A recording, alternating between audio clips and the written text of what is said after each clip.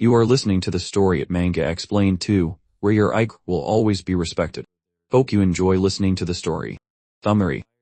The guy who failed every single test in Demon Slayer's Academy is now standing in front of the sync machine. This sync machine measures how well a person's body can connect with a demon core, the energy source humans use for their transplanted armor. The higher your sync rate, the more demon power you can control. The top cadet of the class, Situ Liu, just scored 39%, the highest in the entire group, and everyone calls her a prodigy. But nobody expects much from Aang. Yet the moment the test starts, the numbers shoot up like crazy. 20%, 40%, then more and more until finally it reaches 80%. The instructors freak out, thinking the machine's broken, but it's not. Our dude's the real deal. Because what no one here knows is that this loser used to be humanity's strongest warrior. 60 years ago, he led an army of heroes against the demons that nearly destroyed the world. He fought the Crimson Demon King himself, and died taking his last breath in that final battle. But instead of dying for good, he woke up in a weak body, decades in the future. With his consciousness fading away, he suddenly awakens in the body of a warrior. As he looks around, he realizes he is in some kind of boot camp, trapped in another body. He feels he might be dreaming,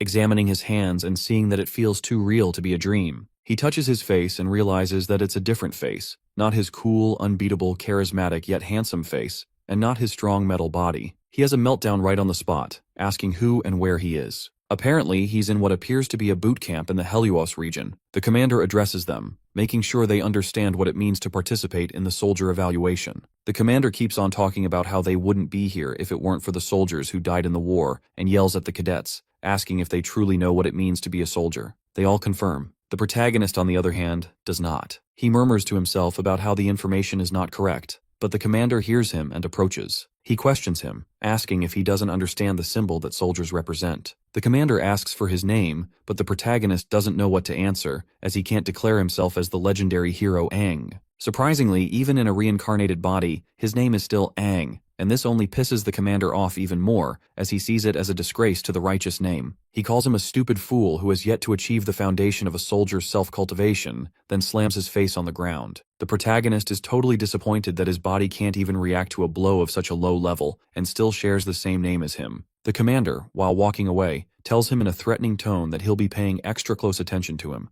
then goes back to addressing the whole crowd. He tells everyone to move to the evaluation field, as next up is the physical evaluation. One of the soldiers helps Aang up and asks if he's okay. He introduces himself as Lan Sinuo, and notes how our boy has a name to feel pride about. Just as he's saying this, a white-haired girl in front interrupts, mocking Aang for sharing the same name with the legendary hero. One thing for sure, she got a strong hate boner for our boy and his name. Her name is Situ Liu, by the way, and she walks away calling him childish, which pisses our boy off badly. He complains to Lan that the girl has a cocky attitude. Hearing this, his freshly made friend is honestly surprised he doesn't know her. He identifies her as the most anticipated evaluation soldier of their batch, a young lady with the nickname Cold-Blooded Demon, and the daughter of the most esteemed martial family of the Helios region, the Situ noble family. Aang finds the name Situ very familiar and tries to recall where he has heard it before. His new friend picks him up from the floor, and some girl takes a picture of them from behind, calling it a truly enchanting bromance. They turn toward her, and she tells them they can ignore her and continue. While the protagonist tries to keep a serious face to ask her who she is,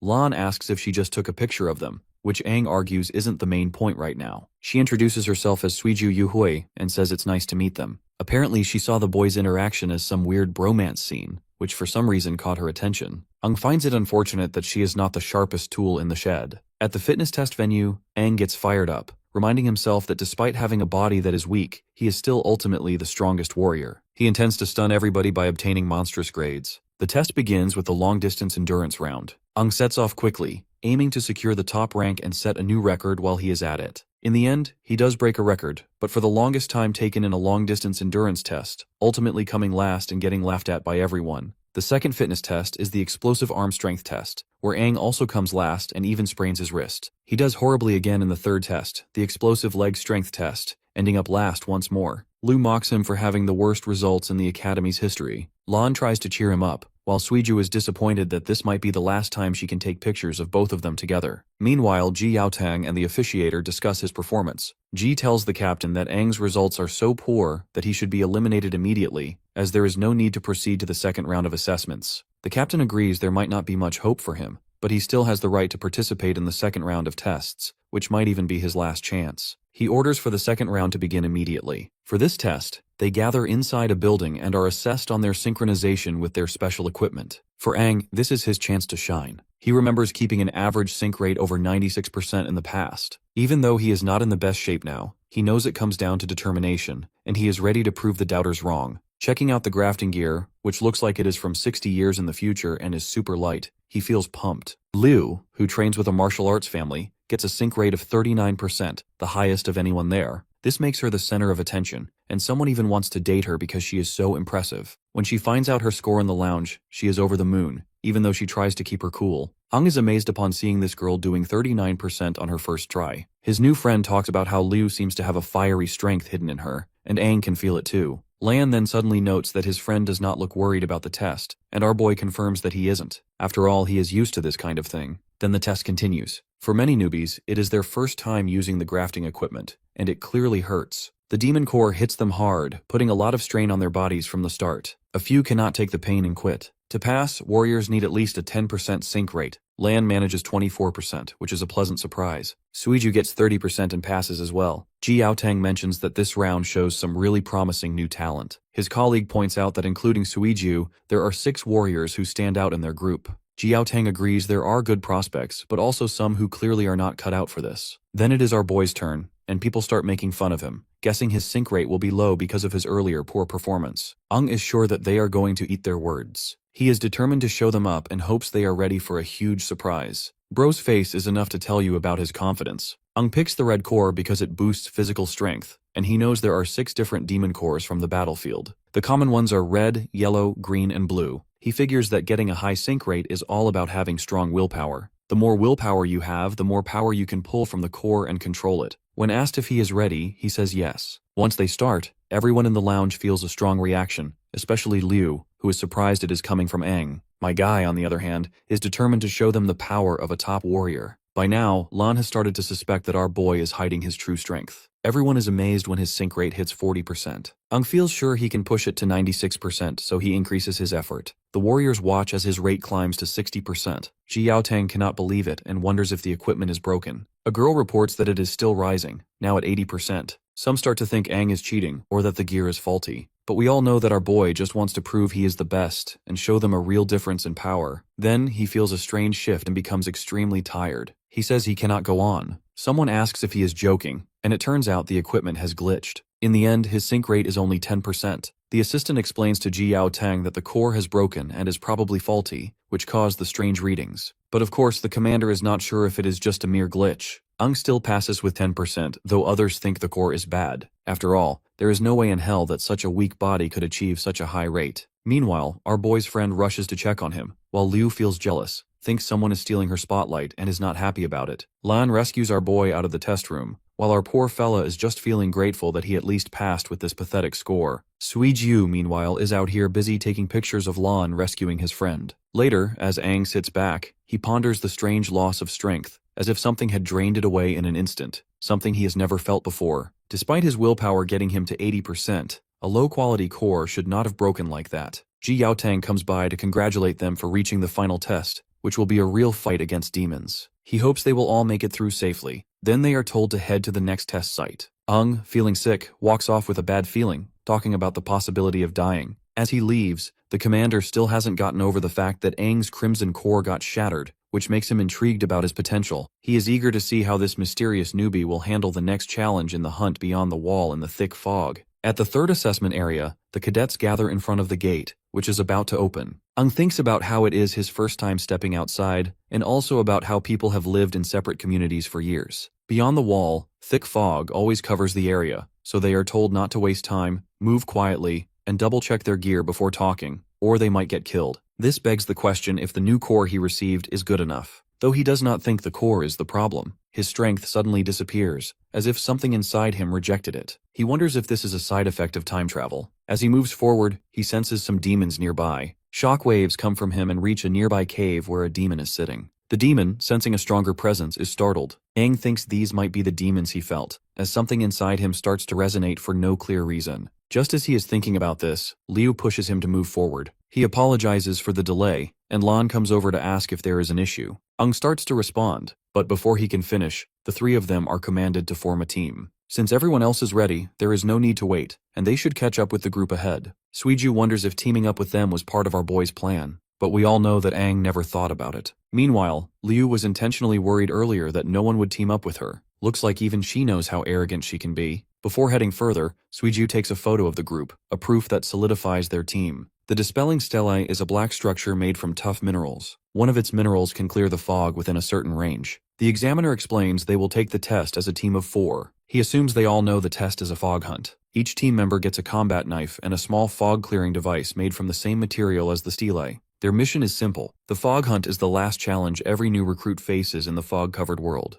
A warrior must watch out for dangers hidden in the fog. Being a warrior is more than just being strong. It means facing fears and the unknown together as a team. They have to awaken their inner hunter, defeat the appearing demons, and only then earn the title of warrior. The first team's test ends and the second team gets ready. Tada Yoshioku, the leader of the 3rd Squadron, watches the contestant from the gate. She is accompanied by her fellow Joel, and Commander Ji Yaotang is there too. The woman notices several promising new talents but is especially focused on Liu. She wants to know what her fellow seniors think about these newcomers. Joel is interested in Liu too. Coming from a martial family with good training, she could become a great warrior. On the other hand, Ji Yaotang seems to be fixated on Aang. He knows by fact that there was nothing wrong with Aang's core, so he is still curious about what really happened during the earlier event. The woman then snaps him out of his thoughts, calls him Tang Tang, and asks what he is thinking. Of course, our brute commander wants her not to use such an embarrassing nickname. Joel meanwhile notices that only this woman can make our hardcore commander with that embarrassing nickname. She then asks if they have checked the demon levels, stressing that only non-finned demons should be in the exam area. Ji Yaotang reassures her not to worry. They have been monitoring the area for days to make sure the exam is safe, confirming no finned demons are near Helos Town. Joel also adds that even if a finned demon shows up, they will step in to protect the future warriors. The next group's test finishes, and it is time for the 10th group. Liu, who is in this group with Aang, gets ready to start. As our boy picks up the small container, Liu grabs it from him and makes a run for it, excited to show off her skills. Aang wonders why someone would be so eager to impress, and everyone quickly follows Liu, jumping to put the container in its spot. Tada Yoshioku can tell that Liu's recovery core is impressive,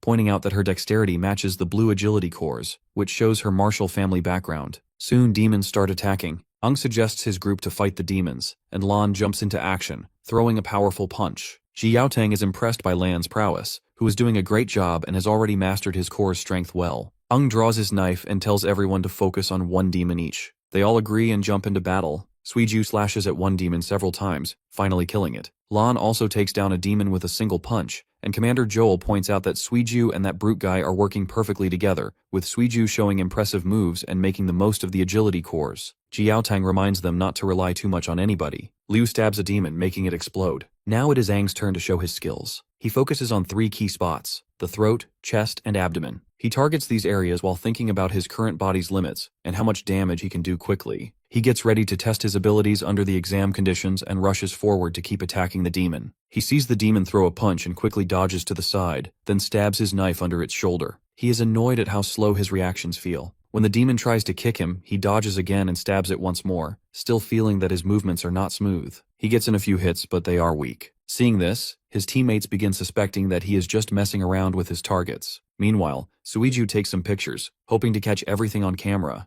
Liu stays silent but thinks Aang is purposely showing off. Tada Yoshioku takes note of our boy's fighting style and asks who he is, impressed by how well he keeps up the pressure. Joel also commends our boy, saying that he moves like someone with a lot of experience. After fighting for a while, Aang realizes he cannot use his old abilities and is already feeling worn out. It is a bad situation, so he decides to finish the demon right away. Just as he rushes in, something else suddenly appears and takes out the demon first. Suiju wonders about the strange roots that show up during the fight. Then, out of nowhere, a one-finned demon appears. Sensing real danger, Ji Yaotang tells everyone to fall back, and they do so quickly. The other 2 seniors also step up to fight the one-finned demon. Tada Yoshioku tells the hunters not to panic and to stay with our commander, who promises to protect them until they reach the town. The one-finned demon can sense that one of the humans feels like a demon. Aang and his 3 friends are stuck, confused by what it means. Liu worries that the earlier demons are nothing compared to the one-finned demon, who imposes such a damning threat that they'll be killed for even a single mistake. Aang realizes that in his current body, he cannot handle a one-finned demon. Terror sets in when he thinks about fighting such a powerful enemy as a normal warrior. The demon easily disables all 4 of them and starts hauling them away. Tada Yoshioku and her fellow chase after it, but the demon dives underground with the 4, and Joel yells for everyone to follow. After a while the trail ends suddenly. Tada Yoshioku wonders how a one-finned demon could show up so unexpectedly,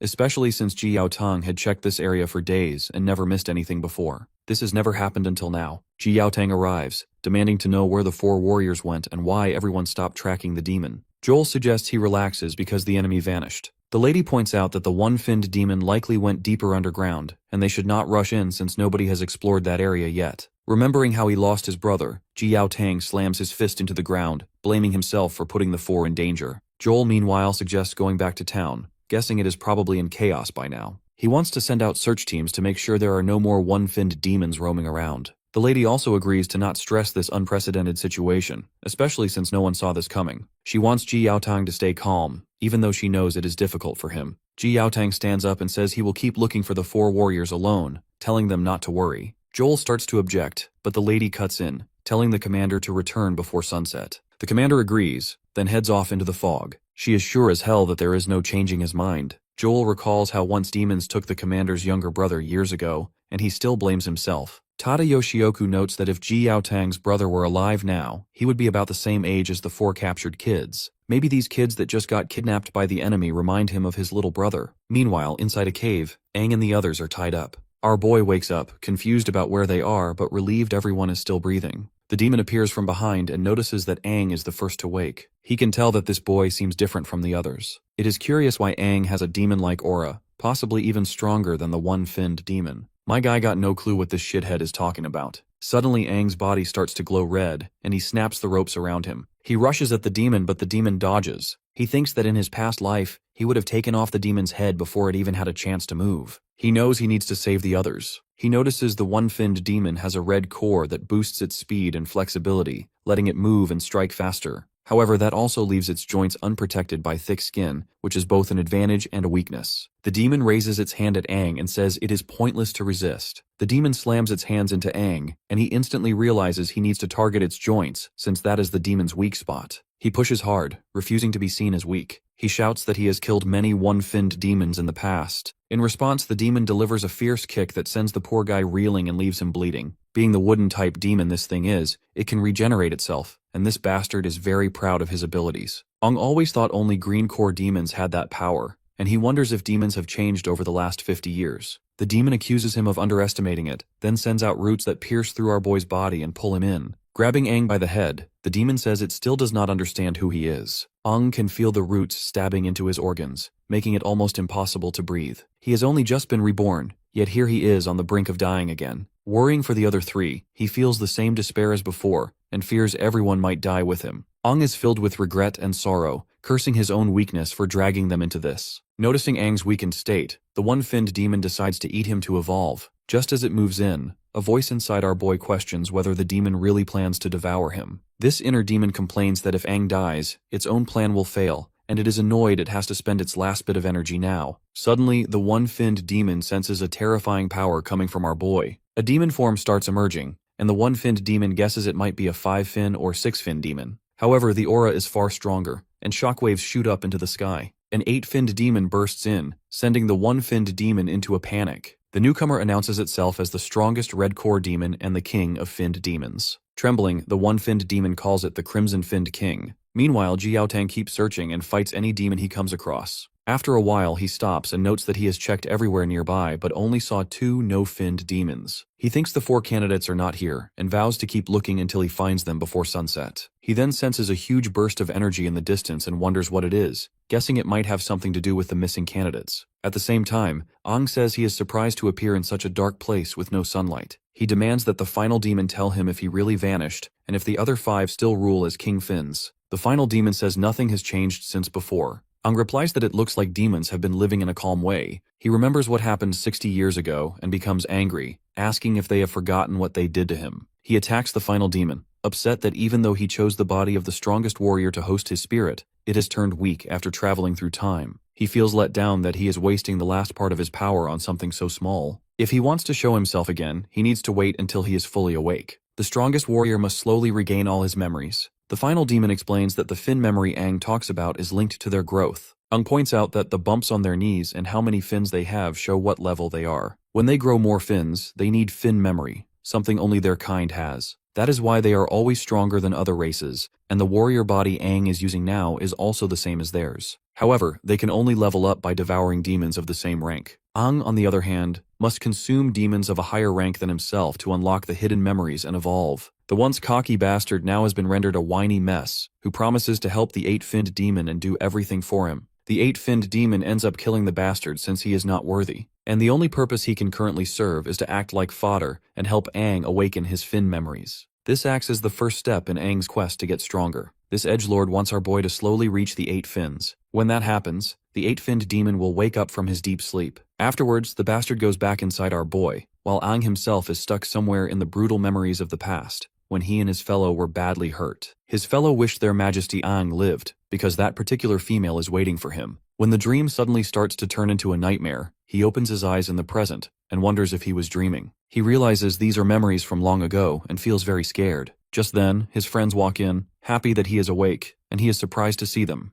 Suiju notices our boy's hair looks different and asks if it was caused by the demonic door. Aang feels confused since he has no clue what she is saying. He then checks if they are all okay, remembering they were pulled underground by the final demon. Ji Yaotang and the other 2 commanders enter and want our boy to share what happened down there. Aang asks the reason why all the seniors decided to visit him. Tada Yoshioku informs him that our brute commander brought them back. She calls him Tang Tang once again, which is just straight up embarrassing. Joel further explains that our brute commander found all 4 of them passed out in a cave. Luckily, the one-finned demon was nowhere to be found. Otherwise, carrying them all back would have been hard. Tada Yoshioku says that after some time, the other 3 woke up, but could not remember anything about what happened in the cave. Aang was the only one who stayed unconscious, and his body went through some changes. She gives him a mirror so he can see his changed hair, and then asks if he remembers anything from underground. Aang stares at his new look and wonders what went on. He still cannot understand everything that happened after he traveled through time. He recalls blacking out when he got hit in the cave but does not know anything beyond that. He thinks about whether he should tell them about his time travel, but decides not to. He figures nobody would believe him anyway, and they might think he is crazy, so he plans to keep using his current identity and focus on finding out what is really going on. Aang then confesses that he did wake up for a moment and saw they were in an underground cave, but then he fainted again. This gets Ji Yaotang wondering about the blood splatters he saw there, and who caused them. Joel looks at our boy and recalls that the name Aang is the same as the mightiest warrior. Though our boy's fighting is good, he is still lacking in some ways. He then asks if Aang has ever fought demons before. Our boy says no and explains that he is interested in demon combat and has studied it,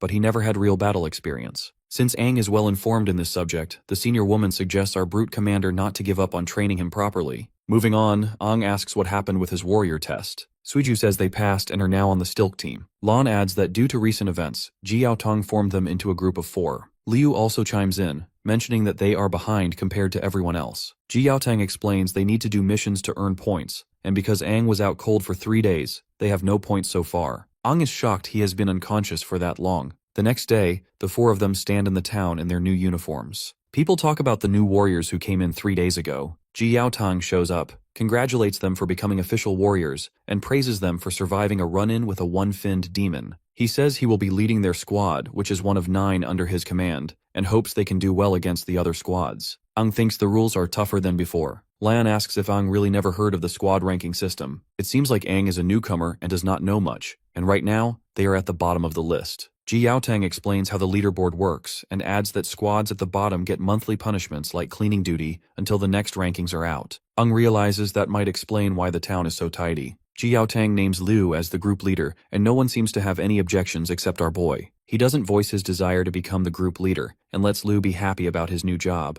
Ji Yaotang then instructs them to pick missions from the board and get used to using their nano wings in fights. He says they can talk to him if they run into any problems. When Ji Yaotang leaves, Liu suggests they look at the missions because they have a lot of catching up to do, but the photographer girl says there is something more important first. They need a group photo, so they quickly take one. Later, Ji Yaotang asks his fellow seniors what they think about everything. Tada Yoshioku says that just like our brute commander had noticed, there were no fin demons left in the cave. They all seemed to die from some kind of explosion, leaving blood everywhere. This is why our brute commander suspects the 4 candidates did it, and admits that he feels uneasy about Aang, and notices something familiar about his smell. Tada Yoshioku tells him not to worry too much and says she is just glad the 4 came back safely. She also wants him to train them well so they do not lose to her team. Ji Yaotang is really serious about suspecting Aang, so Joel suggests they keep an eye on the kid. Meanwhile, at the mission board, Aang is happy to see all the missions are at the A level, each worth 10 points. Lan says A-level missions are the top tier, while Suiju adds they might also be the hardest ones. The guy further explains that B-level missions give 6 points,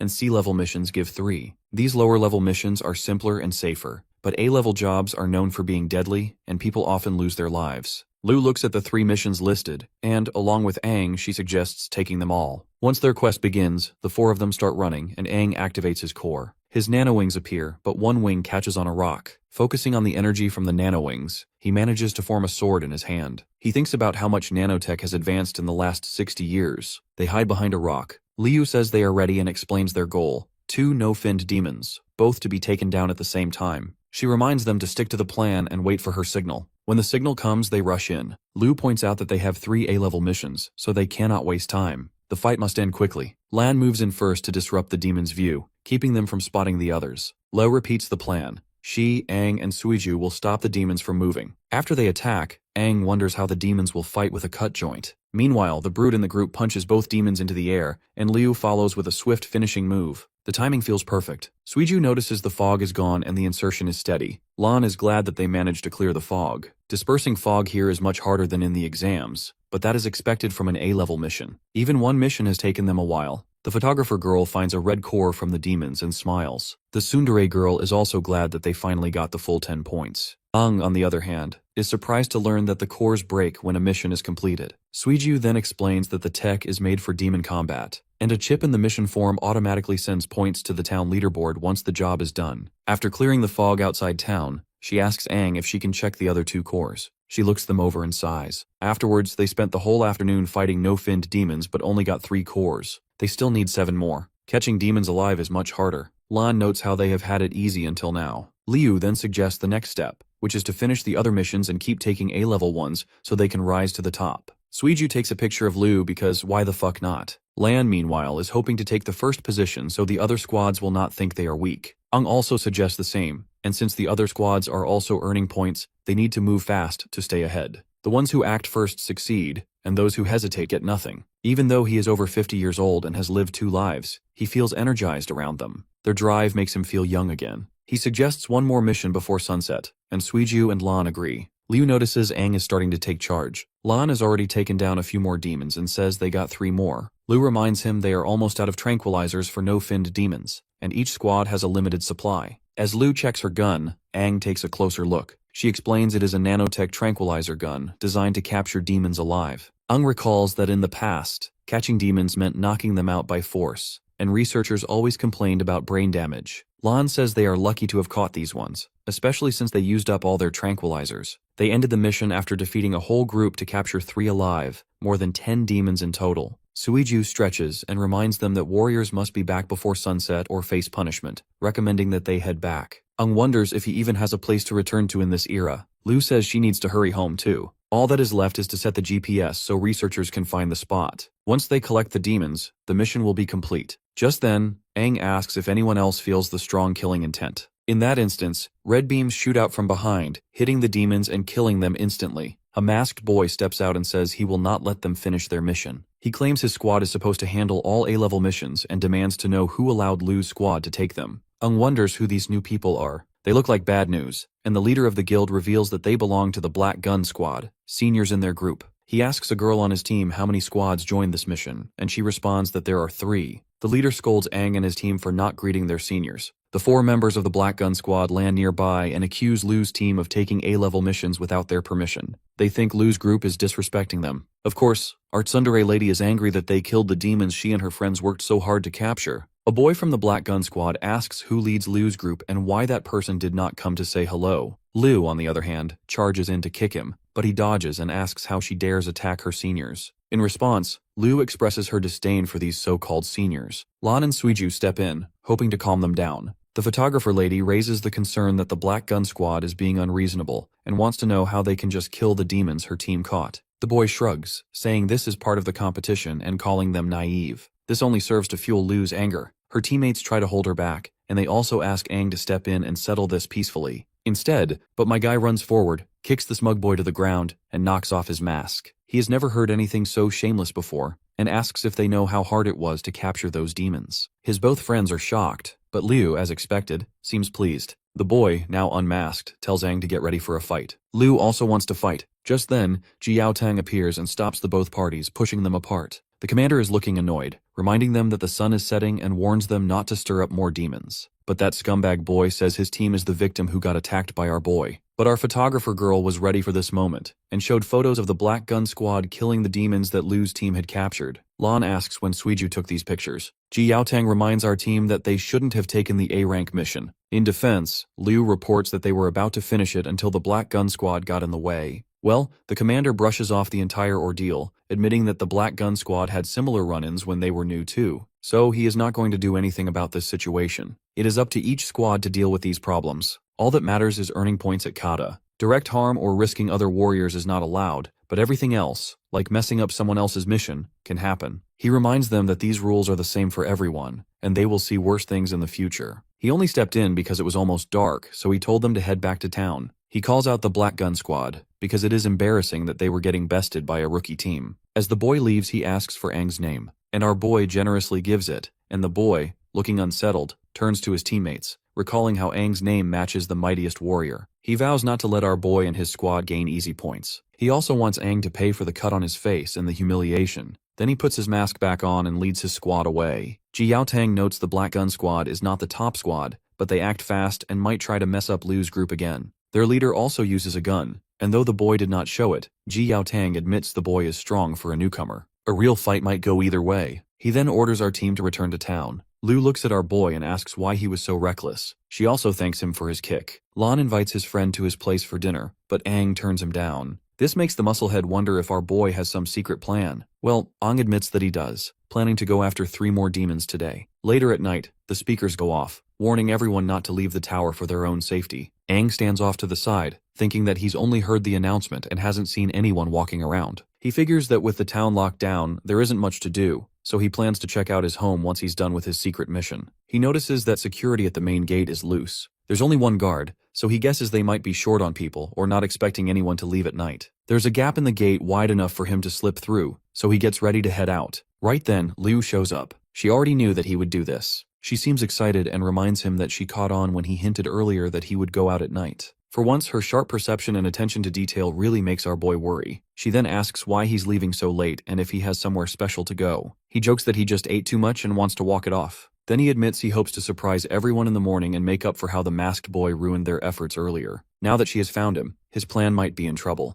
As they go through the town, Liu catches up and asks about his plan. She can hardly wait to see the masked boy's confused face tomorrow. Aang notices her giggling and points it out. But well, the lady denies it, even though she's clearly amused. On top of the gate, 2 guards sit around yawning. One complains that guarding at night is awful, and simply wants to just close the gate since nobody should be leaving. The other, who is snacking, warns him not to say that, or the third captain might hear. He explains the gap stays open for emergencies. You see, a few years ago, some refugees showed up and were attacked by demons because the gate took too long to open, so now every town leaves a gap just in case. The first guard apologizes, and the second tells him not to worry, as they will get used to their grueling job. Then he pulls out an adult photo book. The first guard notices it has new pictures of female warriors from other towns. But this isn't surprising, since it cost a shitload of money. While both perverts are distracted, our duo slip out of the gate. Aang notices that the old exam ground is covered in denser fog than before. They move to another spot, where Liu says it is less likely they will be noticed, because it is far from the walls, and there is a rotting forest for cover. Our boy then narrates the plan for her. He will lure the demons out, and she should aim for their heads. They will rely on pure strength to knock them out. He steps into the fog and tells her to wait for him. Liu trusts Aang's skills but still feels uneasy as he disappears into the thick mist. She cannot tell if she is excited or worried, but she focuses and stays ready. Liu is impressed by how smoothly Aang lures the demons. He only draws out 1 no-finned demon at a time, which makes it easier to capture them. For her, this brute force way of fighting feels new and fun. She learns it quickly and does well. When Aang signals, the girl moves in, and together they handle the demon with light but precise hits, almost like they are toying with it. They keep going until it passes out, which reminds her of their old methods. Exhausted, Aang thinks about how much more training he needs in this new body, even though he used to grab no-finned demons easily in his past life. Counting this one, Liu reminds him that they have just caught their 3rd demon, and she is worn out. In response, he instructs her to leave them all there. The girl hesitates and asks if he is sure. Ung is confident about his decision, especially since the no-finned demons are not smart enough to rescue each other, and they probably will not try going into town. Knocking them on the head keeps them unconscious for a while, so they can finish things in the morning. The girl is impressed how he knows so much. Her response makes Aang realize he might have said too much. Suddenly, 2 one-finned demons appear, clearly smelling the humans nearby. Aang is worried that 2 of them have shown up at once. He knows he and Liu are not ready for that kind of fight. An alarm goes off in the town, and the 3 of the seniors rush to the top of the gate. Joel reveals to the guards they have spotted one-finned demons, so they better use the spotlights. Tada Yoshioku asks if they are the same demons from the exam. Ji Yaotong confirms that they are not the same ones. The guards spot the 2 one-finned demons, prompting Joel to wonder if something is pulling them closer. He tells everyone to stay calm, close the gates, and get the defense cannons ready. But Ji Yaotong yells not to close the gates because someone is still outside. He is furious to see our duo out there and demands to know why they left town so late. The senior woman desperately wants to know what the both kids are doing outside at this hour. They spot 3 no-finned demons tied up, which makes Ji Yaotong realize that these 2 kids came here to make up for the mission that got ruined earlier. Joel isn't surprised, since this is a typical mistake for new warriors who act too boldly. Even then, Ji Yaotong becomes angry and decides to punish both of them once they return. He charges toward the demons, and Tada Yoshioku tells her fellow senior that she will follow Ji Yaotong, leaving the rest to him. Joel sighs because his well-deserved night of drinking is ruined. Meanwhile, when the one-finned demons see the warriors, Aang tells the girl to hold off. He wants them to wait for backup and see if he is the real target. He wonders if this is the same thing that happened before, possibly linked to his reincarnation, or that strange event in the tunnel. Liu, meanwhile, suggests they fight together. One demon asks if they plan to resist, then focuses on Liu and calls her useless. Instantly that bastard lunges to attack them, but Aang pushes the girl away, saving her, and the demon comments on Aang's quick reflexes. Liu kicks the demon and notices water, wondering if her aim was off. The second demon traps her with 3 strands. The first demon warns Aang to stay sharp. Suddenly, Ji Yaotong arrives and delivers a punch to one demon. He vows not to let them hurt the kids and tells everyone to stay calm. Tada Yoshioku sees that one demon is a blue core, a water type, and the other is a red core, an earth type, so she decides to focus on rescuing Liu. The earth demon is grateful to the gods that he managed to block the hit, or else he would have lost his ugly head. Joel thinks they are at a standoff and tells them to pause the cannon fire. A girl comes over and reports that a large number of no-finned demons is on the way. Joel asks how many, and she reports an entire horde. With so many demons closing in, Joel orders the alarm to ring and tells all warriors to get to their stations. As the alarm blares, everyone scrambles onto the wall. Seeing the entire horde, Ji Yaotong can tell that these bastards came prepared. Aang notices the demons are heading straight for the town, and Tada Yoshioku says the 2 one-finned demons must have called them. Meanwhile, Liu shouts not to worry about her and to protect the town. She blames herself for being careless and feels like she is a bad leader. Suddenly, a demon covers her mouth so she cannot speak. Ji Yaotong and the others pull back, and the second demon attacks them. The brute commander warns Tada Yoshioku to watch out, and she manages to break some spikes being thrown at them. Aang notices the demons are not really targeting him. As he moves past one of the one-finned demons, it tells him to keep going. Ji Yaotong sees the demon let Aang pass and wonders why. Then the demon lunges at them again, warning that if they are not careful, they will die. Meanwhile, another demon drags Liu away. Aang suspects it is a trick to split him from the captains. He tries to stay calm, knowing he is not strong enough to rush in blindly. The 2 seniors shout at Aang not to chase Liu, saying he does not stand a chance against a one-finned demon. But Aang cannot forget how familiar her eyes look, and he cannot just leave her. Ignoring their warnings, he runs off to save her. The demon places Liu on the ground and talks about how interesting humans are. It is heard that humans often scream when they feel hopeless, and it demands that she beg for mercy to satisfy its curiosity. Noticing Liu's mouth is covered, the demon figures out why she isn't screaming. It removes the cover and tells her to beg, but Liu refuses. After all, a lowly one-finned demon does not deserve her pleas.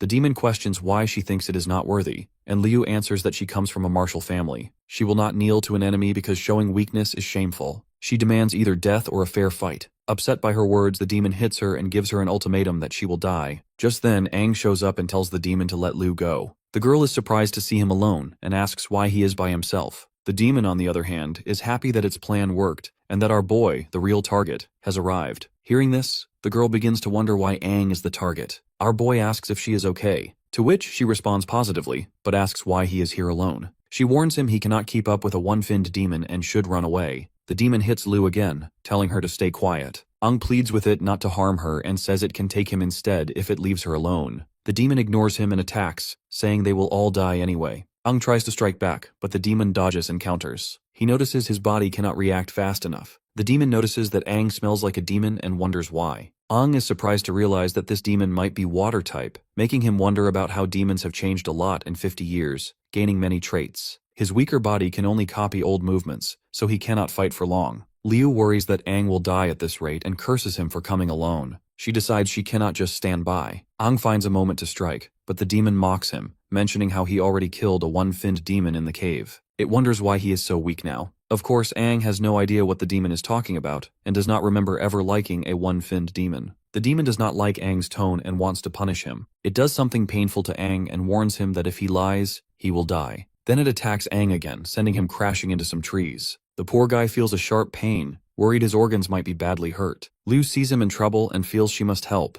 The demon walks over to him and threatens to eat him if he does not give up the information. The bastard expresses his desire to evolve by devouring our boy. As it reaches for Aang, the girl suddenly charges in and kicks the demon away, warning it to leave her teammate alone. Seeing her, Aang can tell that she must have forced herself free, noticing her wrists and ankles are burning. The girl bravely faces the demon and dares him that if it wants to kill someone, it should kill her. Being the leader of the group she is gonna defend her fellow teammates until death. The demon agrees and tells her not to dodge. It then sends attacks at our boy from different angles, and that gigachat of a lady stands still, blocking each one. Aang shouts at her to move, but the girl refuses to comply since she doesn't want him to get hurt. She tells him to keep quiet and let her concentrate. Suddenly, spikes shoot up from the ground and pierce her feet. The demon grabs her and says it will not kill her right away. Instead, it will humiliate her and finally make her scream. Aang lies on the ground, trying to rescue his friend but feeling hopeless. He thinks it is unfair that even after reincarnating, he has to watch a teammate die again. He hates that he is the one who needs saving and wonders how he can protect anyone if he cannot protect himself. Why he must go through losing his teammates again and why he feels so weak. Suddenly, he releases a huge aura, breaking Liu free from the demon's grip.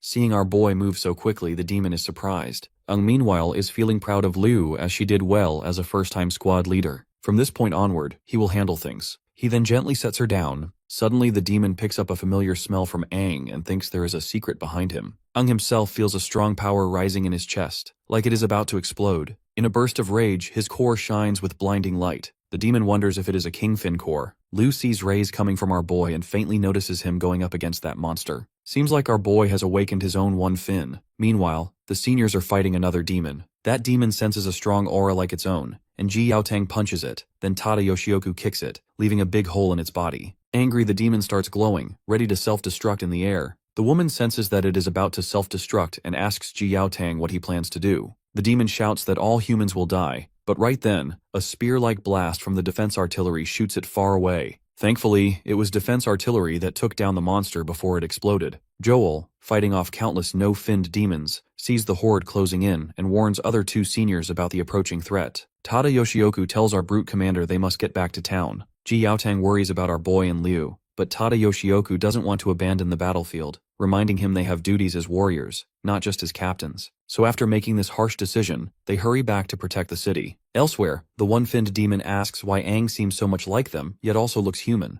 It is confused by our boy's human fins, which should be impossible. Aang wonders if his reincarnation gave him demon powers. Then he uses a healing power on Liu. Seeing our boy effortlessly healing the girl, the demon is shocked and asks him if he is wood type. Well, this healing power is likely because he absorbed a one-fin wood type demon. If he defeats and absorbs a one-fin water type demon, he might gain water powers too. The demon is stunned by Aang's strength, which it has never seen before. Aang makes roots appear behind him and says he wants to take the demon's power for himself. The demon panics when it realizes Aang has absorbed a wood-type demon. Seeing this shithead panicking, my guy takes great pleasure since he never saw a demon act afraid in his past life. He steps closer and tells the demon to use its full strength, wanting to measure its power. The demon seriously wants to know whether our boy is a human or a demon. As he says this, the bastard promptly charges at our boy. Since he possesses all the abilities of wood-type demons, he summons vine-like tentacles that grab the demon. The demon, in pain, decides to use its hidden move too. It swings its water whips at Aang, but my guy dodges. The demon rushes in again, saying it will not show mercy. As it fights, it brags that Aang will never understand real demon power. It delivers a strong kick, sending our boy crashing into the trees. Aang admits he does not fully grasp the demon's strength, but if the demon knew how fast he can learn, it would realize he is the mightiest warrior. He knows he has to keep adapting to win.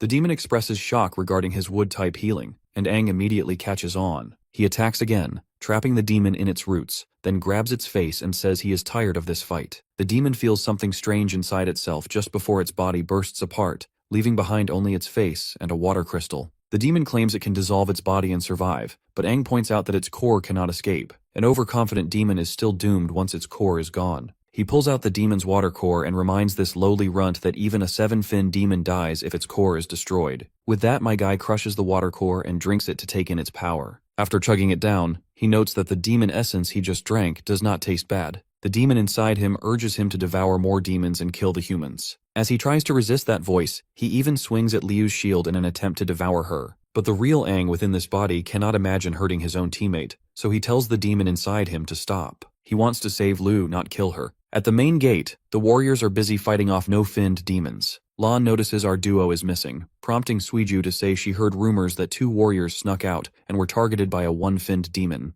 Lan is shocked to think it could be our duo, but Suiju tells him they do not have time to confirm it right now and must keep fighting the demon horde. The 2 seniors also arrive and join the battle. Joel asks about their cores, and the captain says they are still fine. Mid-fight, Joel feels glad to report that since they already took down one finned demon, the regular demons are less coordinated, acting like a group of panicked creatures. So he wants to use that opportunity to scare them off and buy time. The other 2 seniors agree. They leap from a high spot and release a huge blast with their cores. Tada Yoshioku recalls this is the 2nd time they have pushed their cores so far, and Ji Yaotang wishes his fire core had more stamina so he could maintain this level of power. Joel comments on how dangerous the explosive red core can be, then dives in, slicing through demons. From above, Suiju watches, amazed by how strong a captain's attack can be. Lan thinks this must be the power of the 1-fin core and dreams of reaching that kind of strength himself. After a while, Joel checks on the other 2 seniors, and they say they are holding up fine. Their plan is working, and the demons are being pushed back. Suddenly, Joel senses something unusual and points to a figure approaching. It is Aang, carrying the team leader in his arms. Tada Yoshioku wonders where the 1-finned demon went. Joel looks at and feels concerned. Even though they have broken the no-finned demon's morale,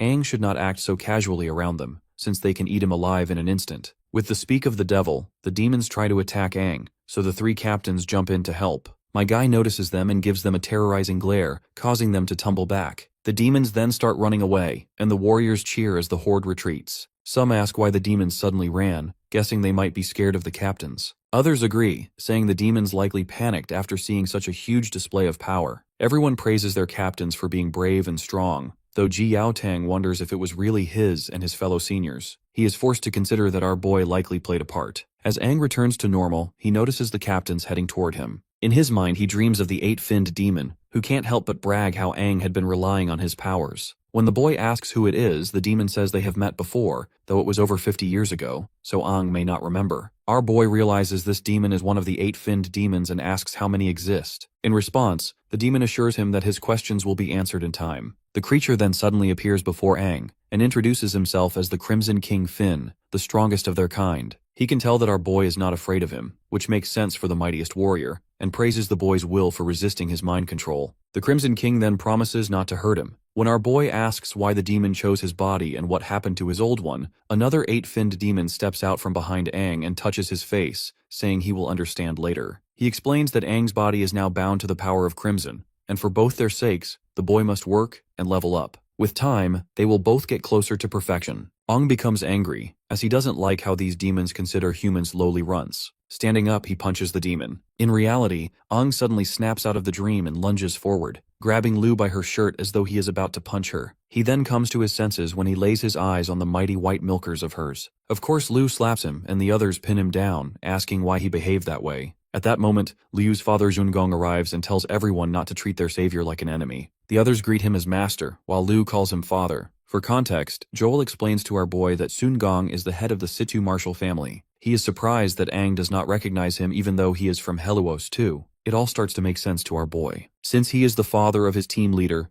then this man must be taking care of him for saving his daughter. So he apologizes to Sun Gong for causing trouble. The big cheese thanks our boy instead for saving his daughter, speaking on behalf of the Situ family. He then tells the 3 captains they can stay in the training area for a while, and mentions there will be a celebration that night for the victory over the demon horde. The 3 captains apologize for any inconvenience, but Sun Gong laughs, saying he has watched them grow up, and they can treat this place like home. He notes that Lu is naturally stubborn, so they should keep her in check if needed, without showing mercy. The captain agrees to handle everything and sends everyone else away except for Aang and the 3 captains. Once alone, Jiao Tang suspects our boy and wants him to spill everything he knows about the one-finned demon that appeared during the exam and the demon horde just recently. The other seniors also seek the same answers. Even though Aang doesn't belong to his squad of students, he still cannot afford any doubt and wants the junior to spill it. Of course, Aang asks if they are being serious, reminding them that he and Liu barely got away from the one-finned demon. Joel points out that the other 2 seniors teamed up just to defeat one demon, so how in the hell this kid managed to beat the demon all by himself? He then demands to know how Aang managed to escape. Joel keeps suggesting that the kid might be working with the demons, which would explain why the demons let him slip away every time. Internally, Aang wonders if he must reveal his secret and risk them killing him on the spot. He fears they will not believe he is human and will see him as a threat because of the demon power inside him. Joel's serious look shows he wants the truth and will not be satisfied otherwise. He is even ready to confront our boy. Seeing this, Aang begins to think he might have to fight them after all. But Tada Yoshioku breaks in and silences her fellow captain. She notes that only a 4-fin demon can take human form,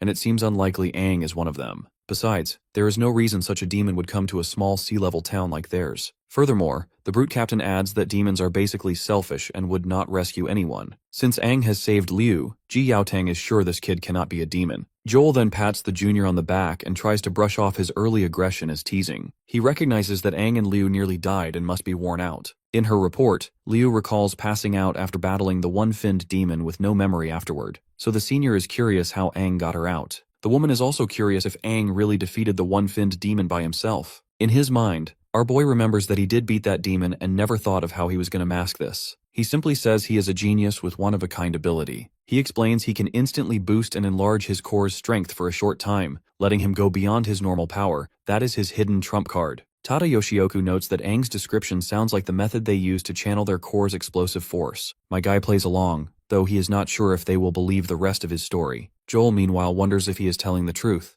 Ji Yaotang follows up by reminding the incident that took place inside the cave, wondering if Aang suggests he used the same trick to beat the cave demon too. My guy confirms it, saying he invented the technique when he first met his one-finned demon. Because his body absorbs the core's strength immediately, he managed to blow that demon to bits while it let its guard down. But it was his first time using the skill, so he passed out afterward. He tried the same thing again to rescue Liu, but blacked out once more because his body could not handle the strain. Surprisingly, the brute commander considers Aang's story. Kid's story also explains why his chest core got damaged both times. The power went past his limit. Tada Yoshioku agrees that if everything Aang says is true, it makes sense that he finds it too hard to manage. She points out their own technique is similar, but they have trained to lessen the toll when using explosive power. Since Aang cannot control it like they do, the woman warns him not to try again until he learns how to handle it. Ji Yaotang also shares the same thoughts, though he is itching to have a spar with our boy, just so he can gauge his student's potential. Eventually, they move to an open space and Aang readies himself to face his commander. He can tell that his captain still doesn't trust him. Ji Yaotang, all set and ready, gives Aang a chance to strike first. The boy braces himself, wondering how to fight someone like Ji Yaotang. You see,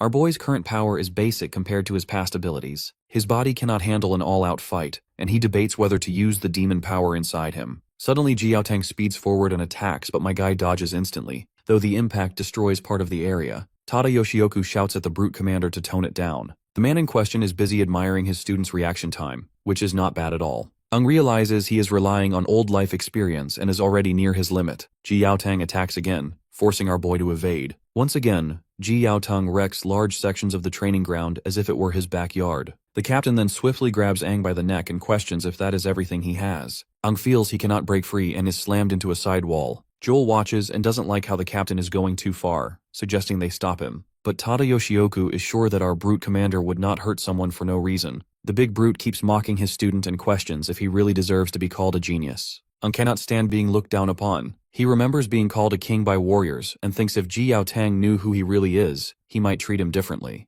Having claimed to be a genius, Aang feels he must prove it. He decides to stop holding back and uses the demon's strength. He releases his aura, startling Tada Yoshioku. He challenges his senior because it is now his turn to attack. The brute captain feels this massive aura coming from his small student. Aang thinks that by using the demon's power, he can make the low-quality core in his chest work better. He feels he can unlock his body's full potential just by changing his mindset. Joel wonders if he can also feel this synchronization improving, while the woman questions if it is even possible for a small town like Heluos to have someone as talented as Aang. Ji Yaotang also notices that Aang's synchronization rate has risen to 40% and is still climbing. In comparison, Lu's rate is at 39%, which means our boy has now surpassed her. My guy warns his senior to stay focused before rushing forward to punch him. Ji Yaotang realizes the kid is now twice as fast, but my guy brushes it off, remarking that his improvement is only slight. Ji Yaotang thinks Ang is taking advantage of moments when his reaction slows, and is using low strikes to confuse him. He also sees that the kid is not fighting recklessly. My guy then kicks the captain again. Watching closely, Joel is forced to notice our boy's relentless attacks and wonders where he learned to fight so well. Just then, the big cheese Shungong arrives, warning that it is not safe to stand too close to someone like Ji Yaotang, who is a tough fighter. The two seniors quickly go to speak with him,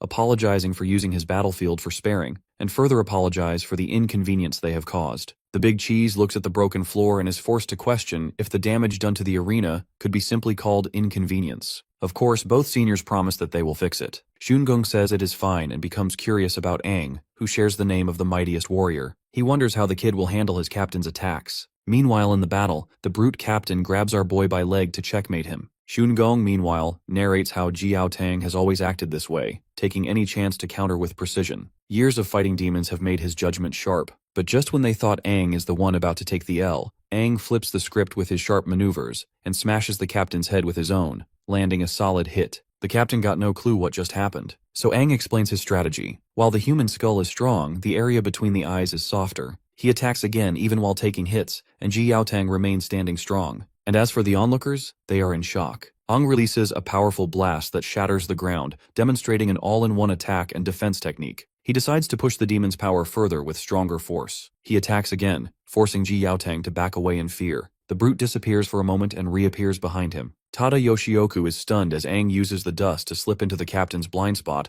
and turns his opponent's own move against him. Watching all this, the big cheese comments that this kid is very vengeful and learns quickly. The brute is angry after having his own move being used on him, and warns his little opponent not to forget that this was his move, and that he knows it better than anyone. Shungong can tell that the captain is losing his edge against his student. Meanwhile, Ang throws a punch but deliberately misses, much to the brute's shock. He wonders why he missed. In response, my guy pointed out his senior's tendency of restraining his opponent, rather than fighting head-on. Ang used this to his advantage and headbutted the captain, causing his vision to get blurry and lose his sight. This gave our boy the perfect opportunity to land the final blow, which he didn't, and missed deliberately since he was just here to prove his skills and strength. By now, Shungong is truly curious about Ang's true abilities. The gate opens, and Suiju enters her friends. She is here to remind them that the dinner is almost ready, and that Liu's family has prepared a large meal in the big room. When she looks ahead, she is shocked at the destruction around them. Ang quickly puts all the blame on the captain. Meanwhile, Joel teases the brute captain for losing pathetically. The big cheese then cuts through the chatter, reminding them that the sparring is over, and invites them to dinner. Ang is hungry too and thanks Shungong for the invitation. Shungong reflects on Ang's determination, power, control, and battle experience,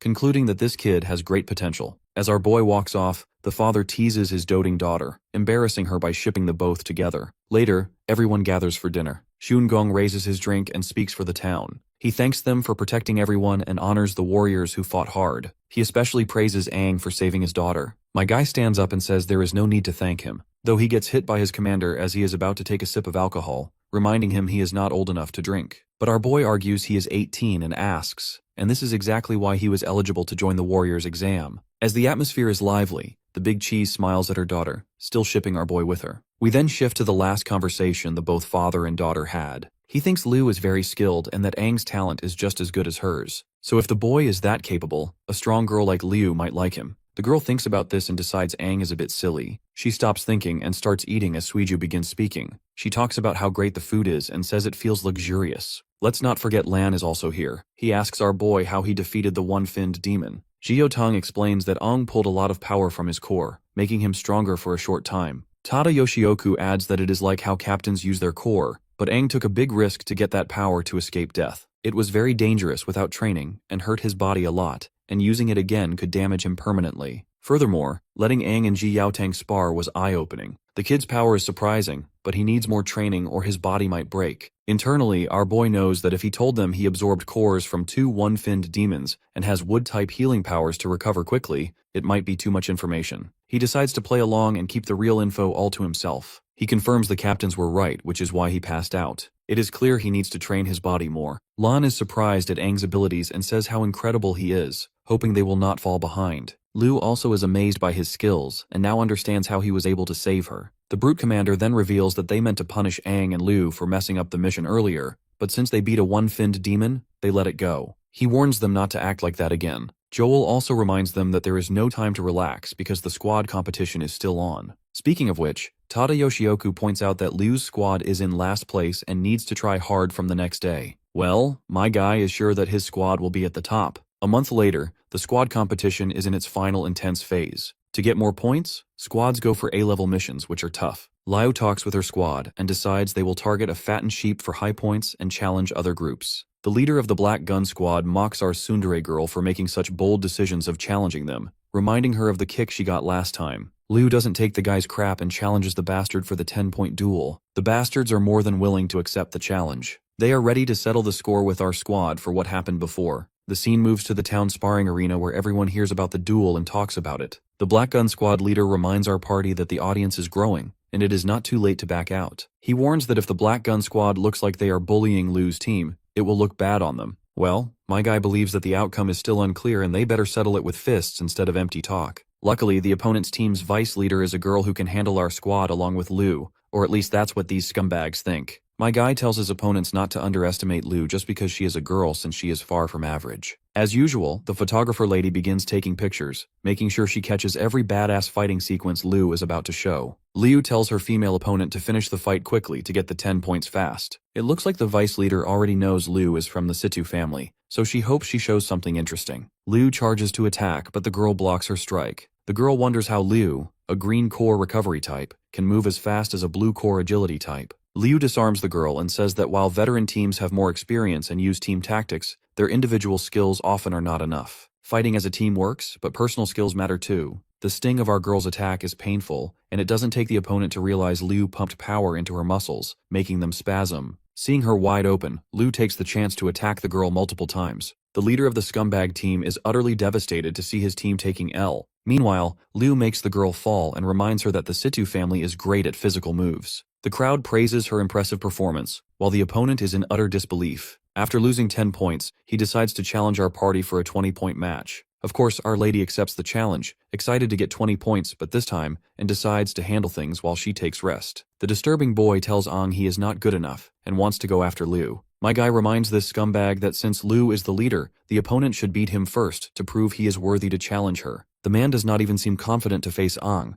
but it does not matter to him. He threatens to beat our boy so badly that even his mother will refuse to recognize him. Aang's teammates are shocked by the threat, while Suiju gets ready to take a good photo of the fight. Aang and the boy take their spots on the battleground. The man draws his gun and shows he switched to training bullets. He assures our boy that the bullets will hurt but will not seriously injure him. Well, it seems like training bullets are something new to our boy. After all, warriors in the past used real bullets from the start. Anyhow, he teases the opponent not to miss his shots. A member of the Black Gun Squad says this is what rookies say and that their leader has great aim, making Aang feel embarrassed. The Black Gun Squad leader warns Aang that too much confidence may get him killed one day. So he allows our boy to choose any weapon he desires. After all, he doesn't want Aang to accuse him of bullying. Speaking of weapons, our boy remembers the unique weapon he used to possess in the past. Since he doesn't have that, he decides to fight with his fists and questions his opponent, if that is acceptable. Of course, that cocky runt is shocked, and his teammates wonder what Aang is planning. The bastard even starts to laugh and asks if Aang really wants to fight without a weapon. He thinks all rookies are cocky. Nonetheless, he agrees with our boy's demands, though he reminds Aang that even if a lion were hunting a rabbit, he would not hold back. Similarly, he promises not to show mercy and to get back the points they lost. Well, it seems like our boy got a perfect chance to train the demon inside him and use its strength. As the battle continues, he dodges the bullet and charges at the man.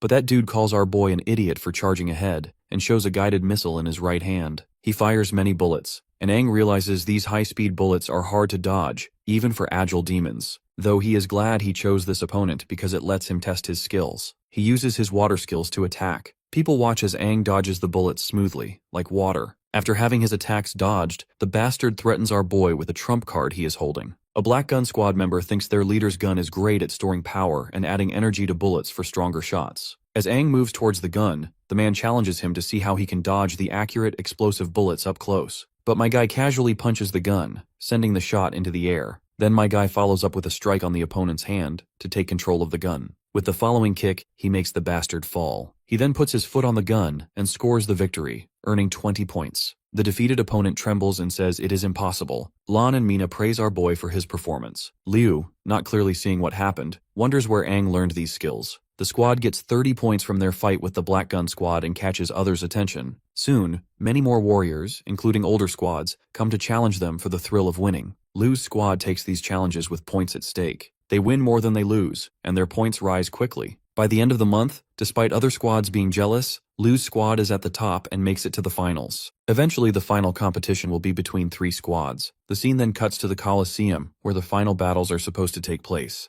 The 3 seniors are making their way to the Colosseum, and Joel gets emotional every time they go back to the ruins at the end of the month. Watching their squads improve step by step is really heartwarming. The woman is just fascinated by how Liu's squad jumped to the top of rankings in just a few days by beating 8 teams. She heard they used their points strategically to challenge other squads and won most fights, though she believes that this method is silly and asks our brute commander to stop it. But Jiaotang says they earned points through their own strength, and there is no reason to stop. He adds that with Aang and Liu on their team, they are already strong. He has secretly watched some of their fights and saw that the other 2 members are also good. As they arrive at a gate, Joel recalls it has been years since a new squad entered the finals, causing a lot of noise outside. Jiaotang opens the gate, steps in the Colosseum, and says he is excited for the upcoming matches. In the crowd, one of the members from Tada Yoshioku's squad throws shade at our brute captain and his squad. She is throwing shade at our squad for not having a name. Another girl from Tada Yoshioku's team warns her that others might hear. By the way, Tada Yoshioku's team name is Sunflower Squad. And as for Joel's team, they are called the Luminous Squad.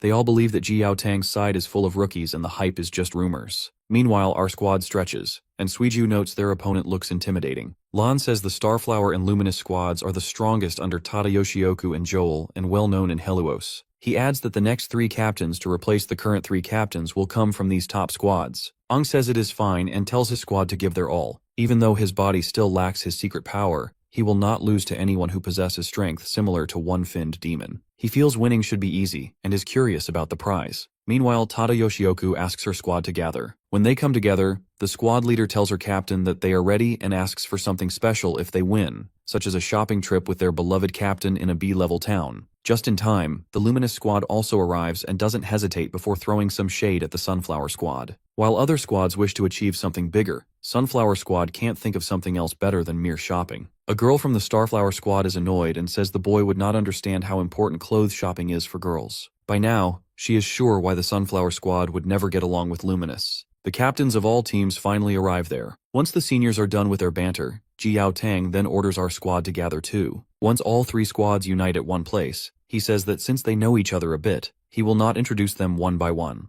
and without further ado, dives deep explaining the terms and conditions. You see, the finals will have team and solo matches, and the squad with the most points wins. Tada Yoshioku adds that the rules for each match will be revealed later, and they will announce the prize to keep everyone competitive. She is sure everyone is excited about the prize and will love what is in store. Joel announces the first prize is a one-way training session in a B-level town, which makes the contestants happy. Our squad in particular is very, very happy. Without stalling further, Ji Yaotong then orders the squad leaders to come forward to draw lots. As the leaders draw their lots, the other warriors keep guessing what challenges they will face. Aang thinks about many changes he is seeing as compared to his previous life. Town classifications were not clear in his time. Towns were independent, and each town had to rely on themselves. He remembers Lan saying this town is C level, the lowest rank. B and A level towns are above it, and A level towns have strong warriors. The only level settlement is Grand City, the strongest with 5 or 6 finned warriors and the top 7 finned warriors. Aang wonders how it compares to his old town, and if his old town still exists after the big battle. He thinks about his old teammates. Suddenly Lan calls him, noticing he is daydreaming. Suiju suggests that they get ready as they are first to compete. Ji Yaotang announces all weapons have been swapped for training weapons, and the first match is between Liu's squad and the Luminous squad. Suddenly the photographer girl realizes that they still do not have a squad name and wonders if they will come up with one. Lan agrees, saying they need a good name for when they become famous. Aang says it is a good idea and they should talk about it later. Meanwhile, Liu feels nervous. The leader of the Luminous squad sneers, asking how a ragtag group like theirs can win. He tells his members to focus on taking out their opponents, leaving Liu to him. The battle is signaled to begin.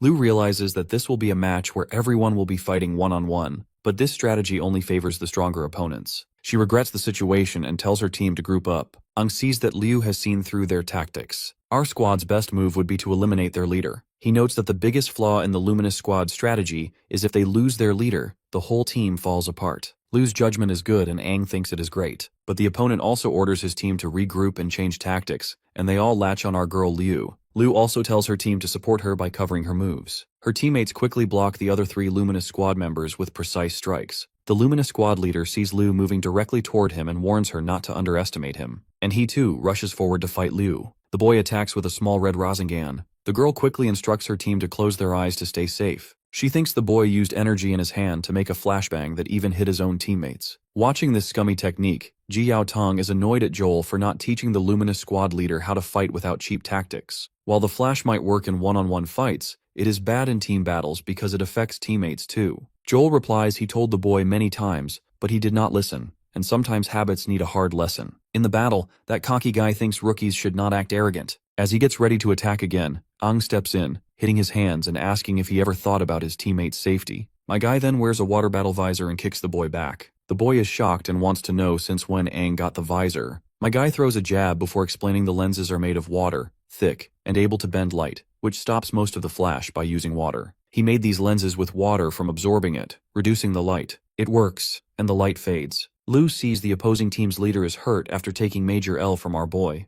It is then she lunges forward to finish the bastard off. Meanwhile, that bastard suddenly realizes that he can't move his hand. Seems like Aang dislocated his arm. The girl goes full ballistic and hits the bastard hard. Meanwhile, Aang is calmly helping his other teammates, so the fights go smoothly. After the battle, Liu grabs the enemy team's attention by telling them that their leader has fallen and asks if they want to keep fighting. Of course, they choose to surrender. Joel says this was expected. Worse yet, our boy has not even used his power yet. The Sunflower Squad's leader questions the Luminous Squad's leader, asking if their loss was really because they lost strength. The boy says they were just caught off guard and warns the Sunflower Squad will be next. As the Sunflower Squad comes down, their leader thinks the Luminous Squad's comments are annoying. Anyhow, as the team gets into the arena, Tada Yoshioku tells them all weapons are now in training mode, which marks the start of the battle. The Sunflower Squad charges at Liu's team. Their leader tells them not to get upset by the Luminous Squad's tactics and to stick to their training and keep their formation. Meanwhile, our brute Lan decides to put all his power into one punch. When he hits the ground, he creates a shockwave that cracks the earth.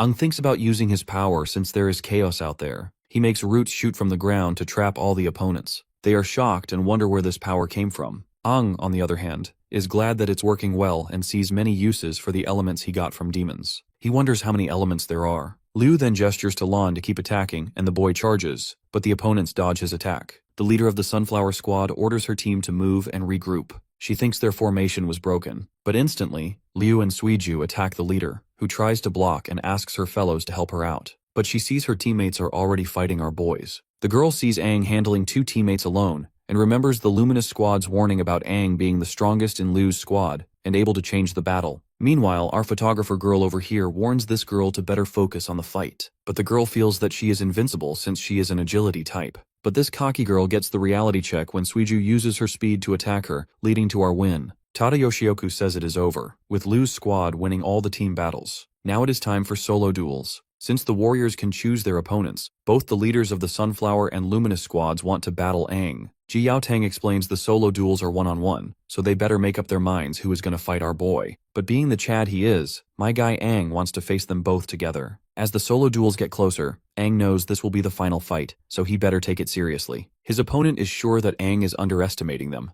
They promise he will regret not taking them seriously. Tada Yoshioku explains that the rules are the same as before, and the duel ends when one side gives up or cannot continue. And with that settled, they are ready to rumble. The boy and girl charge at Aang together. The boy attacks first, once again warning him not to underestimate them. He uses his flash attack again, causing his teammate to get shocked, and that he is using this trick so early. You see, a while ago, they both had a dialogue before the duel started. She recalls the boy saying that since they are fighting Aang together, they cannot afford to lose. The chance of moving to a B-level town might still be possible. He has a good plan and gives her a special battle visor, saying it will block most of the flash attacks. When he blinds Aang, she needs to take the chance to strike. The girl is amazed by the visor's value. The boy stresses they cannot underestimate Aang and need to work together to move to the B-level town. He further reminds her that the flash will be the signal, so she must not miss her chance. As the boy gets ready to attack, he lets our boy know that there is no way to escape because his attack is 5 times stronger than before. Tada Yoshioku and the others struggle to see through the bright light. The girl notices the boy put a lot of energy into a powerful flash.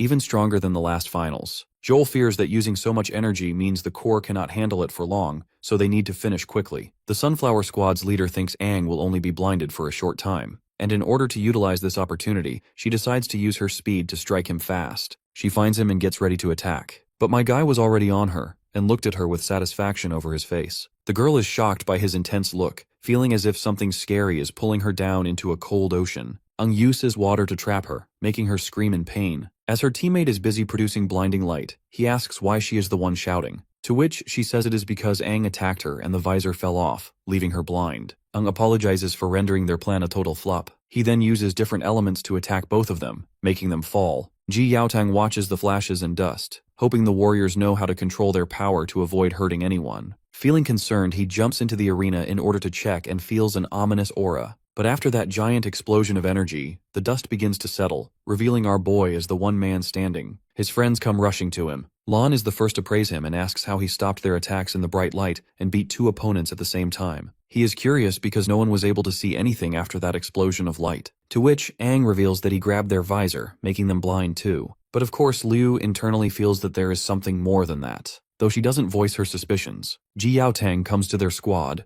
telling them they won the tournament and congratulating them. He is surprised by our boy, especially how he counters and attacks the two squad leaders. Aang humbly says his senior is just flattering him. Internally, Aang thinks he is the mightiest warrior and that no tough opponent could make him lose. He feels he could have won just with his battle experience, though using his powers made it easier. Ji Yaotang then assures them they will be rewarded. The next day, they will go to the underground tunnel to the nearest B-level city for a week of training. Everyone is happy about this news. The senior further tells them to get ready and meet in the morning as they leave. Lan says he heard there are 3 top warriors in those cities and looks forward to meeting them. As our squad walks away with smiles on their faces, Joel notes how Aang is so strong that even they might not be able to beat him if he uses all his power. Our brute commander also agrees, believing that the kid will reach the pinnacle of his career at one point. Anyhow, Joel adds that going through the underground tunnel is safer than traveling above ground. The woman also warns the commander to stay alert, mentioning that some no-finned demons appear there sometimes. Of course, Ji Yaotang isn't concerned, believing that no amount of no-finned demons can threaten them. He is confident the 4 of them will be fine even without his help.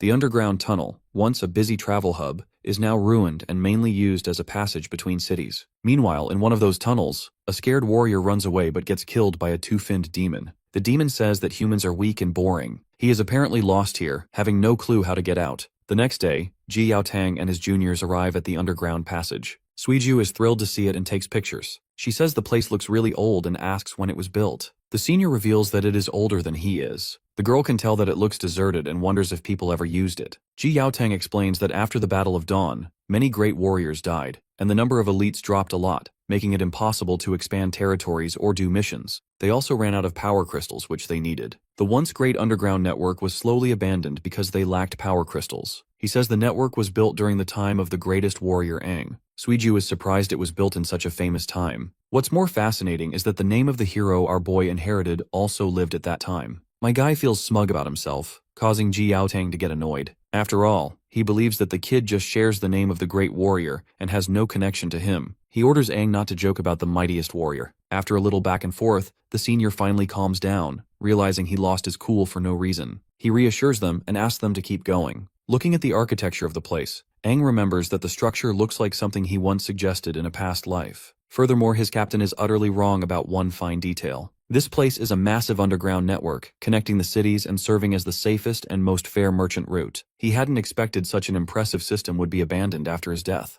Out of curiosity, Lan asks about the energy crystals his senior mentioned, and whether they are the same as the demon cores in their chests. Ji Yaotang explains that energy crystals are made from many demon cores together. One demon core can boost a warrior's power, but combining many cores is difficult. They kept failing until they made a big energy crystal. This crystal powers their cities like electricity. High-level future operations will involve group hunts to collect more demon cores to make energy crystals for the hierarchy. They are heading to the B-level city of Piketia to learn more and get their allocated energy crystals. Suiju asks what happens if the city's energy core runs out and there are no replacements. Ji Yaotang says it would cause everything to stop. Everyone is shocked, while the senior further clarifies that without power, normal life would be impossible. Defense systems and weapons would stop working, and people would have to flee their homes. It is the city's biggest disaster. But there is no need to worry because their town, Heluos, is not very big. Their energy crystal can last another 3 months. They usually travel to Piketia every month, so this is just a precaution, and there is no immediate danger. Ji Yaotang warns them to be mentally prepared. A B-level city like Picardie has not only 2 5-finned warriors but also 3, including one with a synchronization rate of 69%. Everyone except Aang is shocked to hear this. My guy is feeling smug about how he is a 7-finned warrior with a synchronization rate of 96%. Suiju notices a button on the wall and reaches to press it. She asks what it is. Aang quickly sees what she is doing and stops her. Ji Yaotang also scolds her for trying to touch anything and is glad Aang stepped in. The girl points out that the button seems like it wants to be pressed, so her hand reaches for it naturally. Ji Yaotang explains that the button is for an emergency seal. In the worst case, it would completely close off that part of the tunnel. He points to a circle above them and says, pressing the button will make thick metal slabs appear from above and below, sealing off the area instantly. This is only to cut off access to other cities and ensure safety. Aang thinks the most important part of the tunnel is still working, but he senses a killing intent getting closer. He gets ready for battle and moves forward a bit. The senior also notices Aang's tense face, then also smells blood, shocking him instantly. He is shocked that Aang smelled the enemy before him. For now, he considers that Aang's nose is very sensitive, and masks it as just an instinct. Now is not the time to think about it. He tells Lu's squad to drop their bags and get ready for battle. As they move forward, they see blood, and Ji Yaotang wonders what is happening in Picardie since the blood is coming from that direction. They meet a severely injured warrior from Picardie, who asks if they are from Heluos before collapsing. Ji Yaotang doesn't waste time before asking what happened in Picardie. The man says a demonic horde attacked the city. Picardie has already activated the evacuation alarm. Liu quickly questions what this alarm entails, whether they need to go help. Ji Yaotang reveals that the only time the city would sound the alarm is if all their warriors are dead. Hearing this, Aang is furious about the city's fall and the many lives lost. They see sparks from the direction of Picardie, and a bolt of light attacks the injured warrior, dragging it away. Aang feels bad for not reacting sooner as a demon appears. It grabs the injured man's head and looks around at the others. It says they all need to be killed and that the dead should not talk. Then the demon kills the warrior. The demon thinks about who to kill first. He attacks Lan, but Ji Yaotang stops the demon's strike. The demon can tell that this new warrior is stronger than the last one. Meanwhile, Ji Yaotang realizes this is a 2-finned fire demon and that it is really powerful. He knows he cannot take another hit and needs to protect the 4 of them. He does not have the energy to think too much, so he grabs everyone and leads them to run away. The demon keeps chasing them hard. Ji Yaotang reaches a button on the side wall, but the demon is getting closer and threatening to kill them. Aang presses the button, pushing Ji Yaotang and the others to safety. He stays behind with the demon and the injured warrior from Picardie. Liu tries to protest against this idea, but the gate finally closes, leaving her concerned about him. Ji Yaotang suddenly remembers how Aang insisted him to save the 3 of them, so he puts little faith in our boy and asks the kids to stay calm. Aang gave them a chance to survive, which they should not waste. It is not safe to stay there, so he tells them to hurry and leave. Lan notes that the demon is a 2-finned and that even Aang would find it tough. Suiju agrees, saying they cannot just leave him behind like this. Liu also insists they break the door to save him. Ji Yaotang explains that the door is made from special material mixed with extra alloys that can handle attacks from 3-finned demons. It is not easy to break, and the ceiling is so strong they cannot hear anything from the other side. There is nothing they can do. The 3 of them ask if there is another way to save Aang. Ji Yaotang admits that even with help from the other 2 captains, there is no guarantee, but he finds a possible solution. He tells them to follow him to the side tunnels. One tunnel leads to another city where they can get help. Eventually, they keep running along the path Ji Yaotang showed them. One of them thinks choosing this route means ignoring what is happening on the other side of the door, but they all hope that our boy will survive. Meanwhile, the man in question is fighting the demon and shows his true power. Since there is no one around, he no longer needs to hide his power. Watching this, the 2-finned demon asks if Aang is a demon or a human. Well, even our boy is not even sure. For now, he is more interested in the demon's fire element, which my guy wants to snag all for himself. Seeing the aura my guy is exuding, the 2-finned demon is really curious to learn if the kid is more powerful than 1-finned demon. Aang quickly uses roots to attack the demon. Seeing this, the demon scoffs that if Aang is 1-finned wooden type, then his fire element is the perfect counter. He unleashes a fierce blaze to destroy Aang's roots, saying he will consume our boy's powers. The demon then fires a fire blast, but Aang dodges it, making the fire hit the door instead. The bastard then makes fun of Aang, saying he will be burned if he comes closer and tries to escape. But my guy casually uses water to cancel out the fire and creates a powerful blast. This surprises the demon, and Aang tells him he was wrong to think he only has the wood element. In an instant, Bro swings his sharp claws and grabs the demon's core. He rips apart the bastard after acquiring the core. Suddenly, a bunch of demons attack him, and he sees they are all no-finned demons. He realizes they followed the sound of his battle. He looks at the 2-finned fire elemental core before shattering it and absorbing the shards. After becoming 2-finned demon, he feels the intense heat of flames inside him. He understands there are endless no-finned demons. Remembering how to control fire, he creates a huge fire explosion to defeat them. The screams of these bastards are meant to be tribute for the soldiers who lost their lives in the tunnel. As he keeps fighting, he reaches an exit and thinks the demons might have come from there. He sees the area is wrecked with many dead warriors on the ground. He realizes the B-level city is completely destroyed by a powerful demonic horde. The horrific scene and remnants of the battle clearly tell that it was a wood-type demon that killed the warriors with one hit, and the attack affected a large area. The power probably came from a three-finned demon who killed the civilians. Ji Yaotang had said there were 2 three-finned core warriors in the city. Then Ong sees 2 warriors hanging from the roots. He uses his own roots to bring them down, recognizing they were amazing warriors. He closes their eyes and tells them they can finally rest in peace. He feels the harshness of the battle deeply. A young boy suddenly calls Aang. Confusing our boy with a demon, the kid asks if he plans to kill everyone. The kid thinks our boy must be a high-level demon since he can take a human form. He says the warrior saved his life, and he cannot stand demons ruining their bodies. Hearing this, Aang doubts the boy will trust his true intentions even if he tries to explain. Before he can think it through, a demon attacks the boy with a devastating attack. Quick on his feet, my guy fights the demon and takes it down. He then turns to the kid and tells the boy not to move and promises to heal him. The boy asks if Aang is a demon or a human. And with that last question, the kid pushes up daisies before getting an answer. This causes our boy to wonder about his own nature but decides that no matter what he is, his mission stays the same,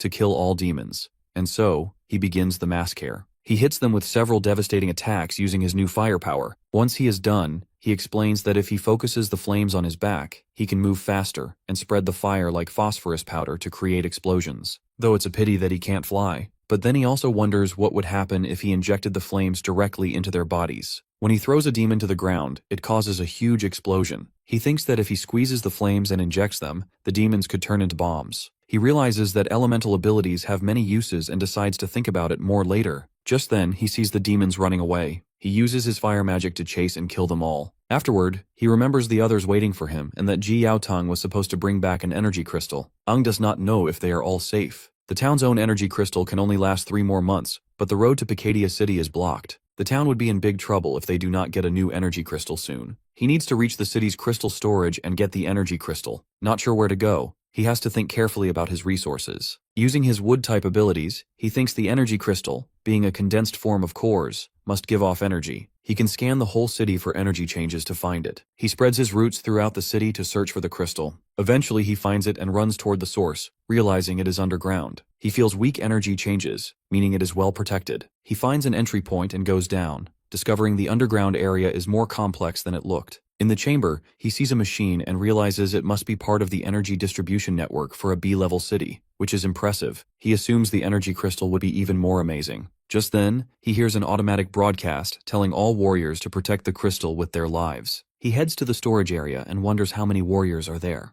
Aang uses his powers to check and find some dead warriors. The demons also damaged the crystals. He thinks the fallen warriors probably fought to protect the crystals until they died. The demons did a targeted attack to destroy the crystals and seem smarter than before, like someone with a plan directed them. Realizing he needs to find equipment and other things above ground to help his search, Aang knows he has to get an energy crystal. If Ji Yaotang and the others are in trouble, Helluos City would be in big danger. He has to find another city within 3 months and successfully bring back an energy crystal to Helluos. He goes into the battle preparation room, takes a monster truck, and sets out to find a new city. As he drives, he notices areas outside the city are not explored yet. The fog is getting thicker, and the ruined buildings in his way are remnants of a once lively life, now maybe home to demons. He checks the map and follows the direction to the next city. A person watches him from hiding, then cuts the rope to make logs fall on Aang. He dodges the falling logs with precise timing and exits the truck. Aang thinks about the attack, guessing it was the demon's work, but it is not. A girl with a gun points at him, orders him to stop,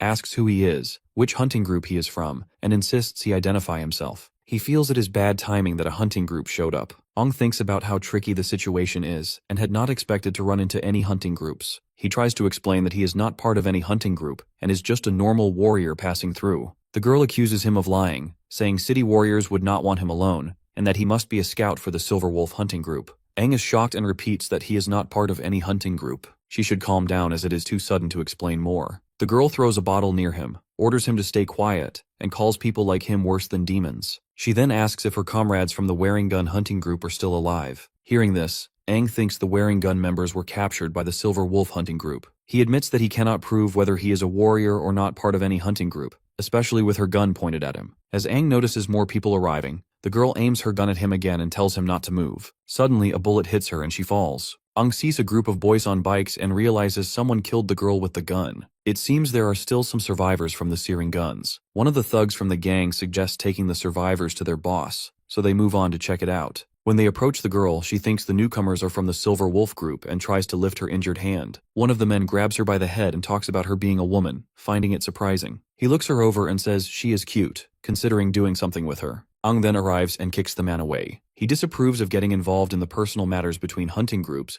but notes that the Silver Wolf members are scum. In his bad mood from the day's events, he offers them a chance to leave. The man, frightened after seeing the intimidating side of our boy, calls him a demon. Aang grabs the man's gun and crushes it like a Chad he is, saying he does not like being threatened with a gun. The man offers to let our boy go in return, but it's not our boy who needs others' mercy. He promptly uses his roots to strike the man, sending him flying far away. The man then demands to know if Aang is a demon or a human. Aang crushes the man's gun further, insisting it is none of his business whether he is a demon or a human, and then kills the man. Afterward, Aang attends to the girl's wounds, noting that the bullet went through some muscle and needs healing. She thanks him once he finishes, saying it must be one of his abilities. She mentions she heard that four-finned warriors have amazing powers, and that Aang seems incredibly strong. She then asks if he is a five-finned core warrior. Aang feels the power of a two-finned demon inside him, and although he is more powerful than a typical two-finned warrior, he admits he is indeed a two-finned core warrior with some special abilities. Impressed, she thanks him for saving her and apologizes for threatening him with the gun. Well, our boy is quick to forgive her, noting it is good to be careful when alone outside. He needs to get to the nearest city and asks if she knows which one is closest. Looks like she does know and also wants to tag along with him.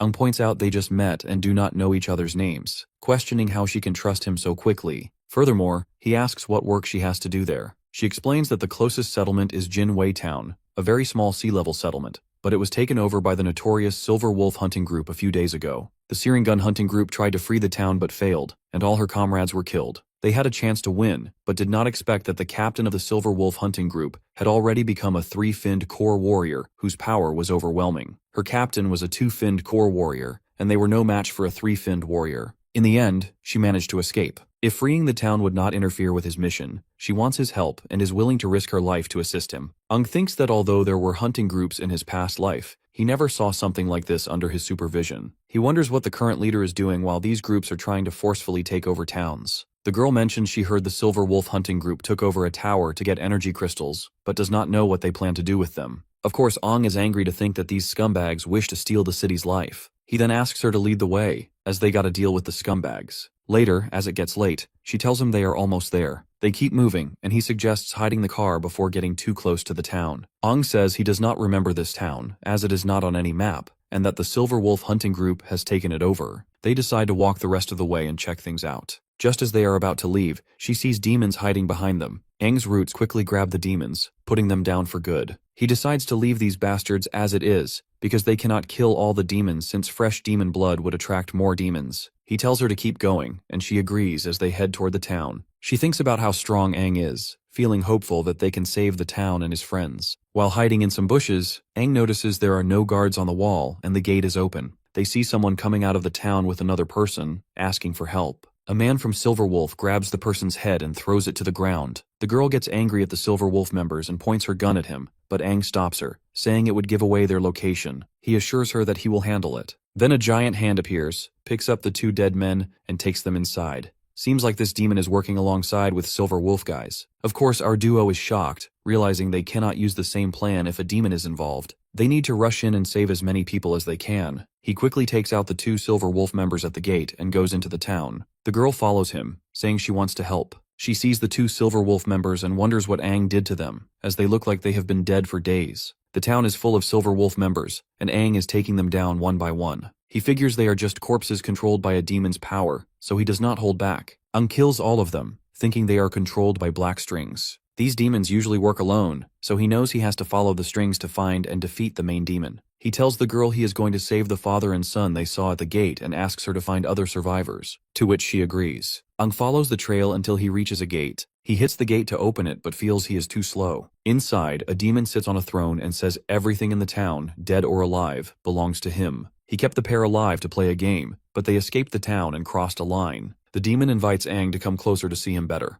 Ang notices 3 energy crystals behind the demon. The Silver Wolf group took over the town for these crystals, which attracted the demon. He wonders why a demon wants energy crystals. The demon turns to our boy and asks if he is human or demon. Meanwhile, Aang realizes the demon is a rare purple core type with special abilities. He tells the demon that he must have killed all the Silver Wolf members, mentioning their leader was a 3-fin core warrior, and probably failed to match this bastard's control powers. The demon kicks someone toward Aang. Actually not someone, but the same man we had been talking about just now. Aang blocks the zombified warrior's attack. Suddenly, many ghouls appear to greet Aang. He sees that not only the Silver Wolf members but also the town's original warriors have been turned into ghouls. There are a lot of them, and the demon welcomes Aang to his group in a rather friendly manner. Aang thinks about the 3-finned demon while he's in his 2-finned form. It would have been a problem if it was a normal 3-finned demon, but this one is a purple core demon that's weak in fighting and uses psychic powers to control the battle. My guy balls up his fiery fist and defeats them in an instant. The demon is actually impressed, believing that he's not a normal human.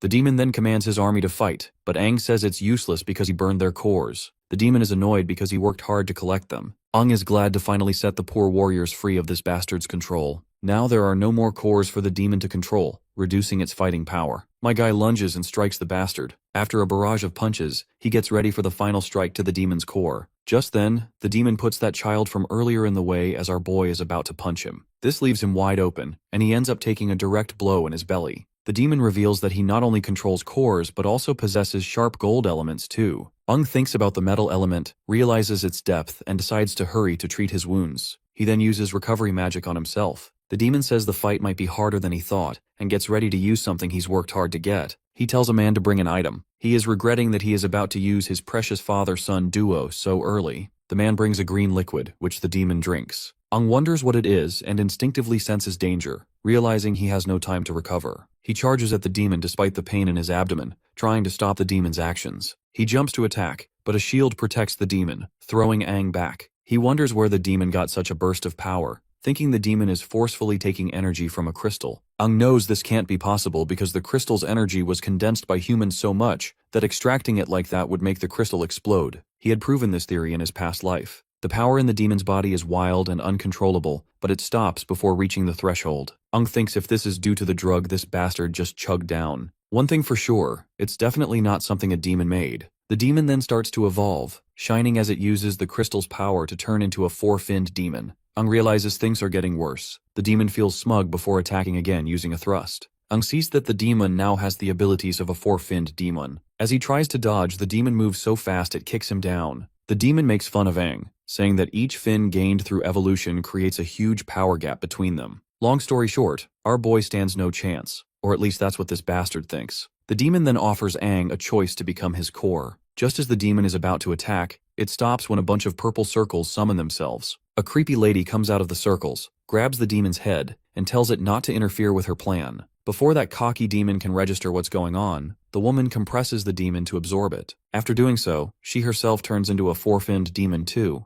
Aang starts to sense the pressure of this 8-finned demon, a kind of pressure he has experienced before. Actually, the demon inside him exudes the same pressure. This is why he knows about this feeling. The demon mocks him for delaying the awakening of the great Crimson King. She finds humans annoying, especially how weak they are. This is the very reason Aang is progressing at such a low rate. The demon uses her power to make Aang fly, and then uses a stone to force him to evolve into a 4-finned form by inserting a crystal into him. Aang knows that shit is about to go south, because directly jumping to a 4-finned demon is going to make his chest explode. He starts to feel terrible pain, realizing his body cannot handle the 4-finned core. The demon asks if he is so weak that he cannot absorb the energy of a 4-finned demon. Lights start shining from Aang as he struggles, telling the demon he is about to explode and needs help. The demon activates an 8-panel space lock around him and tells him to hold on. It is then the Crimson Demon speaks through Aang, revealing that she disturbed Crimson's slumber. The girl demon recognizes the voice and knows who's talking. Aang's demon asks if she forgot what he told her. He shatters the crystal barrier and takes over Aang's body. He criticizes her for interfering with Aang's evolution path. Realizing it is Crimson, she hugs him, happy he is finally there. He says it has been a long time since they saw each other. She says she has been watching humans from the shadows and noticed he could not beat the new 4-finned demon. She worries that if he dies, their combined strength would weaken and they would need a lot of training. Crimson explains that humans are different from demons, weak but mysterious. Although Aang recently absorbed a 2-finned demon's power, she forced him to skip the 3-finned stage and injected the 4-finned core into him, which his body cannot handle. The energy that leaked out of Aang's body allowed him to wake up temporarily. He tells her not to interfere with his evolution because Aang needs to evolve slowly to become the perfect vessel. She agrees and tells Crimson that during his absence, when he faked his death, the other four kings were just arguing and did not reunite, keeping a power balance as Crimson predicted. Crimson then recalls how the other kings were scared of his strength and united together to eliminate him. Even without him, they kept fighting among themselves instead of working on themselves. They likely have forgotten their original mission. He then asks her if they consider her suspicious, to which she replies that even if they suspected her, they do not have the energy to investigate what happened that day,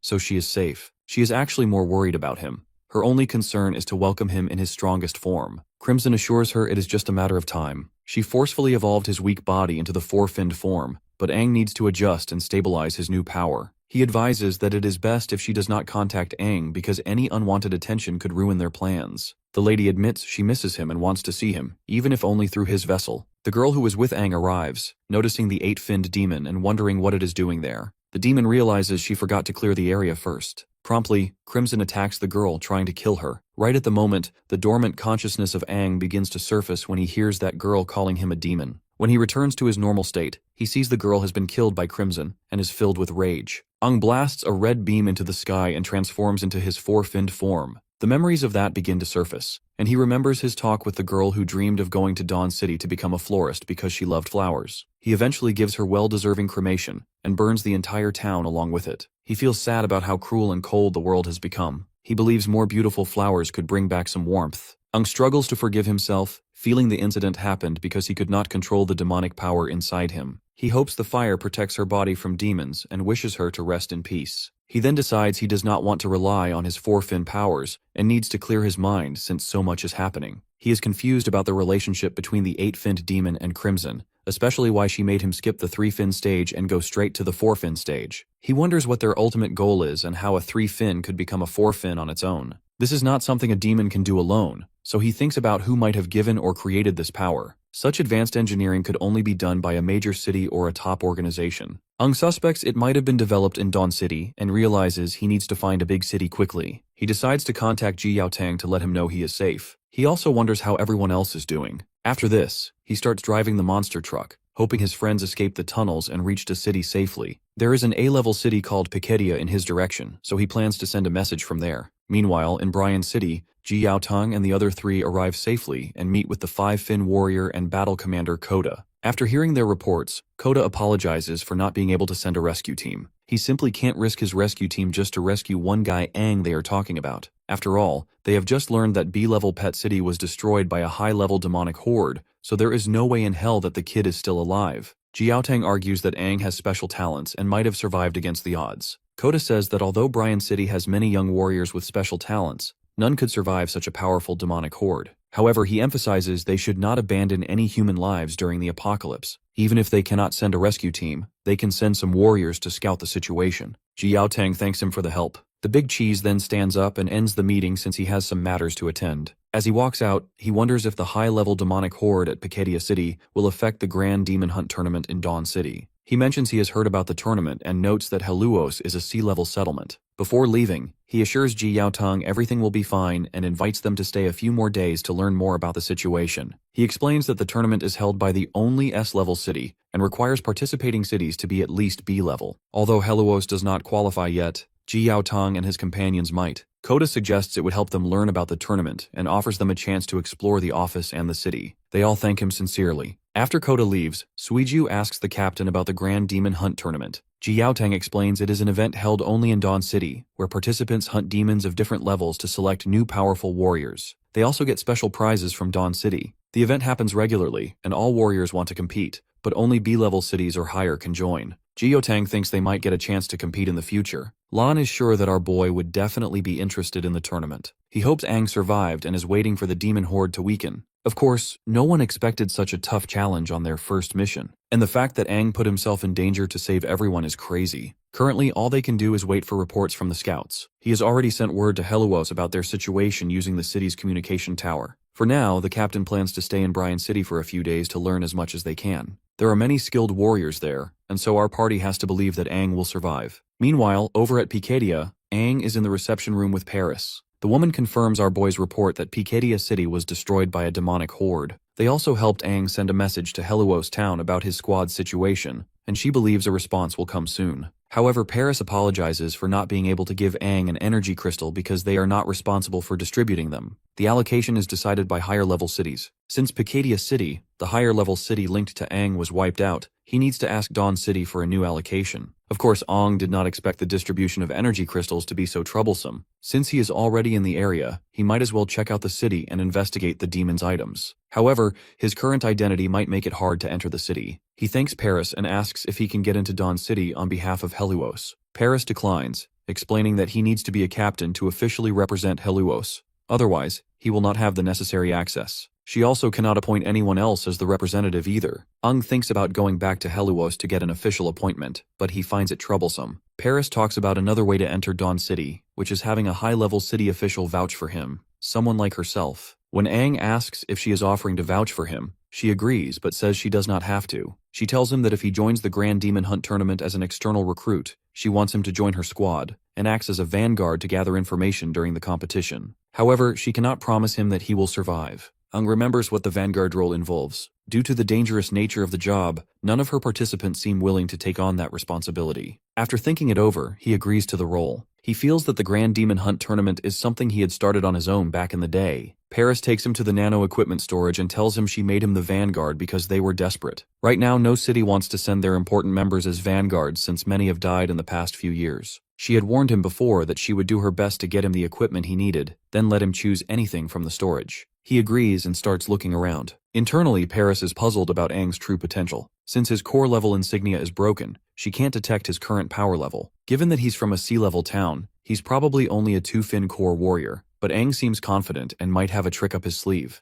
Meanwhile, he picks a nano wing that can turn into a great sword. He thinks his old combat knife was good for moving around but didn't do enough damage. Paris asks him to wait because this kind of item is only meant for a 3-fin warrior. It would be unstable if he tried to use it with his current strength, and he might hurt himself. But my guy proceeds to equip himself anyway, and demonstrates how easily he can rotate the sword, saying it feels solid. Of course, the woman is shocked, wondering how he can pilot it so easily, and thinks maybe he understands nano wings really well. She's heard of warriors with special talents who can handle high-level nano wings without problems. Aang then proceeds to ask about the availability of a live combat arena there. Eventually, they go to the main entrance where Paris promises to get him all the equipment he needs. She asks why he wants to go to the live combat arena, and he says he wants to test the new nano wing on a demon to warm up. She asks if he really wants to go alone since sometimes one-finned demons appear even though the arena is supposed to be safe. She offers to go with him if he wants, but Aang says he can handle a one-finned demon by himself. Since his confidence and bravery are rare for a warrior, she wants him to be careful. She also mentions she has to train some 4-fin warriors, and wishes more of them were as confident as Aang, which would make things easier. With that exchange, they part ways. Of course, Aang intentionally didn't let her come with him. He's not just testing his new weapon, he wants to see what he can do with his 4-finned transformation. He arrives at a ruined area, sees that it's been claimed,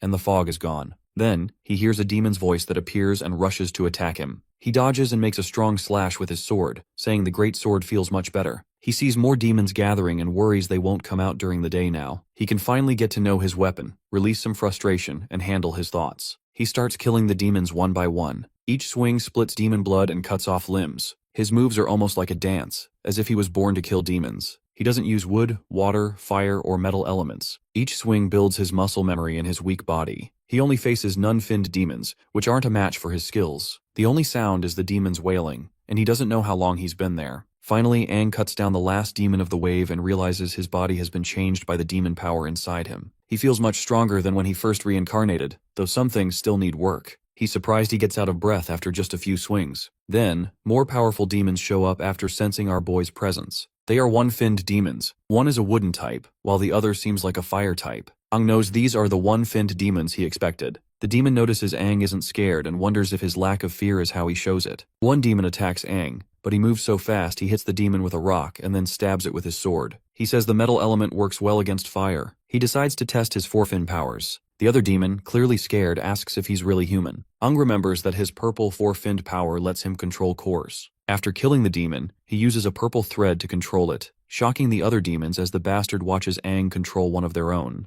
As evening comes, Paris notices that Aang hasn't come back yet. A man tells her that sunset is almost here, and because of the demon horde at Piketia City, all the gates, including the side ones, will close soon. Paris asks for a report on the demon levels lately, and the man says not only are there more one-finned demons, but two-finned, three-finned, and even four-finned demons are appearing. Paris worries that the kid might have been caught by the demons. She wants him to survive because she has just sent in the participant list and wants to avoid more problems. She decides to look for him at the live combat arena and tells the man she'll be back before the gates close, to which the man agrees. As she rushes, Paris thinks about being careless. Aang was just a normal warrior from a sea-level town, and she feels bad for letting him go to the live combat arena alone even though he asked for it. Usually only no-finned demons are there, and a five-finned demon showed up years ago. She feels responsible if the kid died there because it would make her look bad as a five-finned warrior who failed her duty. She worries about how she'll explain it to the soldiers from Heluos and hopes Aang is still alive. When Paris gets to the arena, she senses a strong demon aura and smells death, which isn't good.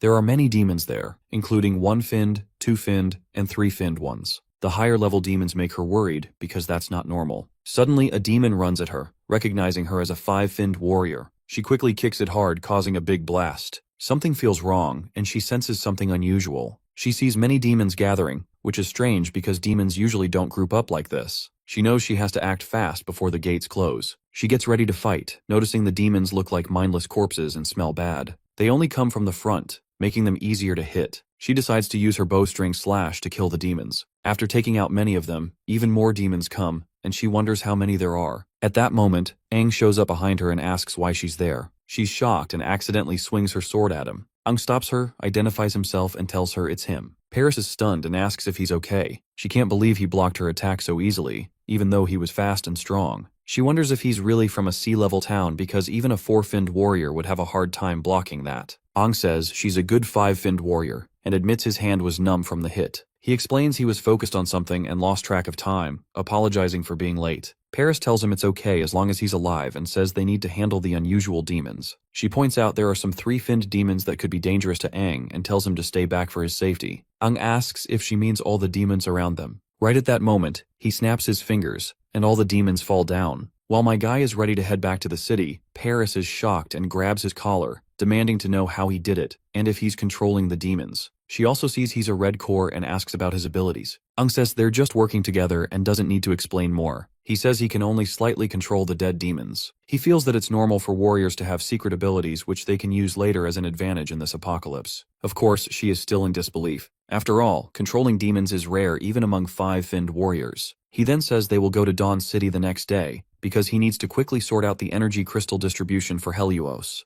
They plan to leave the next day. As they walk out of the place, Paris thinks about expecting more from Aang during the big demon hunt tournament, not knowing that in the live combat arena, Aang had scattered many dead demon bodies. Later, they arrive at the gate of Dawn City. Paris tells everyone to do their best and not make the city look bad. Aang looks around and is certain Dawn City is the one he used to manage in his past life. It might have been renamed after his death, because the battlefield was called the Battle of Dawn. The city looks even more impressive than before, and he thinks it might be a long time before he can return. He wonders if he might meet the 6 great heroes, the strongest team he trained. He is curious about how they are doing after the Battle of Dawn, and if they would believe his story. Paris comes up to him and asks if he is scared of his first time visiting Dawn City. She says it is too early to be shocked since they have not even entered the city yet. Dawn City is humanity's only S-level city and the center of their strength. Not everyone is lucky enough to see it, and some people never do in their lifetime. Aang thinks Paris, being a five-finned warrior, might know something important. He asks if she knows what happened to the 6 great heroes after the Battle of Dawn. She pauses, finding the question strange, and asks if he means the old 6 heroes. Aang is confused and explains that the 6 great heroes are the 6 people he is talking about, the strongest team led by the king, known as the mightiest warriors who share his name. Paris is surprised and asks if he really did not know. She says everyone knows the new 6 heroes do not like talking about the old 6 heroes, and warns him not to bring it up inside the city. She explains that the king changed, the dynasty changed, and the current mightiest warrior is the new king. The king Aang is talking about is now called the Old King. She warns him again not to speak about these things in the city. Aang wonders what happened to the old 6 heroes. Paris raises her voice, asking if he was not listening. People nearby start looking at them. She says she never knew why he chose to be called Aang,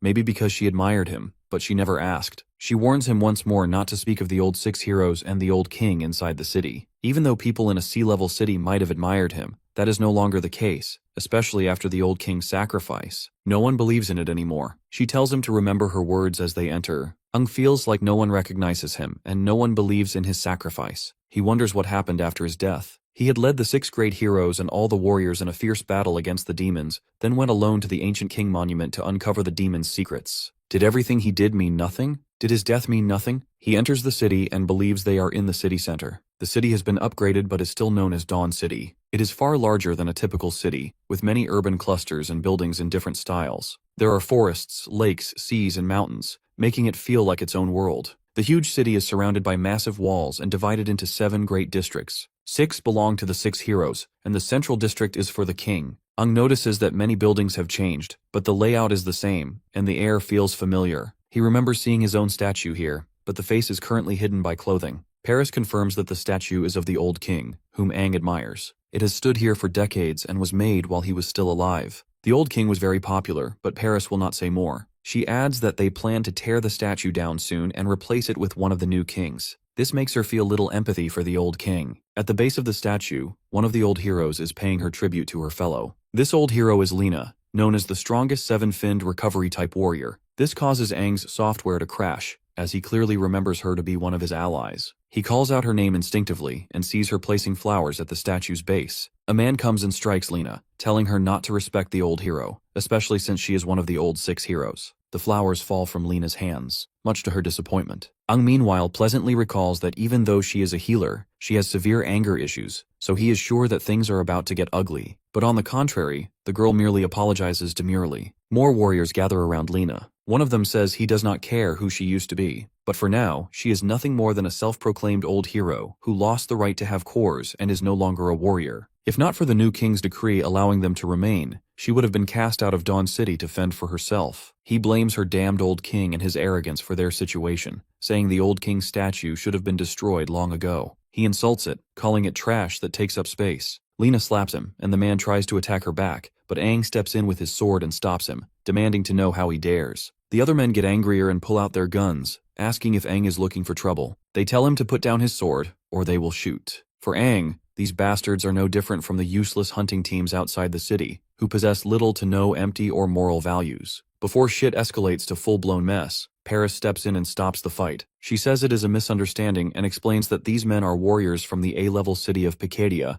coming to join the Grand Demon Hunt tournament. She patronizes them if they are trying to fight warriors from other cities. She further suggests Aang to put his sword away since he is representing Pikadia. Aang puts his sword back. The warriors tell him to leave and avoid fighting warriors from other cities. They warn that they will be in big trouble if the law enforcement captain finds out. One of them tells Aang to quietly go to his hotel if he is joining the tournament. Aang should feel lucky that he is getting away easily. With that, the noisy bunch barges away. Then Lena turns to our boy and asks if he knows her. He thinks about telling her that the mightiest warrior Aang has returned, but decides it might cause more problems if he is not careful. Paris steps in and tells the old hero that Aang has a reputation for being a troublemaker. Of course, Aang plays along and confirms he is indeed troublemaker. Hell, even his name is a troublesome one. Lena starts to leave, agreeing it is a really troublesome name, a kind of name that brings headache. Hearing this, Paris gets annoyed at Lena. Not only Aang helped her out, but she is also calling him a headache. But my guy isn't bothered. He thinks he will find a good time to explain things to her, and believes she has a lot to tell him too. The next day, during the Grand Demon Hunt parade, Paris's team joins the festivities. Someone talks about a new face in the crowd.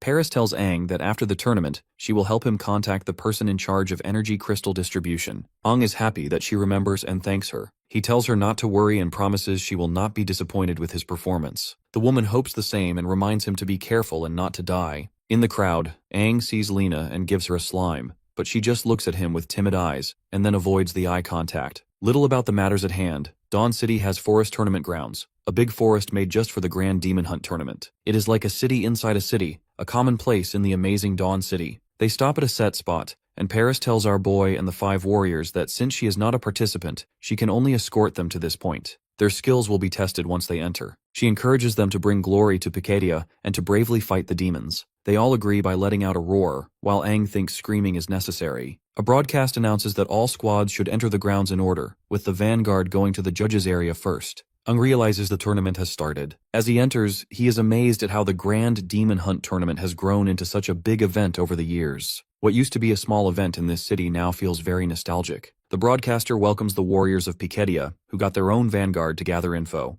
The warriors of Piketia bow to Aang, wishing their friendship lasts forever. A girl wishes Aang to gather information and promises to remember his sacrifice. A boy asks for another handshake. Aang tells them to calm down because he is not dead yet, nor he plans to die. He thinks they all know how dangerous the vanguard role is, and their serious faces make it seem like they think this is his final farewell. Being chosen as the vanguard must seem like a role with little chance of survival to them, and their lifeless faces look sad. Then a lady speaks to all the vanguards from different squads. She says their mission has many unknown dangers and praises their brave courage for taking on the role. She tells them to enter the tournament grounds, gather as much information on the demons as possible for their squad, and warns them to be careful because they will face demons of unknown levels. Aang notices that all the participating warriors seem to be Tier 2 core warriors. The tournament looks like a talent showcase to find out which city has the best new generation of warriors. Naturally, they do not let high-level warriors participate. Paris understands that Aang's abilities are far greater than those of the Tier 2 core warriors. And that is okay because no one would guess his true powers if he keeps them hidden.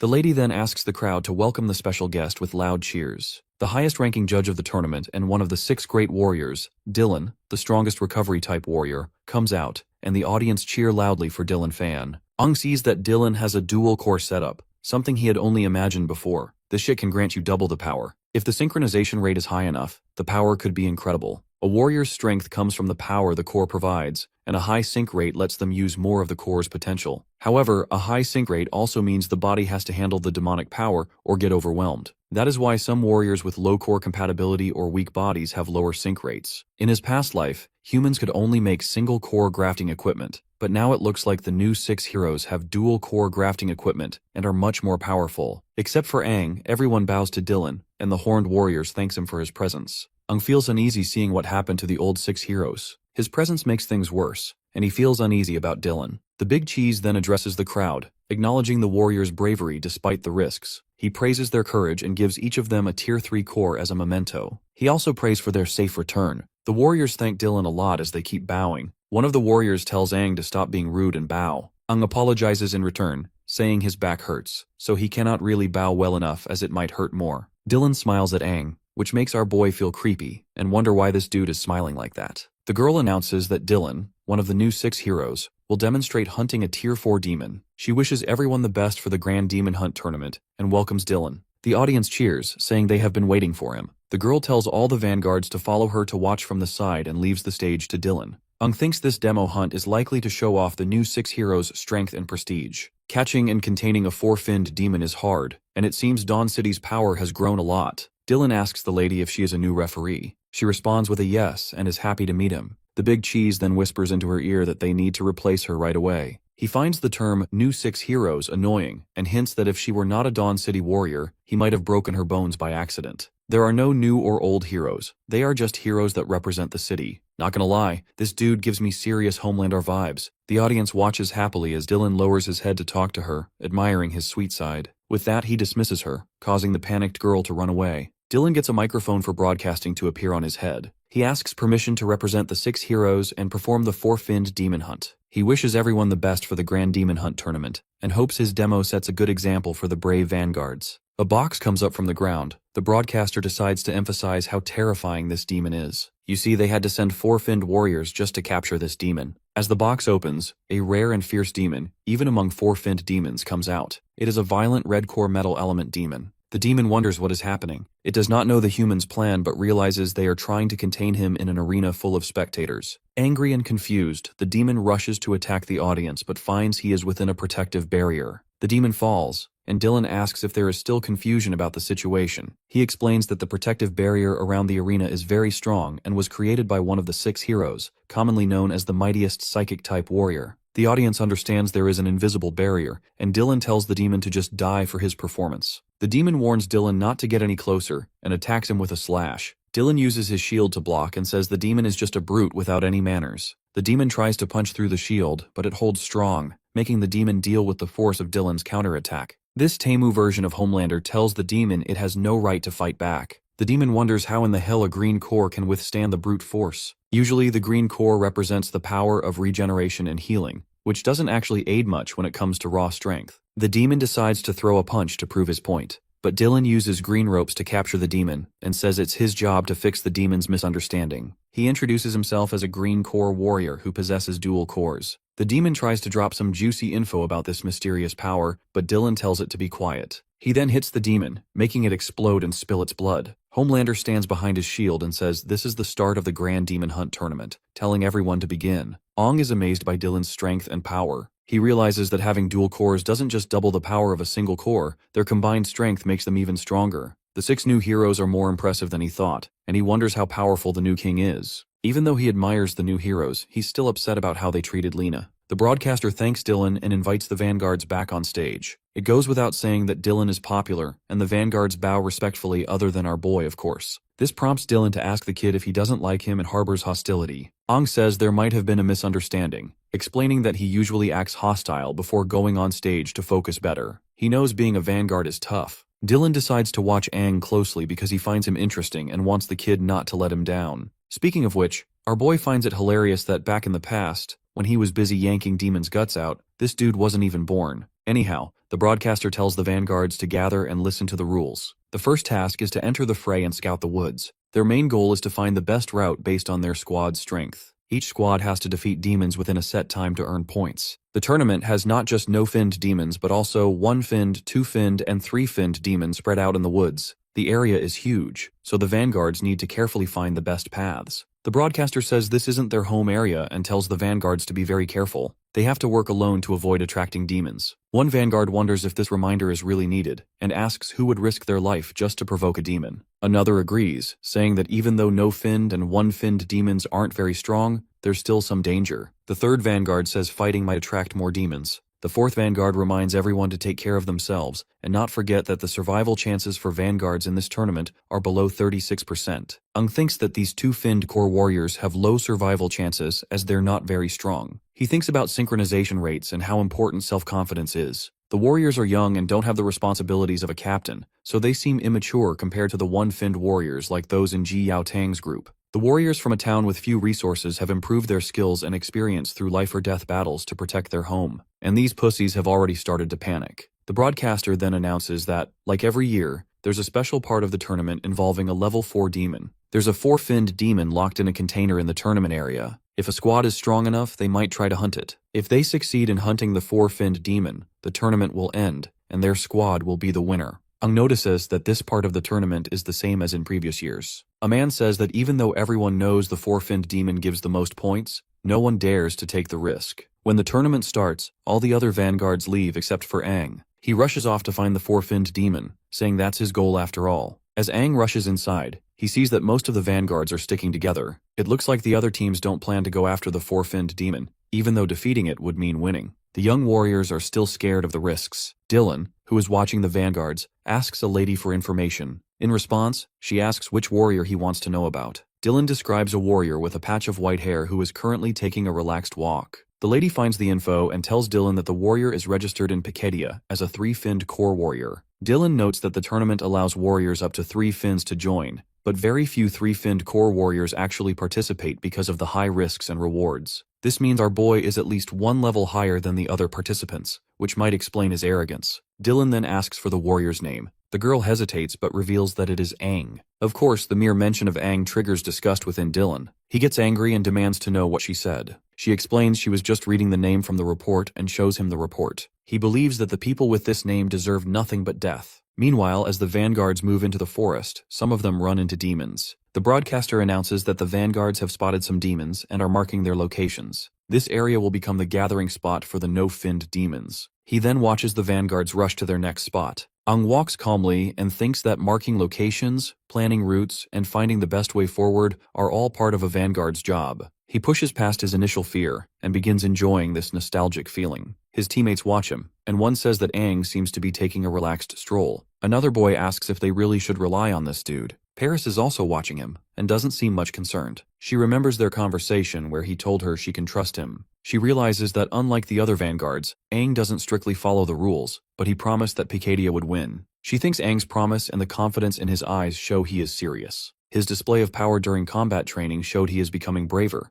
and even had the guts to speak to her without hesitations, which made her more interested in him. Meanwhile, the vanguards keep scouting ahead while demons chase them. One boy, scared by the sight of 3 one-finned demons, tries to stay away. The boy soon runs into a 2-finned red core demon and also spots the 3-finned demon. Some of the vanguards flee. One of them sees Aang standing still and warns him to run because of the 3-finned demons. My guy notices that this demon is along the route he needs to take. Suddenly roots start attacking some of the vanguards. The audience is shocked by the demon's appearance and asks the warriors to escape. The demon declares that humans have trapped demons there for too long and that they deserve to die. As the demon attacks Aang, he realizes that the demons inside the tournament grounds are much more violent than those outside. He quickly dodges the attack and thinks that having so many spectators is a hassle since he wants to lay low. In order to avoid standing out, he decides to eliminate the threat quickly. Aang approaches the 3-finned demon closely, clearly focusing on its core. Since the 4-finned demon is still waiting for him, he does not have time to deal with this 3-finned demon. With determined precision, he attacks the core with great force.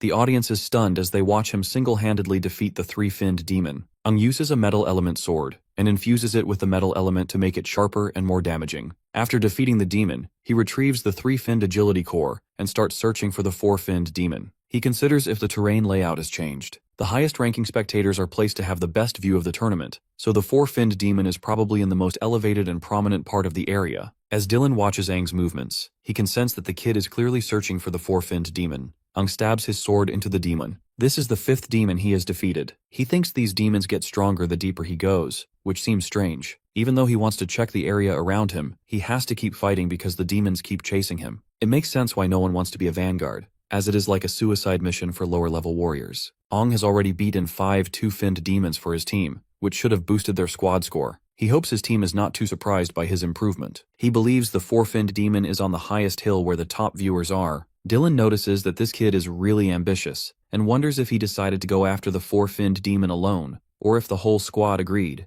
Right then, the broadcaster says Aang is heading towards the 4-finned demon, which seems strange because it is unclear how he knows exactly where it is. One of Aang's squad members asks if our boy is planning a route for them to defeat the demon. He further mentions that their squad is not strong enough to take down a 4-finned demon, and asks if Paris is the one who decided this. Of course, the girl says no, admitting she has no idea what Aang is doing. She hopes he will not cause trouble and knows their squad cannot beat a 4-finned demon. The broadcaster reports that Aang has found the 4-finned demon and is planning his next move. People think Aang might be thinking of escaping, letting his squad start the attack first so he can get back safely. But my guy simply breaks off the seal of the gate leading to the 4-finned demon, much to everyone's shock. My guy boldly challenges the demon to get his ass off and fight. Dylan, meanwhile, is going nuts, fascinated that Aang is not letting his squad fight the demon and wants to take it on alone. My guy wants to win the tournament as a vanguard. The broadcaster highlights how amazing it is that the kid opened the container and is ready to fight the 4-finned demon by himself, a move never done before in the tournament. Of course, the crowd cheers loudly for Picadilla. The broadcaster announces that the vanguard is going solo against the 4-finned demon. Meanwhile, Aang's squad mates ask Paris if that arrogant dude has lost his mind, because it has no chance of winning. The crowd is also going wild, amazed by Aang's bold move. Paris thinks that even with Aang's control abilities, a 4-finned demon is still very tough. She knows fighting it alone needs all his strength, which begs the question if Aang is ready for such a fight. The 4-finned demon, a blue core water element demon, breaks free and sees Aang standing alone. It immediately attacks with an exploding drill. Aang swings his sword to create an earth wall, but the drill keeps going. The earth wall is weak against the 4-finned demon, and Aang looks like he is in serious trouble. The demon makes fun of him, asking how he dares to fight alone and saying he will tear him apart. In response, my guy summons a demon to help him fight the 4-finned demon, and defiantly asks who said he was alone. Dylan realizes that the second demon helping Aang is one of the 2-finned demons he defeated earlier. The battle continues, and the 4-finned demon starts sensing something strange. It soon sees that Aang is controlling the cores of the demons. My guy feels smug for having a skill that was exclusive to demons, only as no human likely possesses it. Paris watches Aang using his special control ability, and the broadcaster is amazed by what they see. The 3 demons helping Aang were the ones he had already defeated. The audience is shocked. Aang tells the controlled demons to charge at the 4-finned demon. The bastard laughs in response, thinking that 2-finned demons cannot challenge him, and prepares to use his extreme water gun. But before all that happens, Dylan jumps in, strikes the 4-finned demon, and slams him into the ground. Aang is surprised that this new hero defeated the demon just by landing on him. Dylan meanwhile apologizes for barging in like this, saying he was too curious about the kid's abilities and wants to have a match with him instead. The ability to control dead demons is something entirely new, and Aang seems capable of defeating even the four-finned demon. So, this cheap Homelander decides to test Aang's strength personally. The broadcaster announces the challenge, and the audience erupts in excitement at witnessing such a rare event. A man asks Paris what is happening, and another explains that Dylan, one of the 6 heroes, is going to test Aang himself. By now, Paris knows that things are now out of their control. Internally, Aang wonders if this dude has lost his mind. He can sense the killing intent of his. Dylan notes that our boy does not look scared at all, which is unusual for a young warrior. To which my guy replies that he has undergone rigorous training, and that because of his unique abilities, his squad captain has always expected a lot from him. This might explain why his strength surpasses his peers, and he adds that people consider him a genius. Of course, my guy is spouting whatever came over his tongue, thinking that Dylan probably will not bother fact-checking his claims. But this cheap Homelander finds Aang increasingly fascinating and prepares to attack, challenging him to show his full power. The rocks this bastard sends flying are like bullets, fast and deadly. My guy dodges, knowing that if he had not been on high alert, he would not have avoided the attack. Dylan talks about his opponent's agility, saying it explains his ability to dodge so effectively, and states that he now expects even more from him. Aang questions this dude's hostility, wondering why he is being so aggressive. The big shot maneuvers behind our boy and explains that part of his hostility comes from disliking his attitude, as well as his name. He attacks again, but Aang dodges. The bastard keeps circling behind him and feels that our boy reeks of a demon. Aang realizes he cannot hide the demonic energy inside him completely, making evading suspicion impossible. Despite using less than half his full strength, Dylan puts immense pressure on Aang, which reminds the boy of his past encounter with an 8-finned demon. Dylan then reveals another reason for his aggression. He despises Aang's name. By now, our boy guesses this hatred is tied to the old king who sacrificed himself for humanity and lost many comrades in the process. Dylan then lets his rage take control. He launches a fierce attack, forcing Aang to transform into his demonic form to fight back. Their clash causes a massive explosion, though the audience is shielded by a protective barrier. The broadcaster reports that Aang has landed a hit on the new hero despite the insane power gap. Dylan uses healing magic on himself, but even the broadcaster notes how surprising it is that Aang has managed to injure him, if only briefly. Determined to end the fight, Dylan resolves to kill Aang and points out the strong demonic scent he carries. The broadcaster announces that Dylan is about to unleash devastating abilities, including high-speed spinning energy gears capable of destroying everything in their path. They hope Dylan will hold back slightly and ask the audience to enjoy his performance. As Dylan charges with so much overwhelming power, Aang realizes he cannot keep hiding his abilities. If he does, this son of a gun will kill him without hesitation. So being much weaker right now, Aang has no choice but to reveal his full strength. Just as the two are about to clash, a protective barrier appears, stopping Dylan's attack. The new hero quickly recognizes the barrier and realizes who is behind this. He asks her why she is interfering, and Lena replies that while Dylan claims to hate this kid, she feels differently because she actually likes him. The woman is totally decked out in this battle stance head to toe. Aang also notices the woman and wonders if she used the green core to restore herself to her prime condition. Dylan questions her, reminding her that she's not allowed to wear battle gear and asking if she plans to defy the king's orders. Lena calmly tries to correct the misunderstanding. She's only forbidden from participating in demon-killing activities. No one said anything about wearing battle gear, and she asks if Dylan expected her to walk around unarmed. Aang can tell that the girl is still as sharp and lively as she was in the past. In his previous life, he had always stood in front of her during battles, but now she's the one standing in front of him. The broadcaster announces Lena's arrival, calling it a surprising and unexpected event.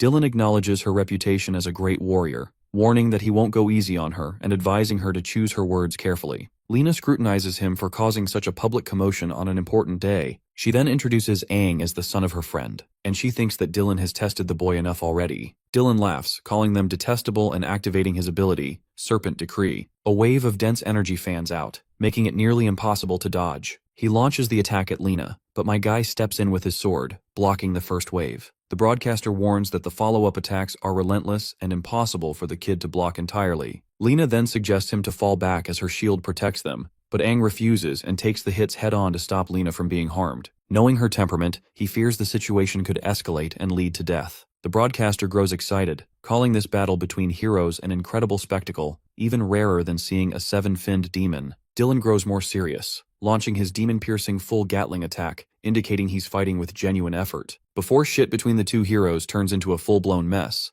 Aang shifts the dynamics by grabbing everyone's attention. He expresses his gratitude to Dylan, saying he has learned many battle techniques. He feels that his senior's efforts are invaluable and feels unworthy of such generosity. Paris, watching from the sidelines, wonders what in the hell this kid is trying to achieve. Aang, meanwhile, keeps on egging Dylan, asking if he's satisfied with his performance. The broadcaster notes Aang's display of respect, while some spectators wonder if this means the battle is over. They marvel at the devastation that would occur if all 6 heroes ever fought each other. For now, they are thrilled to witness Dylan in action and cheer loudly for him. Dylan decides there's no point in continuing the fight. Aang insists on thanking him for his guidance and vows not to disappoint him in the future. He promises to keep improving. Dylan acknowledges Aang's exceptional performance, calling him full of surprises and praising him as an impressive young warrior. He tells Aang to keep striving forward. The broadcaster congratulates our boy on earning the new hero's recognition, describing it as an extraordinary achievement. They announce that Aang's team has won the grand tournament, marking this iteration as the fastest and most unexpected in history. Paris and Aang's teammates are shocked at how easily they won,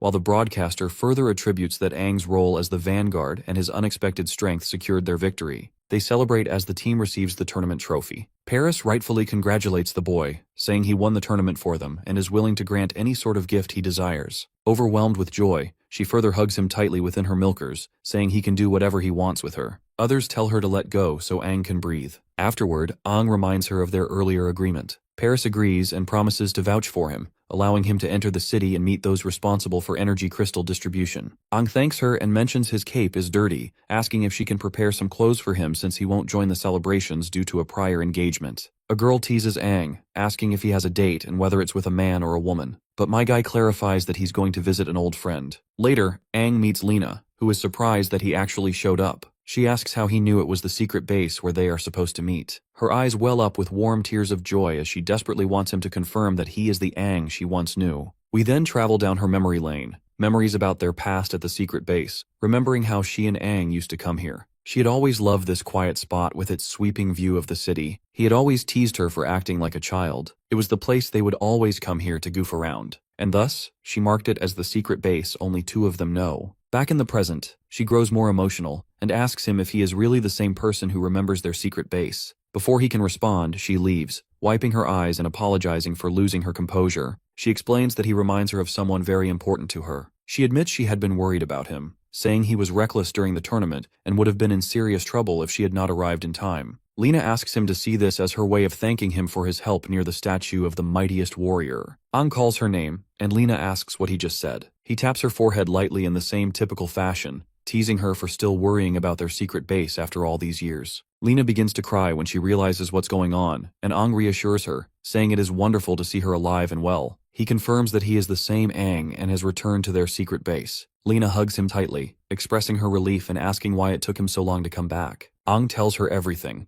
including his time travel and the existence of an 8-finned demon in the ancient king monument. Lena is stunned after hearing all this, questioning if 7-finned demons were not the highest. Aang admits he does not fully understand it himself but explains he should have died 50 years ago. Somehow he traveled to the present, and something sinister is inside him. Lena is overjoyed that he is alive and welcomes him back warmly. Aang then asks why people in the city and the present-day population harbor so much hatred toward him and the old 6 heroes. To which Lena explains that the hostility stems from his actions during the Battle of Dawn. Aang had led a group of warriors to the ancient king monument despite widespread opposition. Many had warned him not to go, fearing the consequences. However, Aang disregarded their concerns, instructing everyone to wait for his return, and entered the monument with his team. When news of Aang's death in the monument spread, the morale of the warriors collapsed. The mightiest warrior and their king were gone, leaving humanity in despair. The demons launched a massive counterattack, reclaiming all lost ground. Human casualties skyrocketed, with 9 out of 10 warriors perishing. To many, it seemed the tragedy could have been avoided if Aang had listened to the warnings. Over time, new heroes and a new king rose to power, many of whom had opposed Aang's decision.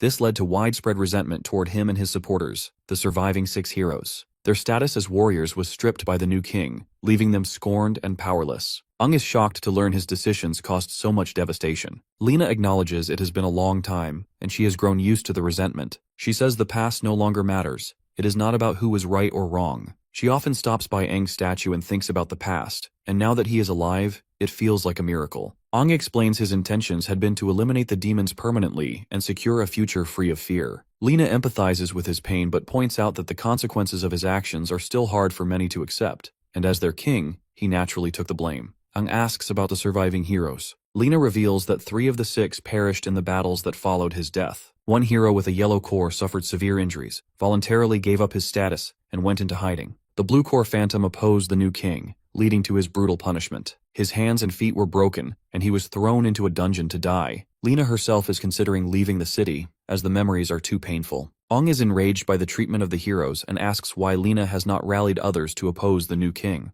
Lena explains that the new king is extraordinarily powerful, the only known 3-core S-finned warrior. She doubts even Aang at his peak could defeat him. The new 6 heroes, each with dual-core 7-fin abilities, have surpassed their predecessors. But our boy just cannot let Desha rot in the dungeon. They must find a way to save him. He wonders how a 3-core warrior is even possible. Lena says there might be a way, and asks if he knows that demons have the ability to control elemental powers. Ong thinks about the elemental powers, and Lena explains that demons are not just classified by their 6 core colors, but have also evolved into 5 elemental types: metal, wood, water, fire, and earth. This evolution makes demons much harder to defeat. Ong realizes the earth element is the only one which he currently lacks. Lena further reveals how the elemental powers can fuse with the warriors and give them immense strength. Ong compares that with his own elemental control. Since he isn't exactly sure what it is, he wants her to elaborate. The woman then narrates the gap between 4-finned and 5-finned warriors is huge. The strongest of the 5-finned warriors also look for fusion cores. Lena names one such place where warriors look for fusion cores as Dracula's Boneyard Castle,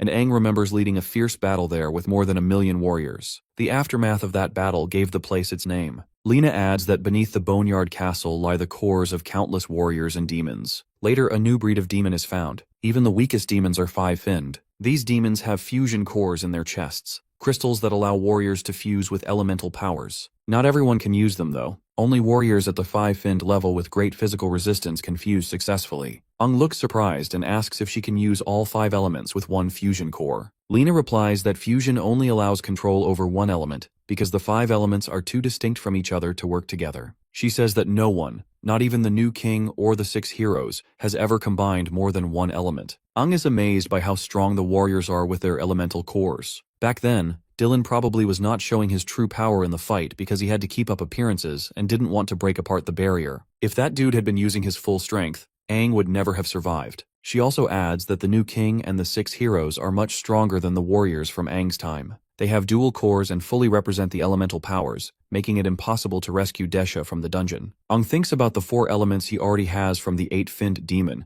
but realizes he is still much weaker than these heroes. He decides he should not rely only on the demon's powers and promises to get stronger. To do that, he feels he needs to visit Dracula's Boneyard Castle. Lena tells Aang that he is not yet a 5-finned warrior. Ong responds that even though there is a big difference between the 4-finned and 5-finned levels, he aims to overcome it in his lifetime. Later, Aang meets Paris at the market and tells her about his new plan. He says he will leave only after getting the energy crystal. Seeing how determined he is, Paris agrees to help him and go with him, hoping it will finally fix the energy crystal issue in Helios Town. As they walk, Aang sees Ji Yao Tong and his fellows walking right in front of him. The captain is busy telling the team about their plan to visit the Warrior War Department for help. Meanwhile, Paris questions the kid why he has stopped, and as soon as my guy greets his fellows, they all quickly latch on him to hug him, feeling emotional to see him alive and stronger. Ji Yao Tang can sense that Aang has grown a lot, while Lan notes that he is also taller now. Now that they mention it, Aang realizes that this might be because of the Demon Corps. Lan mentions that they had followed the commander from Bryan City just to watch the tournament. Thankfully, Liu manages to get some information about his whereabouts. But turns out, the information proved to be incorrect, so they had to go back to Dawn City where Ji Yaotang manages to strike up a deal and acquire some energy crystals. The next thing they wanted to do was to find him, not expecting him to already be in Dawn City. Aang is happy that the energy crystal problem is solved and offers to represent them from then on. Paris watches the group for a while longer before leaving them to reunite. Before she takes off, Ji Yaotang thanks her for looking after Aang. But the woman believes that our boy is the one who has been helping Picadia City. Moving on, Lan suggests Aang to talk with Liu because she has not been eating well since they separated.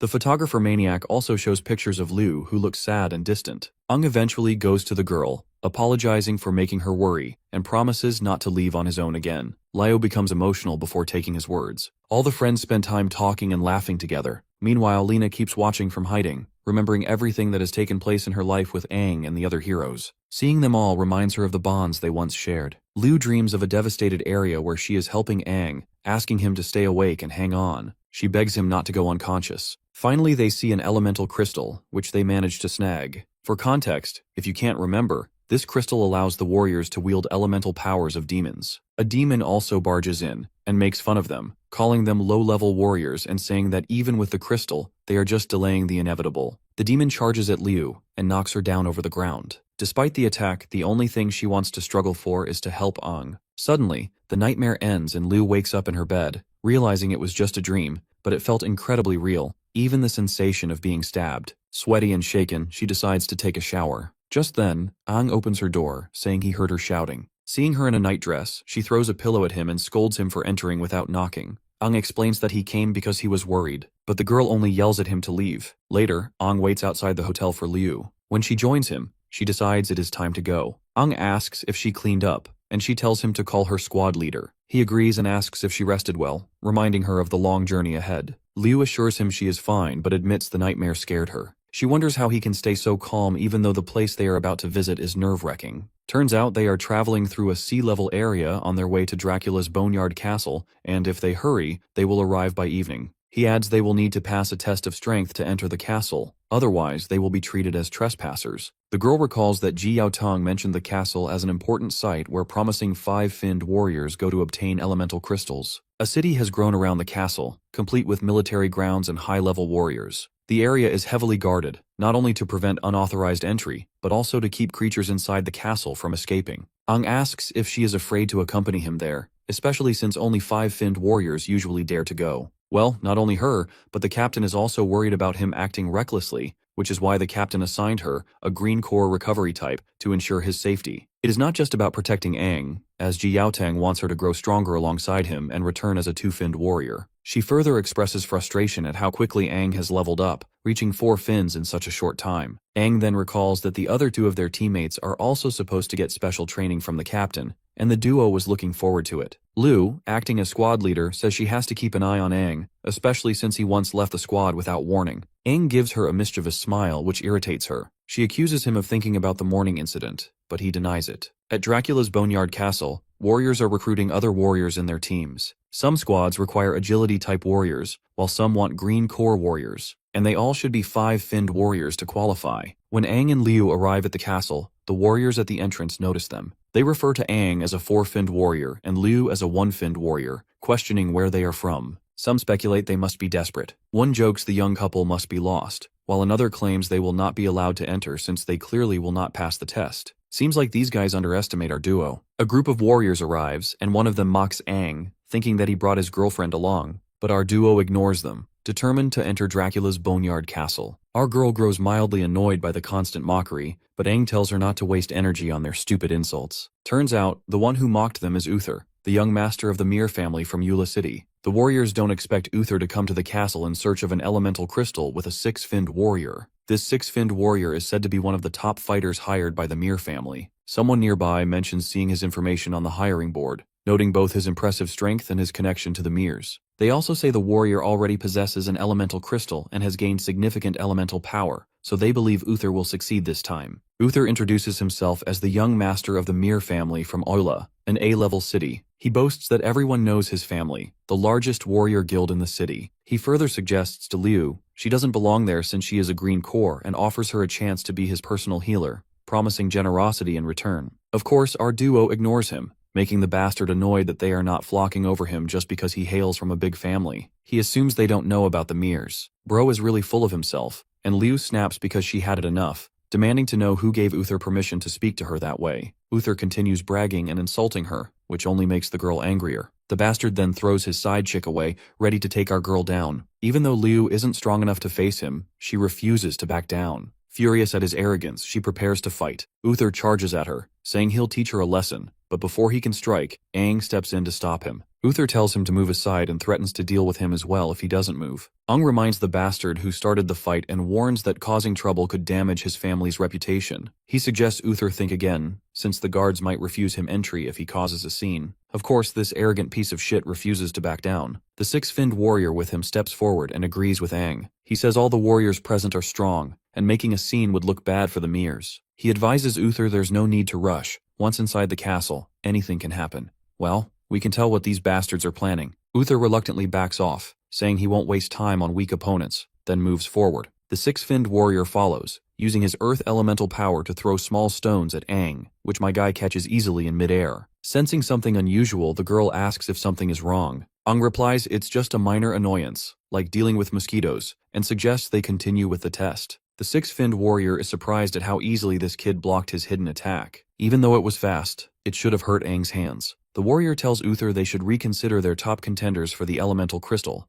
as Aang looks far stronger than a typical four-finned warrior. He admits he can't fully gauge the kid's strength. They should avoid direct confirmation and find a way to eliminate both Aang and Lu first. During the synchronization rate test, Aang scores 54% and Lu scores 42%. Lu asks if they pass, since there is no minimum requirement. Aang remembers Lu's rate had been 39% before, and now she has not only become a one-finned warrior, but also improved to 42%, a notable increase. The woman conducting the test observes that one of them is a four-finned warrior and the other a one-finned warrior, then asks why they want to enter the Boneyard Castle for an elemental crystal when the demons inside are at least three-finned in strength. Aang confirms their decision, explaining that Liu is their squad's medic, and he is a highly agile warrior, so they can defend themselves. Of course, Liu frowns at being called just a medic. The woman explains that no warrior below 5-finned has ever dared enter the castle, making them the lowest level entrance on record. She reminds them that the elemental crystal can only be found on a special demon, and usually only one appears at a time. Once it is hunted, another takes a while to appear. She also warns they will face not only demons but also stronger warriors, and their lives will be at risk. She asks if they still want to proceed.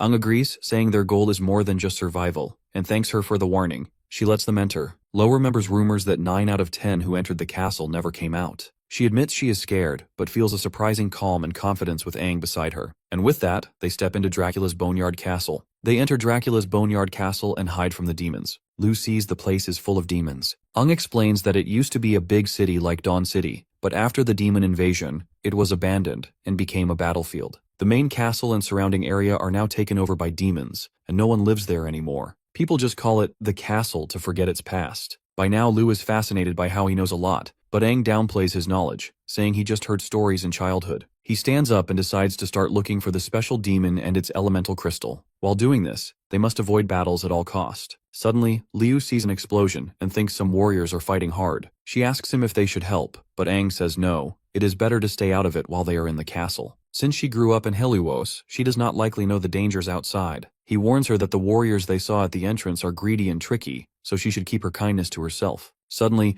Aang sees a demon rushing toward Liu, but he quickly pulls her to safety like a Chad he is. The demon is surprised that Aang reacted to his attacks. After all, his water attacks are silent and odorless, which should not be possible to detect. Aang realizes it is a 5-finned demon using silent water and agility to sneak up on them. Liu thinks that if our boy had not acted fast, she would have been hurt. He then decides to deal with this bastard, saying they should not attract other demons or warriors, and should end the fight fast. Liu agrees, not wanting more mistakes or to be a burden to him. The demon questions if they really think they can defeat him, noting they are a 4-finned and 1-finned warrior, and wonders how they underestimated him. Then he disappears and jumps down, launching a rain of spikes at them. Aang sees it as an area attack and tells Liu to get closer. He creates a protective barrier that stops the spikes. As he can act cocky once again, he notices a mix of wood and metal surrounding our duo. This makes him wonder if it is elemental power. He is confused about how this kid can control more than 2 elements since human warriors can only have elemental power if they are 5-finned or higher. Aang attacks the demon, and the demon warns he will pierce Aang. The demon uses spikes from the ground to attack. Aang uses his water element to get close and asks if the demon was surprised. The demon smirks, saying it was just a joke,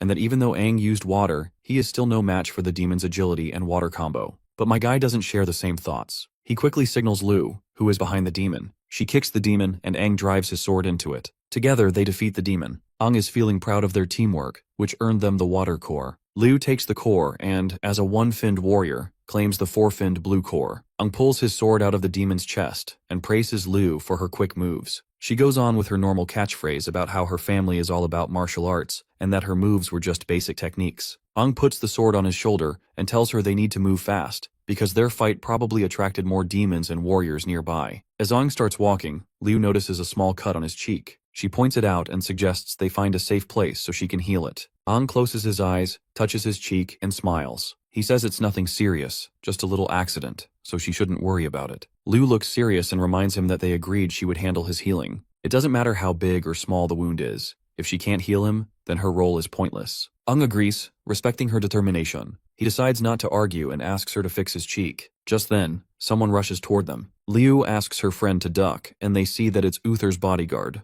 As that bastard crashes down, the girl jumps away, while my guy blocks the blow like it's no big deal. The man steps on his axe's blade to exert more pressure, but this doesn't faze our boy. By now, the bastard can tell that Aang is not just a quadruple-finned warrior, he has more potential than that. As for this eye-patch bastard, he is a six-finned red core warrior and a master of earth. Liu tries to attack, but a kind of green thread covers her body. Turns out it's the nurse from Uther's team who uses her three-finned green core to paralyze Liu. Our girl was too focused on her partner that she didn't see this coming. The nurse walks up to Aang, and he asks why they're attacking him instead of protecting their spoiled brat leader. Just then, speaking of the devil, Uther shows up, making fun of the protagonist for keeping the tough guy act so he wouldn't look weak in front of his woman. Being called our boy's side chick shocks Liu, making her blush as well as get angry. Uther walks up and spanks the nurse's butt, telling her that he'll reward her once they're back in the city. He gently holds Liu's chin and smiles, saying he'd play with her after she watches her man die. Liu can't do anything even though her switch has been flipped. She has been paralyzed and can't move. The bastard then makes fun of the protagonist, calling him a four-finned trash and threatening to hurt Liu. Aang's body starts to glow with a purple aura as he is done taking crap.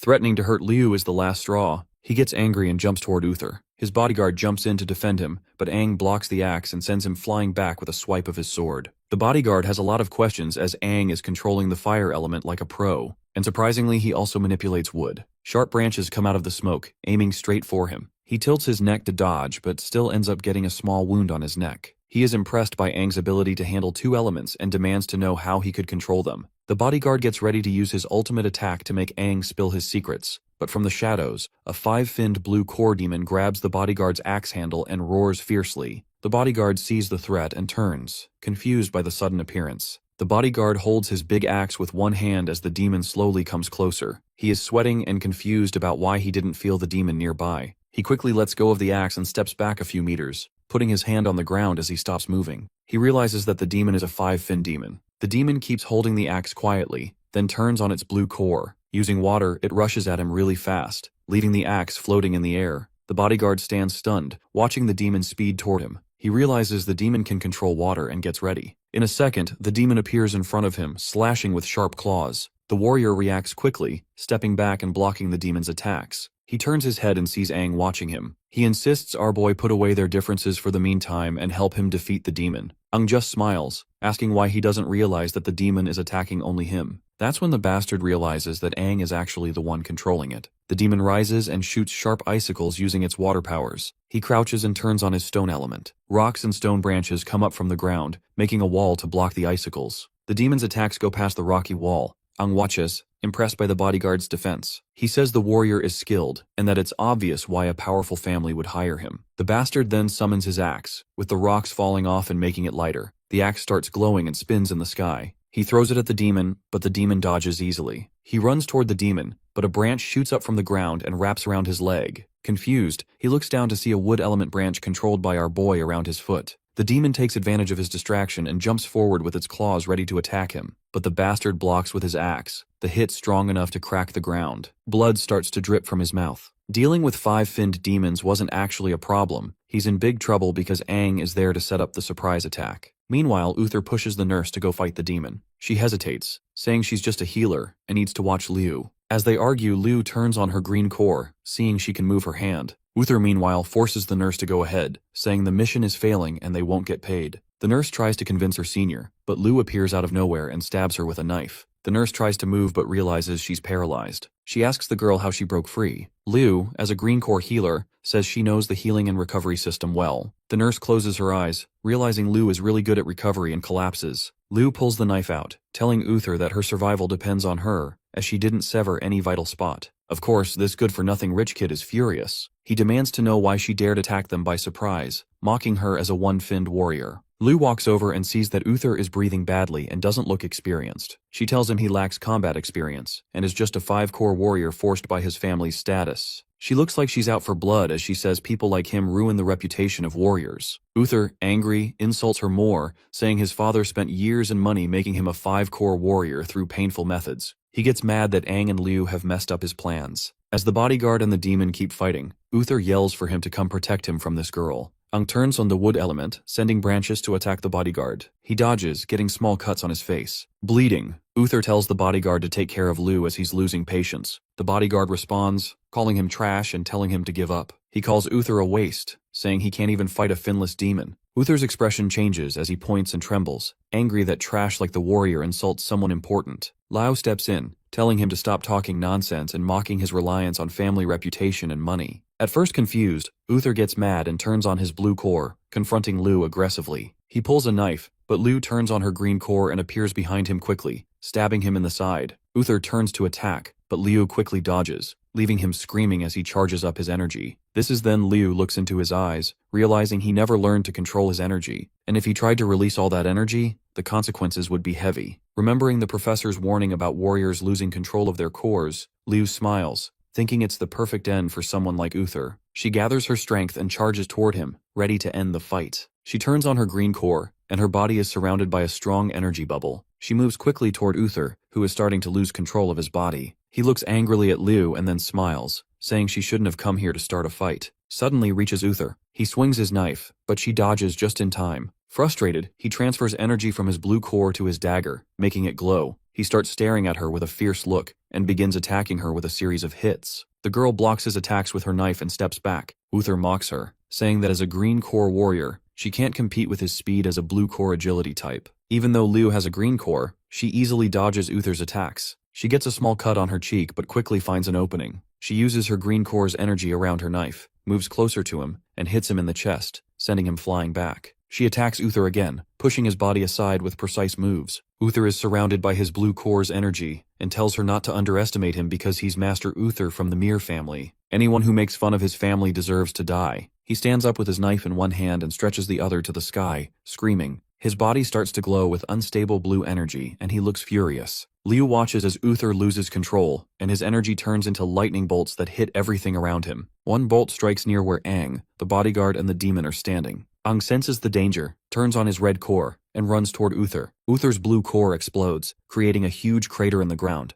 Liu shields her forehead, feeling the protective shield hold, but after the smoke settles, she hears someone praise her for breaking through a 5-core warrior's defense. She opens her eyes and sees Aang standing in front of her, holding a wood element shield. He smiles and congratulates her on a good job. Liu sits up and tells Aang that Uther wasn't strong enough for a 5-finned warrior, and that he was weak. Uther couldn't match her skills because he had no combat experience. He notices her injuries and tells her to recover quickly. Liu is surprised and checks her small cuts, which she hadn't noticed. Aang continues to praise her for her bravery and decision-making. The girl looks up at him and blushes. She wants him to stop talking about her. She then asks if he finished fighting the bodyguard. When Liu stands up, they both look toward where the bodyguard is. Aang tells her that the demon he was controlling has been destroyed by the explosion. It is then the bodyguard starts approaching them out of the dust. He says his young master is dead, and that if he leaves the Mir family, he will be hunted by warrior killers who are hired assassins. He explains that these killers are part of a secret group led by greed and that one of them is a 7-core warrior. He puts his axe on his shoulder and looks at Aang and Liu, calling them strong but having lower-level cores for some reason. Aang smiles, thinking there's no point in fighting anymore. He realizes the bodyguard only needed to protect someone who is already dead, so he has no reason to fight now. The bodyguard stares at Aang and asks about his strength and background. My guy smiles once again and says he's only a 4-core warrior with some special abilities.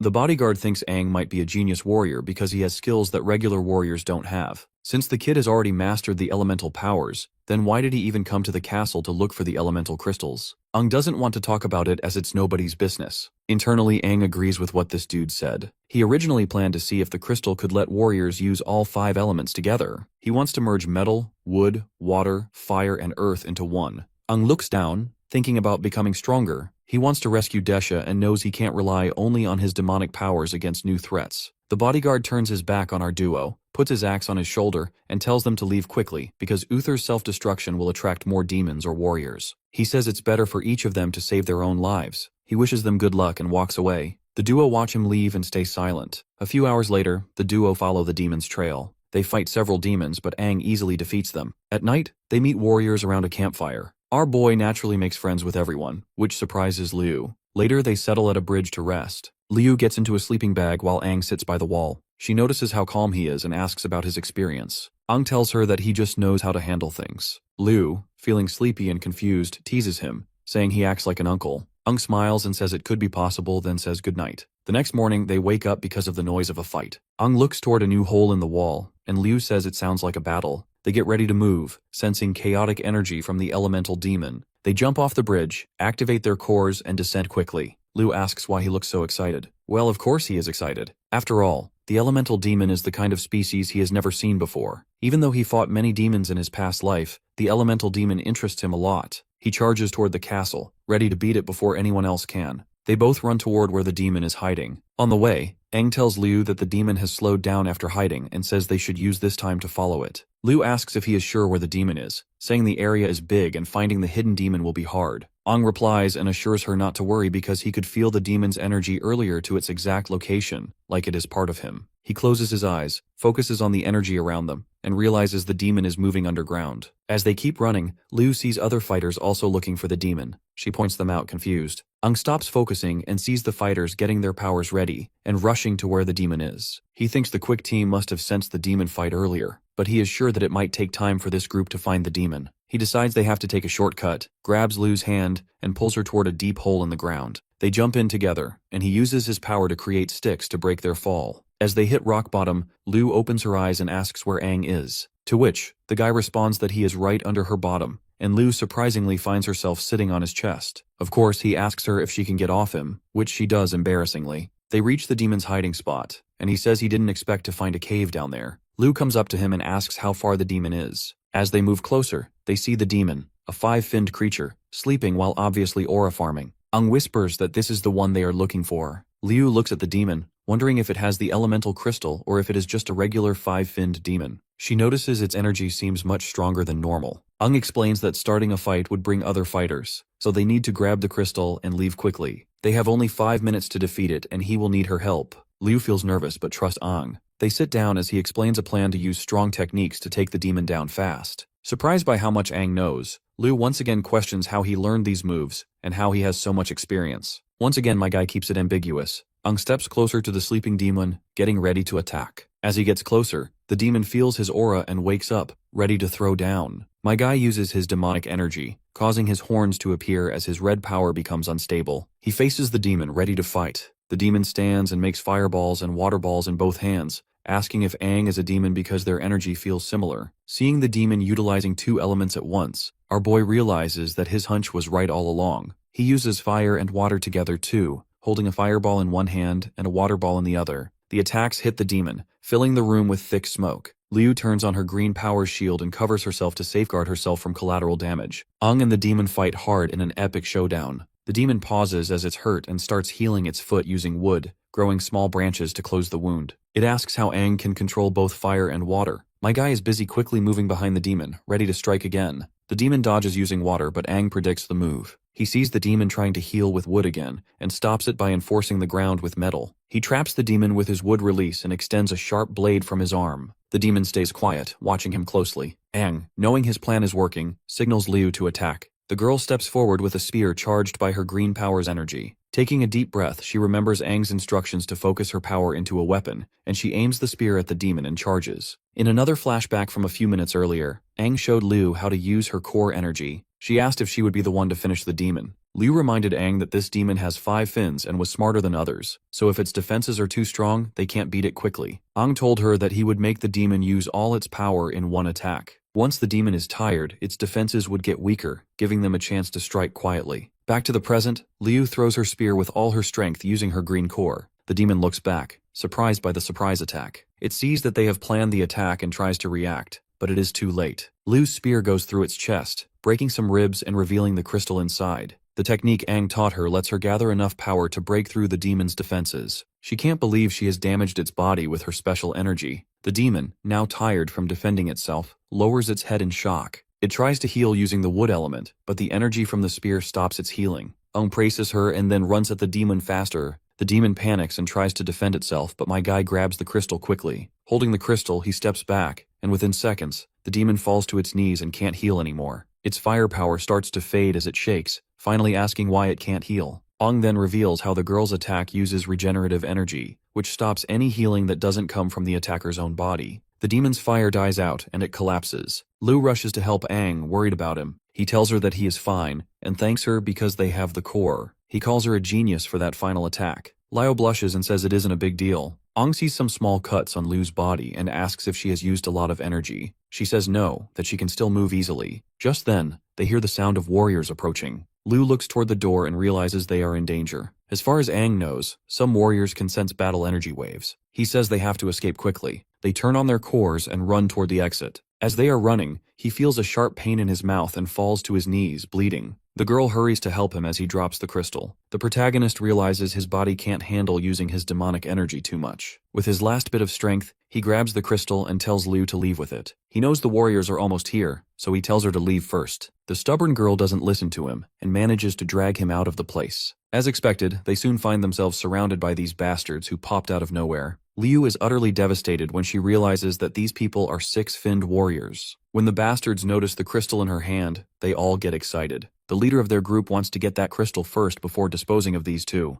The girl feels utterly helpless against the six strong warriors. As Aang stands up, another warrior gives them a choice to give up the crystal for a quicker death or fight them. Aang, feeling his energy fading, knows this battle will be long and hard. The warriors rush to attack Aang, who takes a defensive position. It is then Liu remembers that bad dream she had before coming here, and this gives her a really bad feeling. All the warriors run toward Aang. The Red Core warrior smiles and tells them to kill both Aang and Liu and take the crystal. One of the triplets takes out his dagger and apologizes to Aang in advance. He tells Aang that their team already has someone ready to buy the crystal. Even if they don't use it themselves, selling it will make a lot of money, and sharing the money means better gear for the three of them. Aang looks down, shaking. He has about only a minute to take out the warriors. If he uses his demonic power again, his body will only last another minute. He feels very angry because why is his body failing him now? Liu holds the crystal close to her chest, looking worried. Seeing her scared, Aang decides he needs to keep her and the crystal safe. He puts his sword on his shoulder and faces the warriors who are getting closer with their weapons ready, trying to grab the crystal. Blood drips from Aang's mouth as he slowly turns to face them, and in seconds, he turns into a demon. One of the triplets is shocked by Aang's change. The Red Core warriors are shocked and confused if this kid is turning into a demon. As the warriors get closer, Aang grips his sword and hits the ground with his other hand, releasing the fire element. Immediately, Aang disappears, and the warriors try to use their abilities to find him. Suddenly, Aang appears behind them, ready to strike. He has 58 seconds left and counting. Before one of the triplets could attack, Aang uses his speed to stab him in the chest, causing a lot of pain. Aang looks into Triplet 3's eyes, smiling badly, and starts an attack. Now there are 55 seconds left. Seeing their brother dead, the remaining triplets, well now twins, are shocked and confused. The Red Core warrior and others stop moving toward Aang. Meanwhile, the new twins charge forward, wanting to avenge their brother. Aang has only 54 seconds left, and before they could do anything, Aang pulls his sword and cuts them into pieces. He goes ahead to use the gold and earth elements to shoot gold branches from the ground, breaking parts of the triplets and piercing their bodies. The three warriors move back a few meters, watching the protagonist in amazement at his speed and skills. With the triplets stuck on the gold branches, Aang looks at the remaining warriors and walks slowly toward them. The Red Core warrior asks the others to work together, use all their power, and fight Aang till the end. He can't believe they can't defeat a single demon. The green-haired and blue-haired warriors agree without hesitation. Suddenly, Aang feels something wrong and starts spitting blood. He feels like his insides are about to burst. Definitely bad news for the protagonist. The warriors watch, confused. Liu realizes that her teammate's body can't hold on anymore. The Red Core warrior smiles, remembering seeing Aang badly injured even before they arrived, and planning to take advantage of that. Taking the crystal from Liu is easy for him, but dealing with Aang is important. The three warriors move quickly towards Aang. The Red Core dude commands for them to go in for the kill. Aang, seeing they want to attack him together, smiles and teases them to try him. He grabs his sword with both hands and slams it into the ground, creating a shield of red energy around him. The warriors get confused and move towards Aang, attacking the shield directly and using all their abilities to break it. They attack for several minutes, but nothing happens. The blue-haired warrior keeps hitting the shield, while the Red Core warrior realizes the shield is shrinking. He figures out it's a trap and orders them to stop attacking, but Aang smiles and says it's too late to escape. Turns out, all the damage to the shield will come back to them. He uses his rebound ability, and as the timer hits 0, the shield explodes, sending a strong wave that kills the warriors instantly. To stop the remaining energy from reaching Liu, Aang focuses all his energy into the sky in a burst, but it becomes visible from far away. A nearby warrior sees it and tells the others it's related to the elemental crystal, and all the warriors run toward the explosion. Seconds later, the energy fades, leaving a big crater in the ground. Aang kneels with his sword stuck in the ground. The explosion wave was so powerful it even burned the warriors attacking him. Liu rushes to him, asking if he's okay. With his last strength, Aang looks at her with one eye closed and the other open, smiling despite the blood from his mouth. He closes his eyes, feeling calm seeing she's safe. Him controlling the explosion's size was a good move after all. He lets go of the sword and falls to the ground, But just before he hits the ground, Liu moves quickly and catches him with both hands, holding his neck. With his last strength, he tells Liu to leave first because the leftover energy from the explosion will attract more warriors and demons. Liu asks if he would leave his team if he were her. She grabs the crystal and decides to carry him on her back. She places Aang's shoulder on top of hers, and as they walk out of the crater, she says she'll handle the rest because she can't let him fight alone all the time.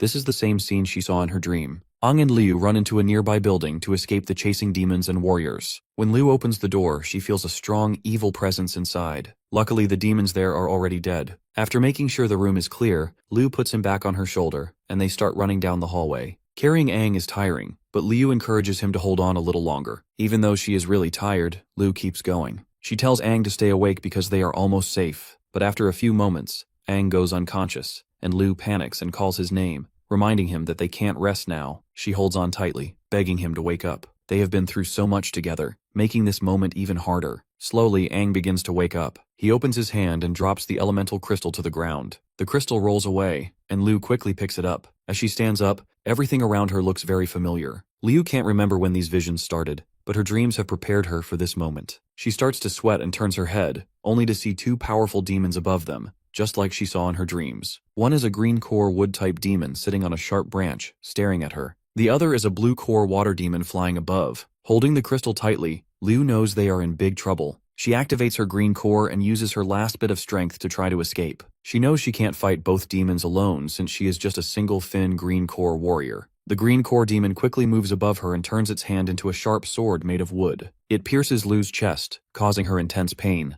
She screams as the demon pushes her to the ground, making her drop Aang and the crystal. Both fall, and the two demons start to approach them. Liu is bleeding from a wound in her chest. She tries to heal herself with her green core power, but it is too severe. The water demon moves toward Aang, forcing him to face up. It tells the other demon that Aang is still alive, which surprises them both. The demon notices the strange demon scent coming from Aang and decides to cut off his head to figure out what's going on. As Liu struggles to stay awake, she reaches out to protect him, telling the demons not to hurt him. Even though she is weak, Liu refuses to give up. The water demon kicks her hard in the chest, sending her flying back. She watches as the demon prepares to decapitate Aang. Feeling guilty and exhausted, Liu realizes she can't save him. Just then, a portal opens, and the black-finned queen steps out. She is one of the 6 royal Finns and can control space and time. She stops time with a wave and walks toward Aang to check on him. At first, she thinks about helping him, but remembers that the Crimson King Fin has told her not to assist Aang directly. The queen looks closely at the kid and sees that the Crimson King Fin is still inside of him. She realizes that Aang has been holding on because of his incredible willpower. She wants to see if the Crimson-Finned King is still there, but he doesn't respond.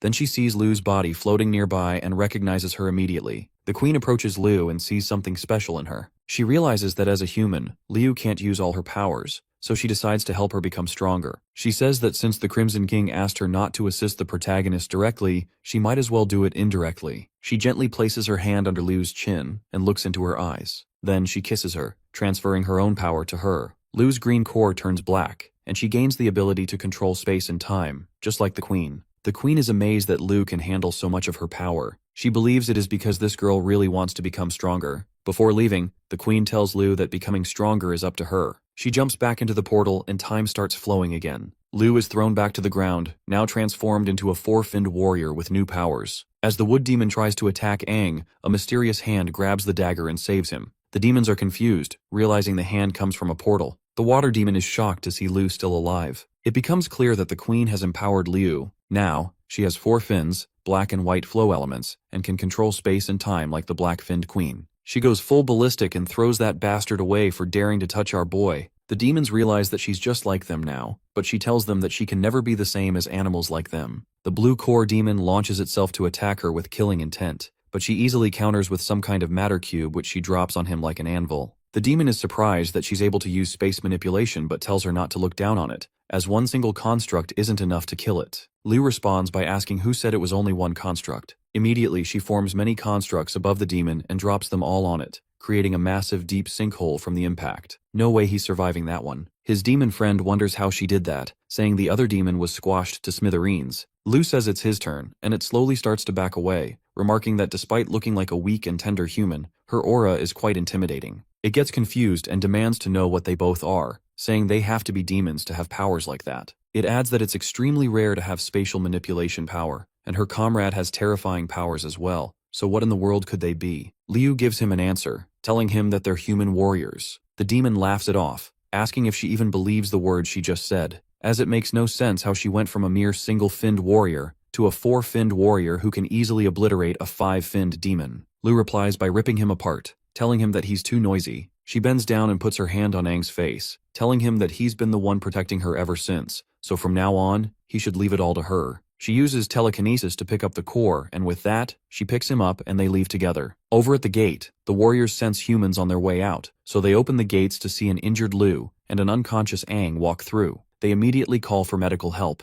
They soon notice a horrifying scene. All the demons have been compressed inside these cubes with the help of spatial manipulation. Meanwhile, as Luz is drifting inside her consciousness, the Black-Finned Queen tells her that she was right to think she would be a perfect vessel for her power. She can tell that there's a special power Liu has yet to unlock and is looking to transfer it to her. With that, Liu immediately wakes up on a hospital bed. She recognizes the place as an infirmary in the city's outskirts. She wonders what and who she just dreamed about, and how her wounds have miraculously healed too. She tries to remember what happened in the castle, but it's difficult because her memories are very hazy. She immediately hears Aang telling her that she rescued him from the castle as she persevered till the end. He praises her for such determination. She asks him where the core is, and he shows it to her, saying he found it in his clothes when he woke up. She then gets up and decides to leave immediately. As she exits the room, Aang notices an aura surrounding her similar to his own. He got a lot of questions about what happened back when he was unconscious. Later, he and his lady ride away in a car. They're looking for somewhere they can cultivate the integration core so that they'll be able to fuse with it smoothly. Since the integration core demon was able to use all the abilities, Aang should be able to get the last element that he needs, the earth element. He wonders what would happen if he combines them all at once. Liu then recalls her dad telling her that rank B cities have empty spaces for cultivation.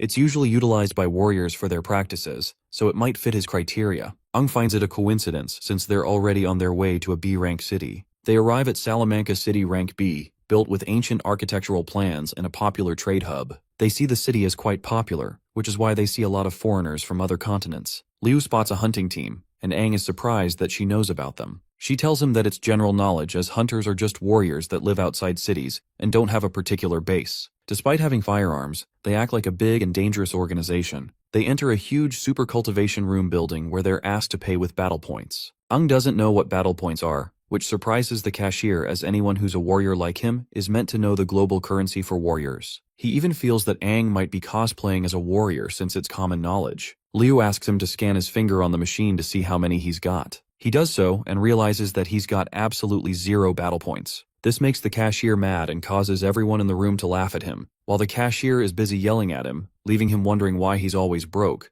Liu checks hers, which announces that she's got 1.2 million battle points. She immediately demands their biggest room and asks them to hurry while everyone in the room stares in awe. Apparently, Liu's dad is also the richest man in Helua City, so it's a piece of cake for her. The guy promises her that he'd pay her back in the future, but she wants him to forget it. He knows she is rich, but he doesn't know she is a bonker amount of rich. Anyhow, they enter the room and it's indeed very large. Liu tells the owner that she'll pay the entire month's rent all at once when Aang is done with his first round. As he heads inside, she wants to take a look around the city, so she leaves him, and he begins immediately, still very determined in rescuing Desha and taking out the new king and 6 talents. Meanwhile, Liu takes a walk outside and begins to remember what happened last night. She wonders what exactly this power is capable of doing. Immediately, she spots a battle arena for warriors and decides this is the best opportunity to test out her new powers. She decides that she has to be incognito, so she buys a few disguises registered under the name the Rakshasa Cat. The organizer welcomes Rakshasa Cat to the arena and asks if she would be joining today or some other time. She replies, telling him that she wants to fight right now. He is pleased with this, as there haven't been many female warriors in the arena for a while now, so he immediately calls one of his servants and asks the kid to lead her to the registration counter. As they walk in, the kid explains the rules of the arena to her. He tells her that the highest participating warrior in that city is a 5-core warrior, but he adds that she doesn't need to worry, as that's for the men's arena. Apparently, men and women fight on different stages, and the highest participating female is at the same strength as her. Rakshasa Cat asks the kid why men and women fight in different arenas, to which he explains that few of the female warriors would ever choose to join an arena competition like this, unlike the dudes who are always willing to join. The reason is because there was an arena where both male and female fighters fought against each other once, but over time, most male warriors refused to fight against female warriors. They said that if they were to lose to those women, their pride would be severely wounded, and if they won against them, they'd feel embarrassed. After that, very few female warriors joined the arena. But the girl believes that only a person's strength determines whether they'd win a battle or not, so there's absolutely no reason to feel embarrassed. Her talk makes the boy blush and feel weird, making him feel that she's so cool. They finally arrive at the arena, and she sees that there are so many people watching for some reason. And if she has to be honest, she would have been nervous if she wasn't wearing her mask. The kid encourages her to fight and win the prize money, but of course the rich heiress isn't moved by the thought of prize money. She says she'd rather raise her rankings as the prize, as there's nothing more important to a warrior than their glory. At this point, the kid is in love with her. She is a bold 10 out of 10 baddie. After she steps onto the stage and all the formalities, they introduce her opponent, the only female warrior left, the gorgeous Ling Hua. She walks in and throws air kisses to everyone, which makes them all respond inappropriately. Rakshasa Cat finally understands why many female warriors don't participate here, and why there are so many people watching the females' event. It's because the crowd is really there for the dirty appeal. Her opponent walks in and greets her, telling her that she's curious about who she really is, and makes a bet with her that if she wins, she'd take off her mask. The fight begins, and Ling Hua uses her special move, which is like the equivalent of a love potion spread in the air for the audience. Rakshasa Cat gets disgusted by the way her opponent feeds on the appeal and ends the fight very quickly with a career-ending slap. She goes on to tell her opponent that she's not worthy of calling herself a warrior, since all she does is give in to fan appeal. Everyone watching is left with their eyes bulging out in shock. They can't fucking believe that their goddess has been rendered useless. The crowd begins to discuss how amazing Rakshasa Cat actually is. And soon enough, the entire cult-like audience changes their religion and begins worshipping their new goddess. My girl, meanwhile, demands to be moved to the men's arena, which ultimately shocks everyone. Over at Salamanca City Marketplace, people are wondering why there's this weird dude wandering about in nothing but a bathrobe. He's carrying a little girl on his shoulders, and they're all curious whether she's his daughter or little sister. They appear to be demons in disguise, and when the little girl spots a stand with sweet delicacies, she immediately demands to have some. They approach the seller, who cheerfully attends to them. But instead of buying just one or two like normal customers, the big dude casually carries out the entire stand, shocking the seller. The saleswoman immediately tries to confront them. After all, she is a former arena fighter, but they use their mind control powers to make her back off. They say to themselves that all the threats have either been eliminated or have left town, so now it's like playing on easy mode. With that, they plan to wipe out the city after completing their mission. Meanwhile, over at the arena, it's announced that a female warrior wants to challenge the male arena. This receives a relatively good response from the audience as they cheer and support her to teach the male warriors a lesson. The announcer calls her out, and even though the male warriors initially refuse to come out, one finally has the courage to show up and fight Rakshasa Cat, a four-finned warrior just like her. They announce the rules: no killing and no crippling injuries. The two contestants move forward to shake hands, but when the dude tries to make a deal with her to purposely make it a draw, she withdraws and says that warriors like him aren't worthy of a handshake. He gets furious, saying he doesn't care about the rules, and tries hitting her with a powerful sucker punch that cracks the floor open,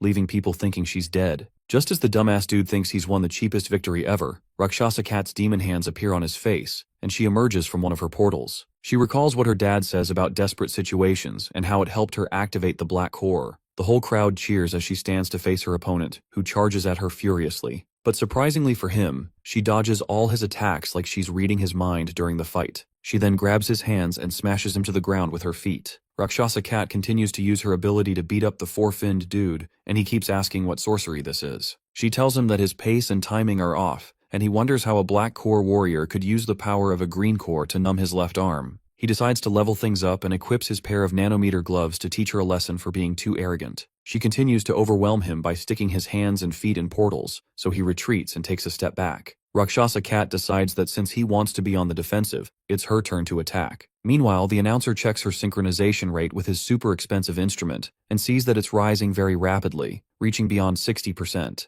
Rakshasa Cat starts to remember everything that happened the other night, how to use her powers fully, and even the demon that bestowed such powers on her. While her opponent is caught off guard and stunned by her synchronization rate, she immediately conjures a cube out of matter above him and drops it, smashing him into the ground. This is too much even for the audience, who are thrilled by violence. Her opponent laments that he can't lose to a female warrior, he'd rather die in fact. Hearing this, Rakshasa Cat approaches him and threatens to fulfill his wishes by conjuring even more of her matter bricks. He immediately throws in the towel, and Rakshasa Cat claims victory, asking for the next opponent on the roster immediately. Meanwhile, over at the practice room, we finally see our protagonist again after a while. He seems exhausted from trying to activate the integration core, having tried for more than half a day. He then realizes that since he got the core from a demon, regular breathing techniques wouldn't work on it, so he channels the demon energy he didn't want to use, and it starts to work. He finally gets the earth element as a result of this. Back in the Salamanca neighborhood, the two mysterious people are up to no good again. They see the blast of energy from the protagonist's experiment, but ignore it for now. The man asks the girl if she's finally ready for her mission, stating that if she passes this, she'd level up to a 5 fin. With that, she activates her demon powers and gets ready to strike terror. Meanwhile, celebrations erupt around the city as everyone hears that a female warrior named Rakshasa Cat is owning all the men in the arena. They all rush to the arena to see for themselves, hearing that she has defeated most of the male warriors. The kid tells his boss that everyone in the city is flooding the arena, and they don't have enough space. What's bad news for the kid is good news for his boss, who celebrates that he's going to be super rich after this. People storm outside, struggling to buy tickets, while the kid struggles to even catch a breath. He's annoyed that he can't watch his celebrity crush fight anymore. Inside, the crowd sings her praises as she battles another dude. She's not making it seem easier for this one, who looks exhausted and is calculating all his moves. He resorts to weapons and pulls out his knife. Rakshasa Cat pulls hers out too, and they cancel each other out, throwing both blades away. Her opponent has another blade, and just as he feels he has the upper hand and powers up, Rakshasa Cat's hands appear out of a portal and throw him out of the ring, winning the battle for her. Her opponent just claims that he was caught off guard due to a blind spot. He wants to go back in and fight before the announcer tells him that the fight is over and the next fighter should enter. Of course, the glasses guy gets mad at the announcer, and just as he is about to ask him to delay the next person as he still intends to continue the fight, someone walks out from the tunnel and he sure looks like bad news. The warrior starts sweating profusely, as he knows this new challenger is someone not to mess with. He's rumored to have strength equal to that of a co-captain, and he's the champion of the arena as well, the dancer of Lulan Kylo. The cheers from the crowd stop as at this point they are more concerned for their female champion, saying that putting him against her is pure hostility. Rumors say that there were warriors who immediately surrendered just from the fear of facing him. The kid immediately calls his boss and asks him to call off the fight, asking how he could do something like this. But his boss replies that he's only following her orders as she requested, and it doesn't matter anyway because he's making a ton of money by selling tickets for 10 times more than the original amount. Her opponent has a grim aura emanating from within him, and he tells our girl that he has seen all her moves and he's not a newcomer, adding that he's destined to flatten her to the ground. She tries using her time-reading power and predicts him to throw an aerial at 5, but he surprises her by attacking her straight in the face. This surprises her, and he tells her that her powers won't work on him. Rakshasa Cat gets her mask broken, and she wonders if she made a mistake somewhere. She is clearly confused, asking how her opponent acted differently from what she saw in her prediction. She wonders if her prediction was wrong, and her opponent tells her that if that's all she can do, then winning against her won't be that thrilling. Everyone would say he's bullying a young girl who can't defend herself, and that would make him upset. She gets frustrated and tells him that she was originally impressed by what he did, but now he's pissed her off. She calms down and looks at his footwork carefully. He gets furious from her words and charges at her, saying that he happens to like girls like her who act all tough. She predicts that he would attack from the left, but he fools her again and hits her in the face from the right, threatening to break both her mask and her skull together. The whole crowd can't look as they know how brutal and sadistic Kylo can be, and they think she's dead already. But fortunately, there is not a crack on her face as she manages to block his attack at the last second. He's so fast that she only managed to block it as a last resort, and that she can't continue being careless now as he's a red core user. He has immense strength and speed. She realizes that her precognition skill isn't wrong. Instead, he uses his lightning speed to make many faux movements, and her skill shows her only one outcome. She now has to use the black core to outsmart him by taking the initiative and attacking him. She uses her special ability to swiftly get close to him, which he sees through and creates a defensive and offensive barrier around himself that, according to him, can't be penetrated without having her face whacked away. But she is one step ahead. She emerges from beneath his feet and gives him a devastating cut that forces him to the ground. He feels that his leg muscles have been cut so deep that he can't even stand anymore, forcing him to wonder how she even pulled off a trick like that. She tells him that his injuries aren't major and can be healed easily, but she can heal him with the green core if he begs. He realizes that he underestimated the black core way too much, and now Rakshasa Cat is about to be crowned the winner. The crowd goes wild, and the kid runs toward the arena, having a bad feeling about the crowd's immense cheers, thinking that something bad has happened to his warrior sweetheart. But when he arrives, he realizes that the opposite is the case, and his boss announces that the #1 rank in the male arena is finally going to change. He advertises some other Rakshasa Cat product and hands the mic over to the kid to take over as host. Just as he is excitedly going to make himself a fortune, he encounters that strange little girl from earlier. He stops and tries to nicely attend to her, offering to help her find her parents, but she immediately reveals herself as a demon and leaves his head away from his body. Meanwhile, in the arena, that kid acting as commentator hypes up the moment, quoting what Rakshasa Cat told him earlier about power not being about gender, but their strength instead. Meanwhile, our girl conjures a spatial cube that sends her opponent flying toward her while she charges at him, ready to end it. He feels completely ashamed at how she's pushing him around like her toy, so he tries to show that he's still got some fight left. As they're about to clash, Rakshasa Cat feels a sudden interference in her head and gets a vision of that demon girl. She stops for a moment and wonders what it is. Her opponent sees that as an opening and tries to attack her. She immediately evades his attack and casually steps on his head like she's actually toying with him. After putting little distance between her opponent, she questions herself why a demon would appear in a rank B city like that, but she can't be mistaken.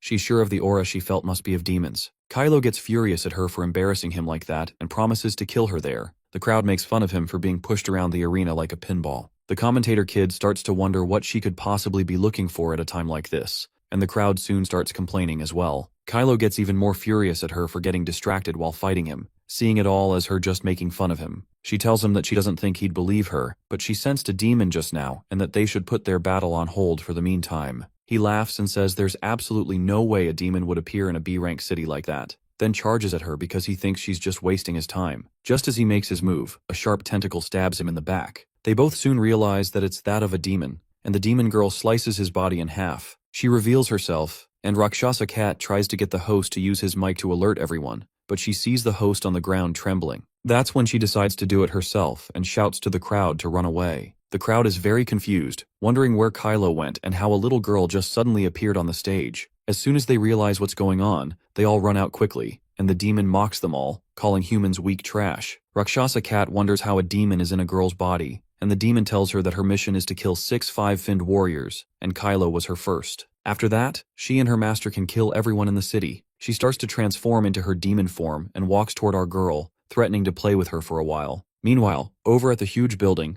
Aang stops what he's doing because the feeling he's been having is getting worse. He's sensing trouble. He can tell that something is off in the city but has no clue why. He senses 2 strange and powerful auras and wonders if he is being too sensitive to the auras around him. But he is confident and will not let anything interrupt or disturb him now. The reason for the integration of the crystal is to bestow elemental powers on warriors due to containing a pure and immense amount of the 5 elemental energies. These elemental energies were originally impossible for him to utilize, but if he resonates with them, he will be able to find the earth element that he needs. As long as he manages to completely sense and extract the earth element, he will consolidate metal, wood, water, fire, and earth, having all 5 elements within his body. He plans to combine the 5 elements and see what happens. Meanwhile, the people struggle to leave the battle arena while yelling at each other to make way and screaming for help out of fear. The demon is pleased with all the screaming. Master Fledgling told her that humans are creatures with low tolerance to fear and terror, and fear is a negative emotion that makes an individual lose their calm and rationality. She goes on to say that demons are not controlled by emotions as they are beings of higher existence. Rakshasa Cat thinks for a little bit and agrees with the demon. She is not going to let herself be fazed or misled by its childlike appearance. She is an incredibly high-ranking demon. The demon talks and thinks differently compared to regular demons. Rakshasa Cat asks the demon who the little fledgling is, and how many of her kind have infiltrated the city. The demon reminds her that she only has 1 minute as she launches an attack, appearing right behind our girl and attacking her with tentacles.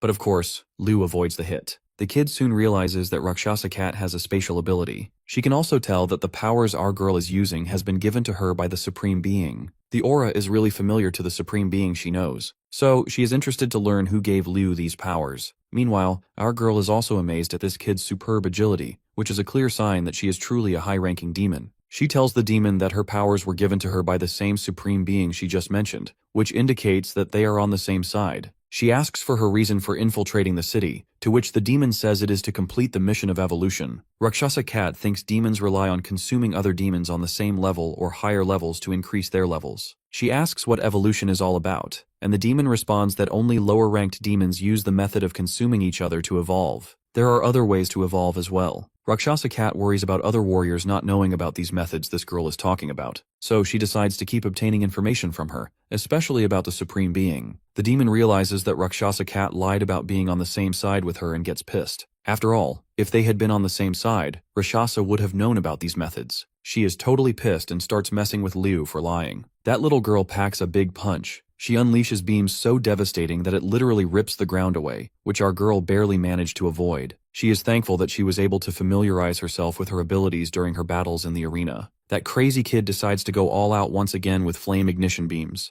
but Liu quickly outmaneuvers her using her spatial abilities. After appearing right behind her, she decides to hit her nape, only to realize that this little piece of work is about to self-destruct her. So the girl quickly jumps backwards, putting enough distance between them. But turns out, this demonic girl was just taking her formal demonic form, known as blue flame form. This comes as a great shock to our girl, who realizes that she knows very little about these demons. Meanwhile, the warriors arrive to fight the demon without their captain and vice-captain. They find it strange that the demons keep appearing in peripheral areas. The demons seem to be causing serial killing cases all around the city, with people being killed mysteriously, including high-ranked warriors. They proceed to the arena confident that 3 quadruple-finned warriors who are also candidates for the position of vice-captain can take down one demon. Little Fledgling sits on a roof and thinks about making the killing look more like an accident, while also wondering how strange humans can be. Humans end up not noticing things they should but notice things they shouldn't, as well as having strange ideas. He plans to go and look at how Little Bean is doing. Seems like he is referring to that demonic little girl as Bean.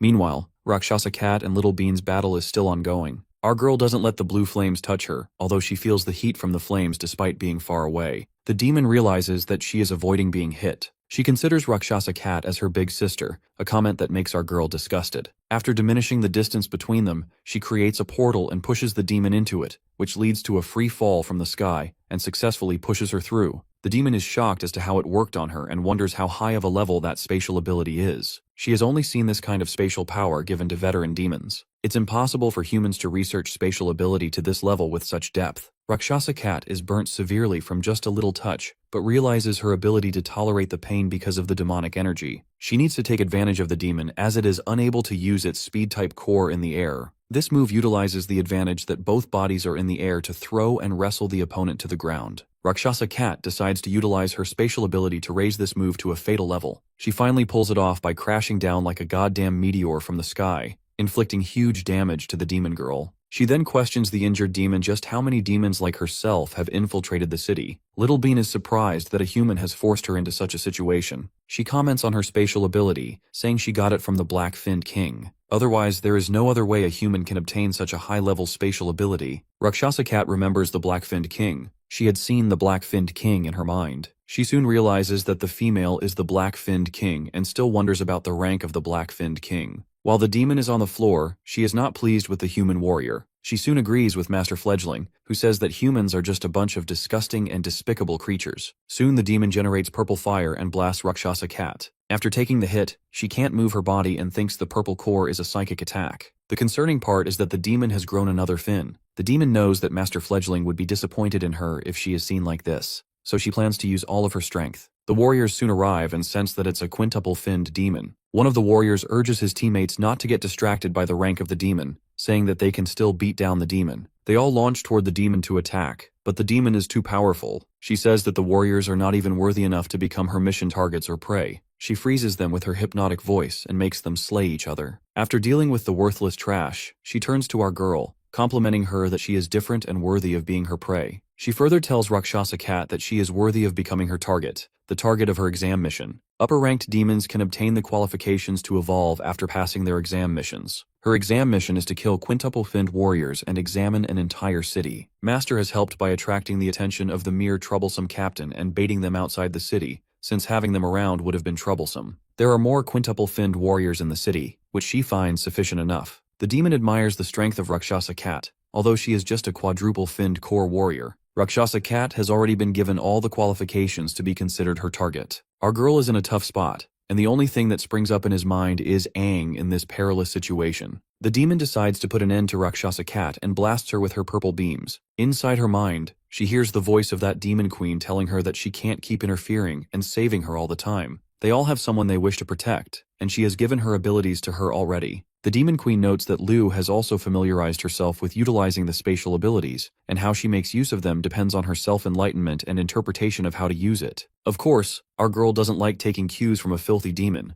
and breaks out of her trance with a powerful burst of energy. The demon girl is flung backwards due to the shock waves. She is actually bowled out of her mind after feeling this oppressive energy, assuming that it must have been given to her by the Black-Finned King. She goes on to belittle her, calling her a mere human warrior while wondering if the demons have been betrayed by the black-finned king. Rakshasa Cat doesn't care, and is willing to accept any ability given to her without question, so she can keep protecting him and becoming stronger. The demon tells her not to think she's as powerful as a demon just because she got demonic powers. To make an example out of it, she decides to kill our girl and take her head with her. Rakshasa Cat gives her the open challenge to go ahead as she's determined to kill her at all costs. Meanwhile, that demon dude from before is watching all this from afar, feeling thoroughly pleased. He is approached by warriors who seek his identity. He is unable to provide it. The warriors warn him about the demons in the city, but the guy doesn't seem too concerned. They then ask for his identity again, to which he replies that he is just a regular passerby. When the pressure rises, he pulls a prank on the warrior who decides to kill him for joking at such an odd hour. As they plan to attack, they soon realize that he is a demon, so he snaps his fingers and slays them all. Blood slashes his face, but he hates blood. They wouldn't have been killed if they hadn't attacked the demon. He sees a cultivation practice room and realizes the reason he has been sensing the energy. He then decides to go take a peep.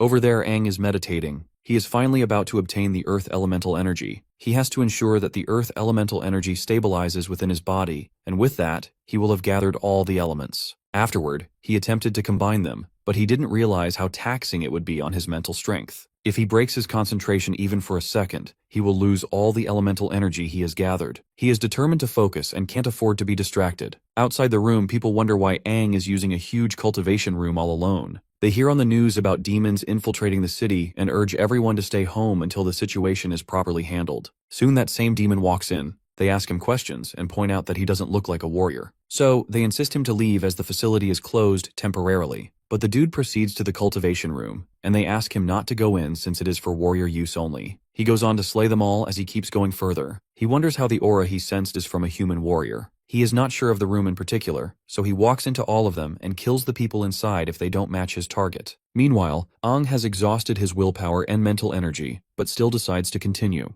There is only one room left as the demon decides to barge in. He decides to send in his greetings first and stretches his hands toward the door, but is intercepted by another demon. He is surprised that the door didn't break, and the other demon phases out of the door. And that demon is the Crimson King. The bastard who was once cocky begins stuttering in the presence of the mighty king. It doesn't take him to recognize that the demon in front of him is an 8-finned demon. Crimson King suggests this bogger to be quiet as he doesn't want Aang to be interrupted. He is looking forward to his evolution, and erects a sound barrier just so no voice reaches our boy. The demon is in awe to see the king. The rumored legendary Crimson-finned king is in the flesh. Cutting to chase, Crimson King questions the bastard if he is the Amethyst-finned king's subordinate, to which he agrees. He bows to his majesty, saying that the lords have always been the strongest existence to demons, which also includes the Crimson King. The red guy commends this dude's strength, adding that he should be considered one of the stronger generals in the Amethyst-finned king's army. He then senses another demon in the city. It is one of this guy's comrades, and they intend to evaluate the boy's strength. The higher-ups have given that boy a chance to prove himself. If he passes, he will be bestowed the power to evolve. The king understands this, especially since he had set the rule to kill warriors and exterminate the city,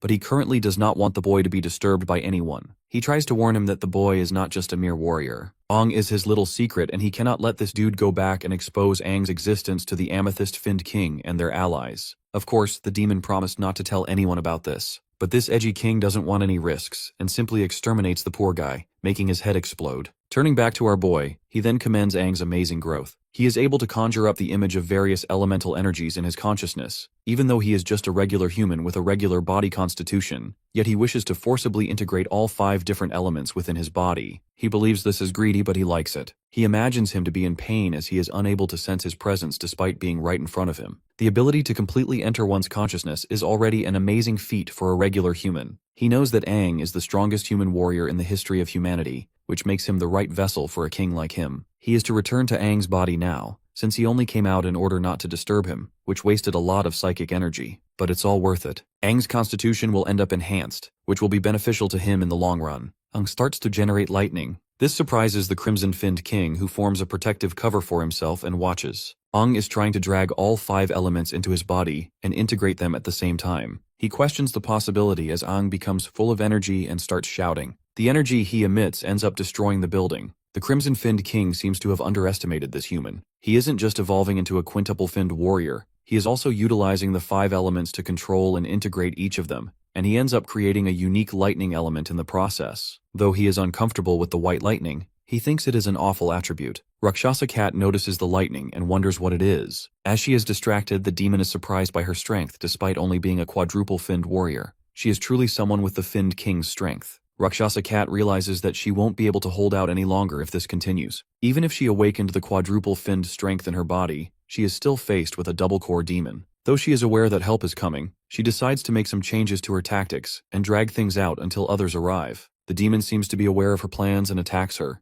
Rakshasa Cat remembers instructions given to her when she was younger. She is to widen the space between her and her opponent and search for weaknesses. The demon makes fun of her spatial energy and uses a hypnotic voice to freeze her and pierce through her leg. Rakshasa Cat will not be able to heal in such a short time. This city has caught the eyes of the demons and is destined to become one of the dead cities. Even if she fails, her master Little Bird will turn the city into ruins. She asks Rakshasa Cat to give up, blasting her with a beam of energy which is intercepted by lightning. At first, she has no clue what happened, but soon realizes it is Aang. Yes, she has been saved by Aang, who is now a quintuple-finned thunder god form. The demon is not very happy to see Aang and asks who he is. Our girl is equally shocked and wants him to confirm if it's him. Aang responds to her saying it's him. She then warns him about the demon. It's a dual-core demon and she isn't like other demons. But our boy assures her not to worry, confident that he can take down the demon since taking down high-ranking demons is his specialty. The demon over there can sense that their auras are like those of demons. Aang warns her not to compare them with creatures like her. He is being trained to kill demons. Seeing the lightning crackling over our boy's hand, the demon girl is sure that she is screwed. After all, demons hate lightning the most. She blasts Aang with blue flames. My guy pushes Rakshasa Cat out of the way and tells her to let him handle it. He then proceeds to split the energy blast apart. The demon wonders how he is able to do this, and starts to question what that lightning of his is exactly. Aang thinks he has obtained quite a good upgrade from combining all 5 elements. He notices that his lightning is very effective against demons. He remembers the pain he felt while combining the 5 elements in his body. He assumed it was the elements rejecting each other, never knowing it would create a new lightning element. He wonders what the lightning would do when it comes in contact with a demon's body. The demon realizes his plan to kill him and tells him that he is overestimating himself. She plans to fully unlock her core's potential here and crush our boy to pieces. Hearing this, Aang recalls that the demon's core potential is similar to activating the core's strength to boost one's strength to its peak within the shortest amount of time. It seems like the demon's last resort. After activating her full strength, she launches continuous attacks toward Aang, and he is yet to be familiar with utilizing his lightning. He fears that if he continues to have the high ground, they will be the ones disadvantaged. He can form wings but can only maintain them for a short amount of time. The demon admits that humans like Aang with demonic energy have changed her perspective on their adaptability, but lowly humans will always be lowly humans. She proceeds to show them the strength of a demon and makes a tornado. The demon had originally planned to use the tornado to turn the city into complete ruins. It's a pity that she had to use it this early. Aang quickly carries his girl and starts running away. The demon girl is confident that they will never escape the tornado. In the aftermath, she is certain that they are dead by now. But turns out, they had escaped using the spatial ability and returned to the demon, telling her that warriors never back down. After getting right overhead, Aang zaps the demon to the ground with lightning. Battered and bruised, the demon wonders why it is so powerful, as her entire body has gone numb. Aang tells her that lightning causes paralysis, which will slow down her movement. He warns the demon that tonight will be his last. The demon is not happy as Aang tries to kill her, warning that her master will seek revenge if he dies. Her master is immensely strong and immortal. Aang has no idea who this master is, but is ready to kill the demon repeatedly until she finally dies. Of course, the demon isn't very happy with Aang as he looks down on her master. They have no idea how powerful he is. Well, my guy believes everything will be alright as long as he is stronger. Liu wishes to help Aang,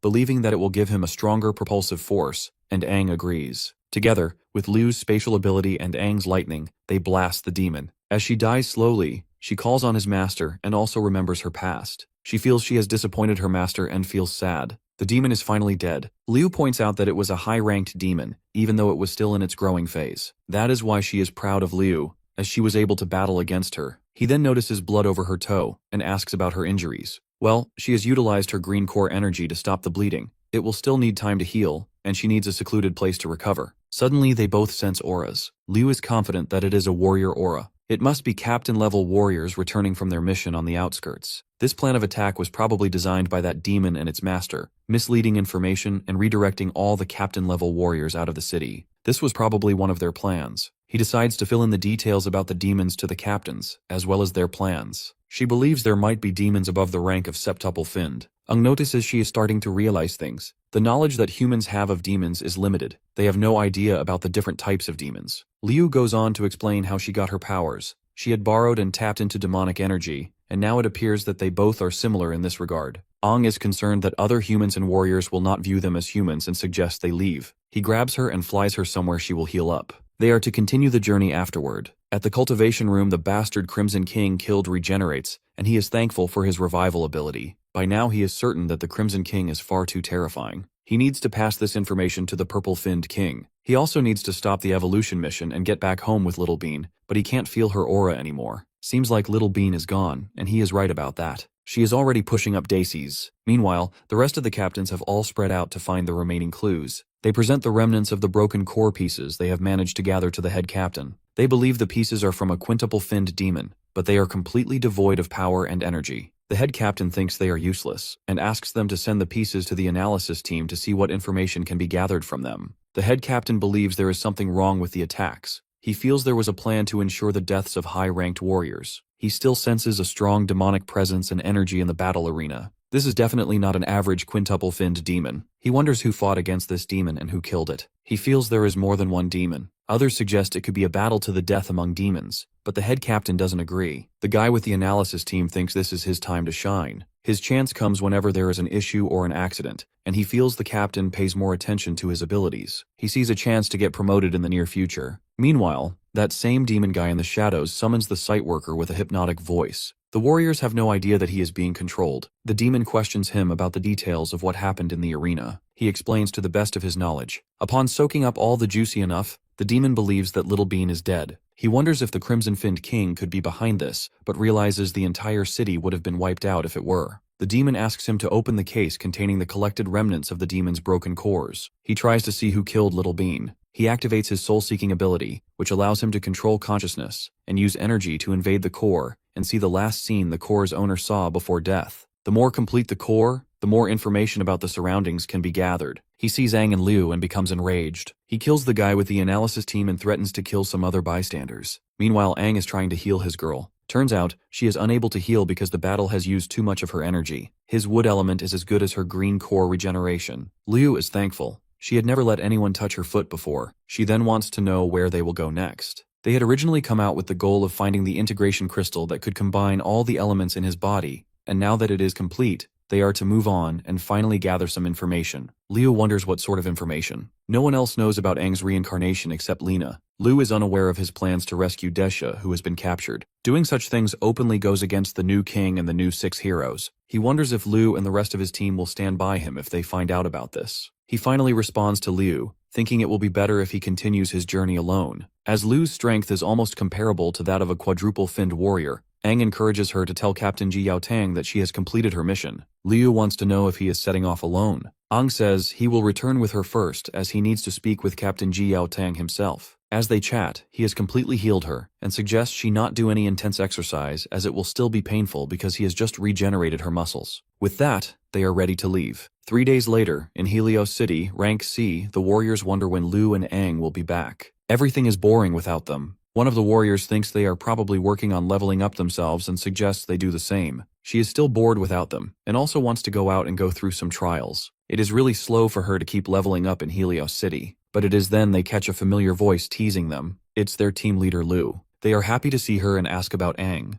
Turns out, he has gone to look for Captain Ji Yaotang to revoke his status as a warrior. They are shocked to hear this. The captain is unhappy with the news that Aang wants to revoke his status as a warrior of Hela City. Everyone demands to know why. Aang had left the city to train for a while and now seems to look down on associating with the city. They misunderstand him, thinking he is being ungrateful, but Aang insists he wouldn't do something so disrespectful. He explains that he doesn't want to implicate the other warriors in his future matters, which might end up affecting Helios City as well. The warriors demand a better explanation, reminding him that revoking his warrior license isn't a small matter. Aang struggles to explain himself. He thinks revealing too much might implicate himself, and he gets a headache. He can't just tell them that he is Aang who reincarnated, or share his plans to overthrow the current king and the new 6 heroes. He says it's something he cannot talk about or explain, and pleads with them to trust that he has his reasons, hoping to avoid dragging anyone else into danger. The female captain isn't happy with his refusal to explain and encourages our brute captain to scold him too. She worries that Aang is planning something dangerous. The captain, concerned for Aang, proposes a challenge. If Aang can defeat all three of them, they will agree to his plan.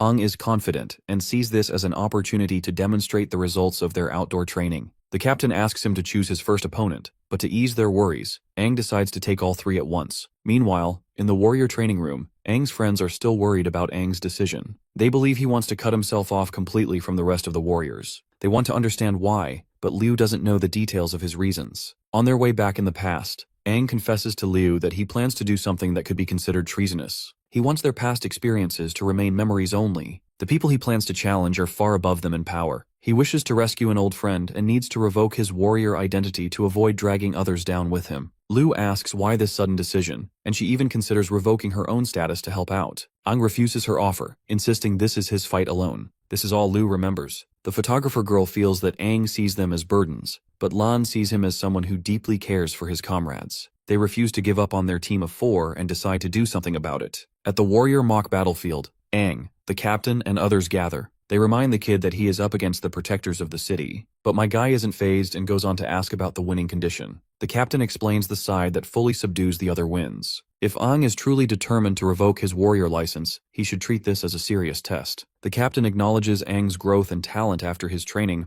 but thinks challenging all three at once is arrogant. Aang is willing to accept the lesson. The warriors believe Aang is overestimating himself and plan to teach him a hard lesson. They launch their attack with no mercy, simulating a real fight. The captain jumps off the ground to land the first blow but is immediately stopped by Aang. The captain wonders how this is possible. The captain has been nerfed so hard that my guy suggests they all attack him together. The rest of the warriors watch in awe as Aang blocks Jiao Tang's strike with his bare hands, stunned at just how much stronger he has become. Realizing they must combine their efforts, they channel the explosive energies from their cores and launch a coordinated attack. Aang carefully avoids hitting them directly, using his wood element to pin them against the wall instead. Captain Jiao Tang narrows his eyes, noticing a strange expression on Aang's face, even calling him a demon. Aang quickly asks everyone to calm down, insisting he has no intention to harm them and was only demonstrating his power. He reminds Jiao Tang of his last expedition together, when he and Liu explored the cemetery of Dogora's castle and discovered the integration core. By some stroke of luck, they managed to refine and integrate that core, gaining mysterious and powerful abilities. However, using this power alters their physical appearances. Aang explains that since Liu obtained similar powers, they both understand the integration core well, and this explanation might help the others accept their newfound demonic-like abilities. The warriors become curious about Liu's strength. Aang says she still needs more practice to fully master her abilities, but is currently on par with a quadruple-finned warrior. They then ask how strong Aang himself is. He claims to be as strong as a quintuple-finned warrior and can become even stronger by activating his lightning element. The warriors find this hard to believe, but Captain Jiao Tang remains quietly proud. He reflects on a painful memory.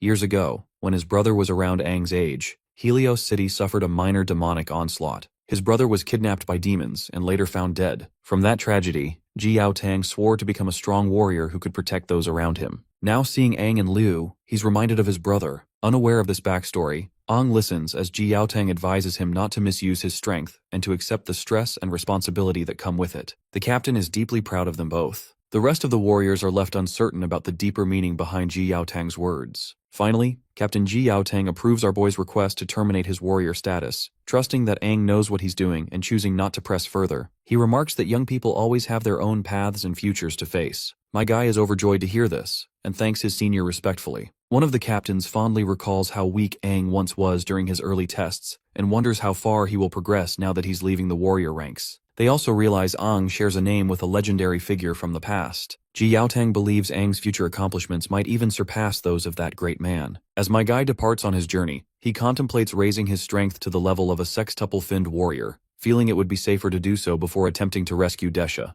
Nearby, he notices a demonic rift and decides to seek out more cores to level up faster. However, he soon discovers a box, and to his surprise, it contains Liu and his teammates, who had been in his truck all along. Of course, the boy is clearly not pleased with the unexpected discovery. He is not happy with Liu and the other warriors tagging along. They had already discussed this, but Liu does not want the team to split up like this. Lan and Suiju had been stuck in the city, suffocating while Aang and Liu were taking a trip. They had no choice but to tag along. They are all willing to be part of Aang's business no matter how dangerous it gets. Aang realizes that they are really determined and they are right. He has to inform his team members about his issues and problems, though it's not convenient to tell them about his reincarnation. It is up to them to believe the rest or not. He urges them to make their decisions after hearing what he has to say. He warns them about the potential risk to their safety and tells them his plans to rescue Desha. They are in shock as they ask how he intends to pull that off, which is a secret. He believes this would be enough to scare them, but instead, they are excited and don't want to miss out on the fun. Helios City has been loyal to the past king. Lu's grandfather, Situjie, was a subordinate to the 6 heroes under the leadership of the deceased king. He had established Helios City with a couple of his friends, and he bet her father would agree with her choice.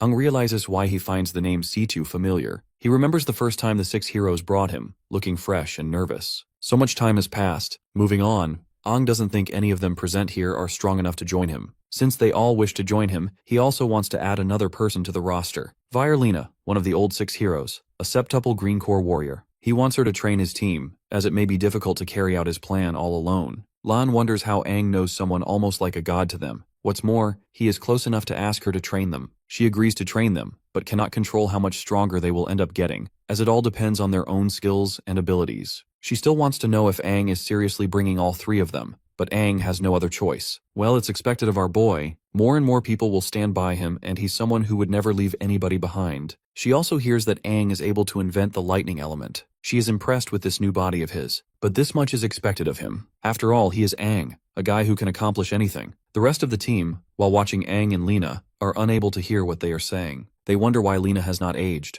Liu thinks the green core is responsible for that. She has regenerated her body and keeps maintaining it at its peak. This is an ability only someone as strong as her can pull off. Ung announces to everyone that he wants to be a septuple finned warrior and wants the rest of the team to become at least quintuple core. He is going to level up all by himself. In his journey to get stronger, he also needs to find a method that would help his friends raise their strengths even further. Meanwhile, Lena is up to the challenge of training these newbies to quintuple cores. She starts by telling the rest of the team that raising their strengths within a short period will be very tiring and painful, asking if they would be able to bear it. Of course, they all agree. With that, Aang sets off. If he is able to get more integration crystals, he might be able to do something more incredible than before. Suddenly, the Crimson-Finned King appears at his truck, thanking him for helping him regain some of his strength. He is willing to help our boy with integration crystals since he knows a thing or two. He had said he'd be in a deep sleep, but now has psychic strength, all thanks to Aang's integration, although it's way too little. He had wasted a lot of his psychic strength when helping him resolve the troublesome issue he had. He decides to help Aang find the crystals he wants within a short period of time. Aang wants to know why he is helping him. He suddenly brakes and the Crimson King hits the dashboard. He asks Aang to warn him before he suddenly brakes, but Aang asks him to buckle his seatbelt. The Crimson King seems to remember the fight our boy had with a double-core demon.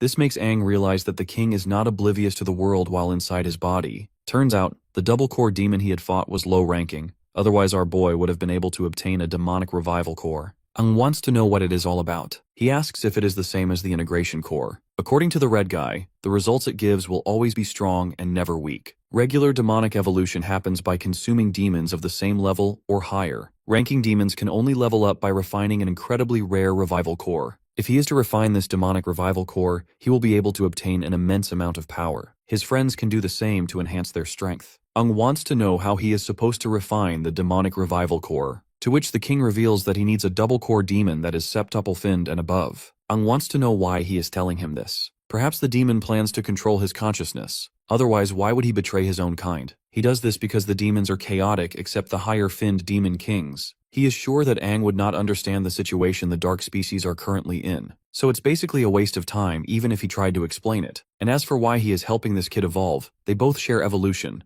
And if Aang gets stronger, so does the demon. To emphasize how powerful he is despite his weak state, he immobilizes our boy without breaking a sweat. Aang wants to know where he can find core sextupled demons. He believes they are hard to find. The demon wonders why humans are so impatient. Reaching his goals depends on him. Now that Aang thinks about it, he recalls a place where he can find high-level demons. Though he thinks going there is already dangerous, if what the king said about revival cores is true, then it's worth giving it a shot. They set off to the City of Dawn. They get there until night, and Aang suggests they chill there since it is in the city's blind spot. The king then reveals that he will not be appearing again unless he obtains a revival core. After all, appearing again and again costs a lot of energy. He then suggests Aang should not let his friends forcibly refine it, or try to get enlightenment from it. It will only cause their minds and consciousness to explode. Aang asks him for help. He wants him to change his appearance. He needs to find a way to become a part of the high-ranking crusades. He also needs a weapon. While that broadsword is good for him, but it is not enough when he utilizes it. The demon decides to help him because they are one after all. After helping him change his appearance, he lends him a sword named the Crimson Tide.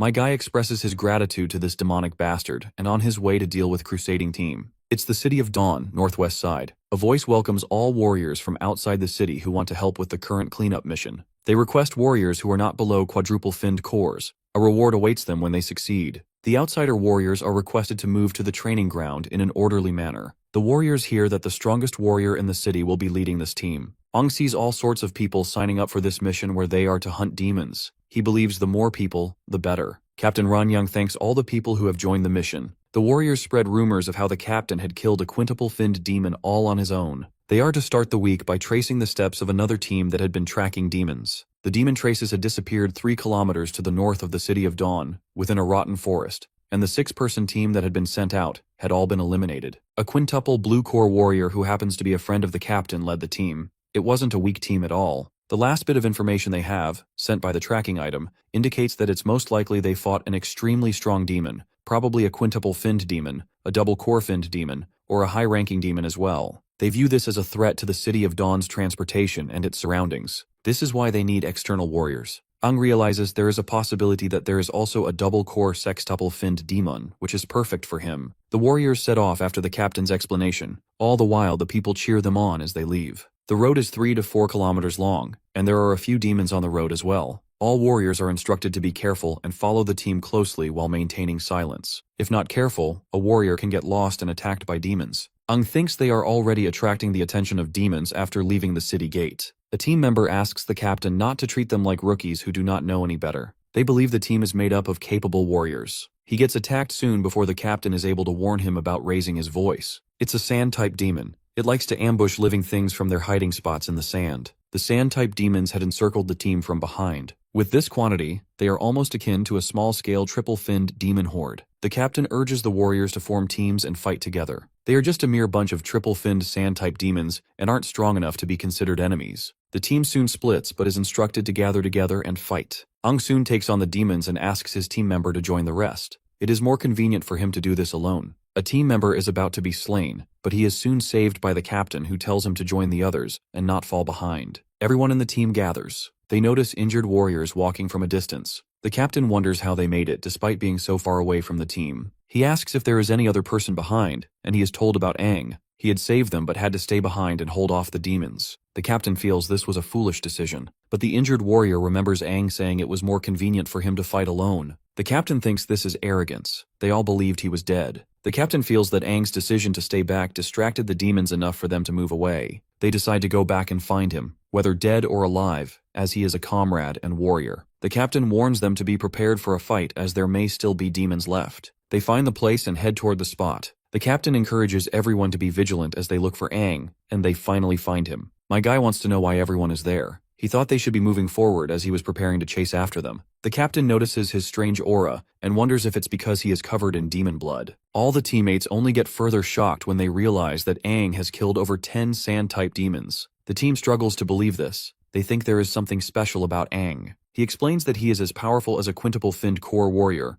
although my guy knows his powers surpass that. Even if he were to fight a sextuple-finned core warrior, he would be able to survive. Despite his explanations, the captain still thinks it's difficult to fight against 10 sand-type clan demons alone. Ong explains his made-up strategy. He had thought of this a long time ago. He further sold them the narrative that his specialties were prolonged battles and escaping. This is a more reasonable explanation to the captain, who commends him and tells him that his actions gave the team enough time to regroup. He instructs the team to change directions as they move onward. They finally make it to the location where the last team was last seen. There are 3 entrances to the rotten forest. A team member suggests exploring all 3 entrances at once. They decide to form 2 teams to ensure they have enough fighting power, but are still worried about the 3rd entrance. This is then my guy volunteers to go in through the 3rd entrance alone. They hear a loud roar from the entrance. It sounds strange, but they have no time to hesitate and must go in. From the captain's past experience, he suspects the entrance holds more than just quintuple-finned demons. A team member asks how big the forest actually is but gets scolded by the captain, who tells him to obey orders. The captain admits he doesn't know exactly how large the forest is and has no estimate.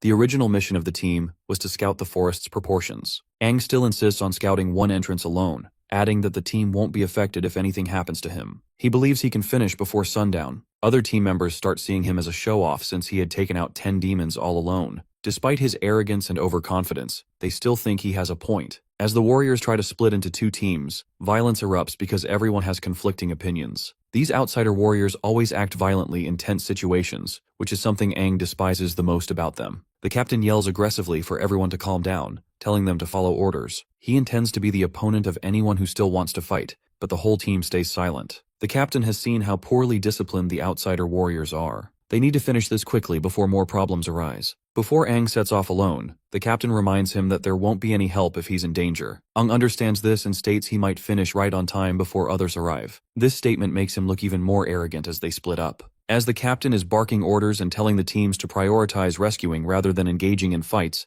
Aang is walking alone on his path when he suddenly gets attacked by a demon, which he quickly kills. He had come into the forest alone to use his powers without hesitation and plans to kill them all until the strongest demon appeared. Cutting to somewhere else, we learn that it is always dark in a forest as dense as the rotten forest, and very silent. So, one of the team members warns the entire team to be careful and not let their guard down. The demons will not attack if the warriors stick together as a team. Some team members wonder how Aang is doing all alone and make fun of him. Suddenly they see something. It's a scouting team uniform, meaning it's a survivor. The team members believe things are going smoothly. They have found a member of the scouting team, not knowing it's a demon. The team member, still excited as he gets closer to the creature, asks what it is digging. The creature suddenly turns around and attacks him. Turns out it is a sextuple-finned demon, and they need to inform the captain about it immediately. One of the warriors uses a signal flare, but the demon is not a fan of bright lights. It launches at incredible speed to put out the flare, leaving the warrior amazed at its speed. The team realizes they cannot handle this demon, so they retreat, but the demon is not done with them yet. The captain notices the eerie silence and strange fog. They haven't heard a single sound from other team members, even though the forest isn't that large. He suspects they are isolated from the rest, though others don't feel the same. The team is also worried about Aang.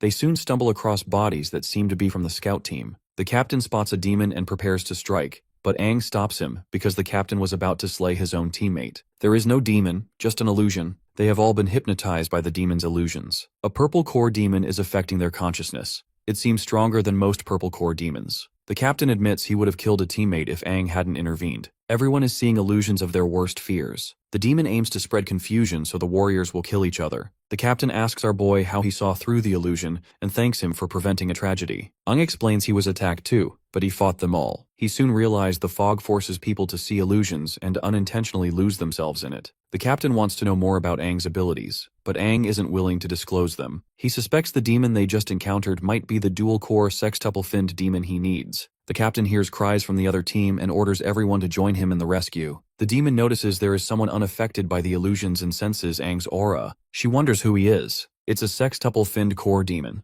Aang realizes that if he rushes over, he'll just fall into its trap, but he decides to follow the rest of the team. He doesn't want to abandon them. They run toward the demon as the captain warns them this is no ordinary foe. They see the bodies of their fellow warriors, and the captain orders them to stop. He suspects it could be an illusion, but Aang says otherwise. It really is the bodies of the scouting team. He also notices the demon nearby. They hear cries from the warriors calling for the captain to save them. The captain and another team member try to rush forward but are immediately stopped by Aang, who urges the captain to look closely. Finally, the demon reveals himself, impressed that Aang has seen through its disguise. It also finds it strange that its illusions don't work on him, and considers the corpses useless now. Enraged, the captain blasts the demon with a powerful energy beam. For a moment, they wonder if the demon is dead, but it quickly mocks them, calling them impatient humans. The captain insists on continuing the fight until he injures the demon. Aang thinks there are too many people there, and they're all blinded by their emotions. The captain tries to slice the demon but ends up slicing through smoke instead. Soon enough, the hallucinations once again start to mess with their heads, and they start to feel that Aang is the demon. My guy soon realizes what's going on.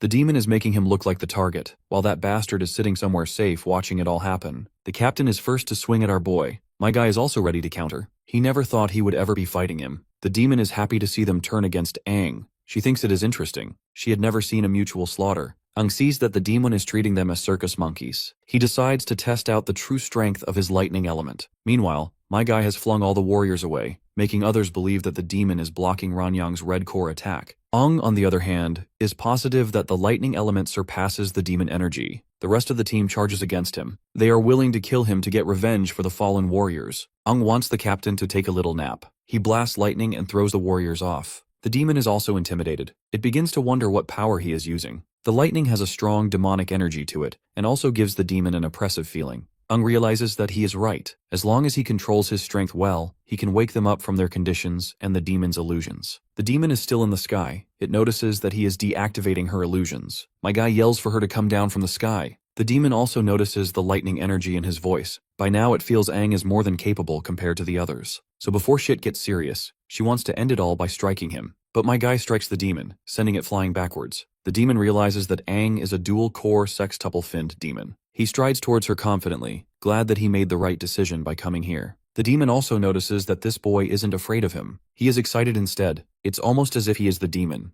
Aang launches himself and strikes, shattering the ground while the lady manages to dodge. She then creates clones of herself. My guy tries to strike them all down, but the demon keeps dodging Aang's attacks with its cloned bodies. It is then Aang decides to identify the real body of the demon through his lightning eyes. Eventually he spots her and closes in the gap between them, but the lady retreats right away, frustrated by his lightning trait. She then dances around him, but still ends up located by our guy. Before splitting her apart, he insists she hand over the revival core to him. The scene then cuts to the City of Dawn. From the cliff, Lu can see my guy's aura clearly. Meanwhile, the photographer girl is taking L's in her training. Lan and her notice Lo looking at the lightning ahead and inquire about it. Lu fills them in that Aang must be right in that spot, though they aren't sure. Lan says it could be a storm over there. Right then, Lena shows up behind them and asks why they are spacing out. If they are not powerful when Aang returns, they will be nothing but a burden to him. Aang had asked her to work on their physique. He had pleaded with her, and Lena agreed to do whatever he asked of her. So, she asks them to prepare for battle. They are to last 10 seconds against her in a battle as she will be attacking them. Suiju is shocked because lasting 5 seconds against Lena the last time was a very tough challenge. Back to our boy, he is about to stab the demon with his sword. The demon is sure that her teleportation ability will save her. But my guy still ends up cutting her hand down.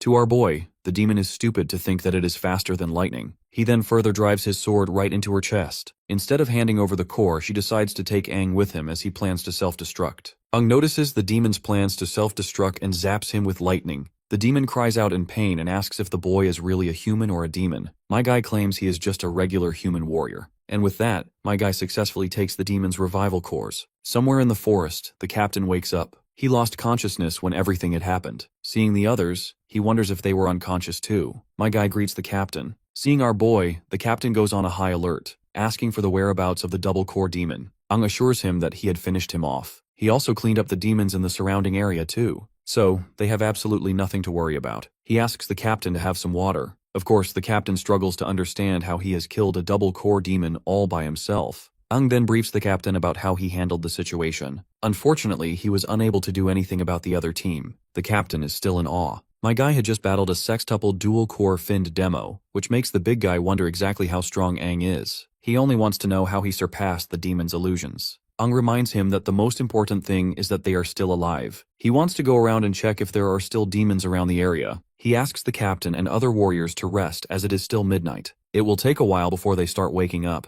The captain believes the demon's illusionary technique is truly difficult to fend off. He had fallen prey to its technique. Aang explains that a dual-core demon is a demon with first-rate abilities even among other demons of the same rank. With double cores, its abilities aren't as simple as having twice the power of a single core. To encourage the captain a little, Aang points out that the captain is also incredibly strong as he had woken up quickly. The captain believes that a sextuple-finned warrior like him is considered the peak of the City of Dawn's forces. To be looked down upon by the demon and his inability to hunt it down infuriates him. As the person in charge of the mission and captain of the team, he is no longer going to investigate Aang's identity since he had saved them all. The captain, still trying to wrap his head around Aang's ability to handle a sextuple-finned dual-core demon, wants to battle Aang to see how he compares in strength. He suggests they have a light spar, but my guy wouldn't dare question the captain's strength. He explains that his inability to defeat the demon was due to lack of information, but the captain insists. He is personally intrigued by my guy's actual strength and pleads with him to spar against him. Aang realizes that the captain is competitive and battle-thirsty, but these are the attributes of a strong warrior. So my guy doesn't mind. Later, they find themselves in an open space. They get ready to battle as the captain reminds him not to hold back as they had previously discussed. He genuinely wants to experience Aang's raw strength. My guy understands Captain's sentiments. After all, he too had been battle-hungry in his past life, and plans to spar the captain seriously. My guy begins it by sending these red slashes that even cut through the ground. With Captain approaching, he disappears, and appears above him to deliver an attack. Their weapons clash, resulting in a massive shockwave. As the dust settles, the aftermath results in the captain getting cornered.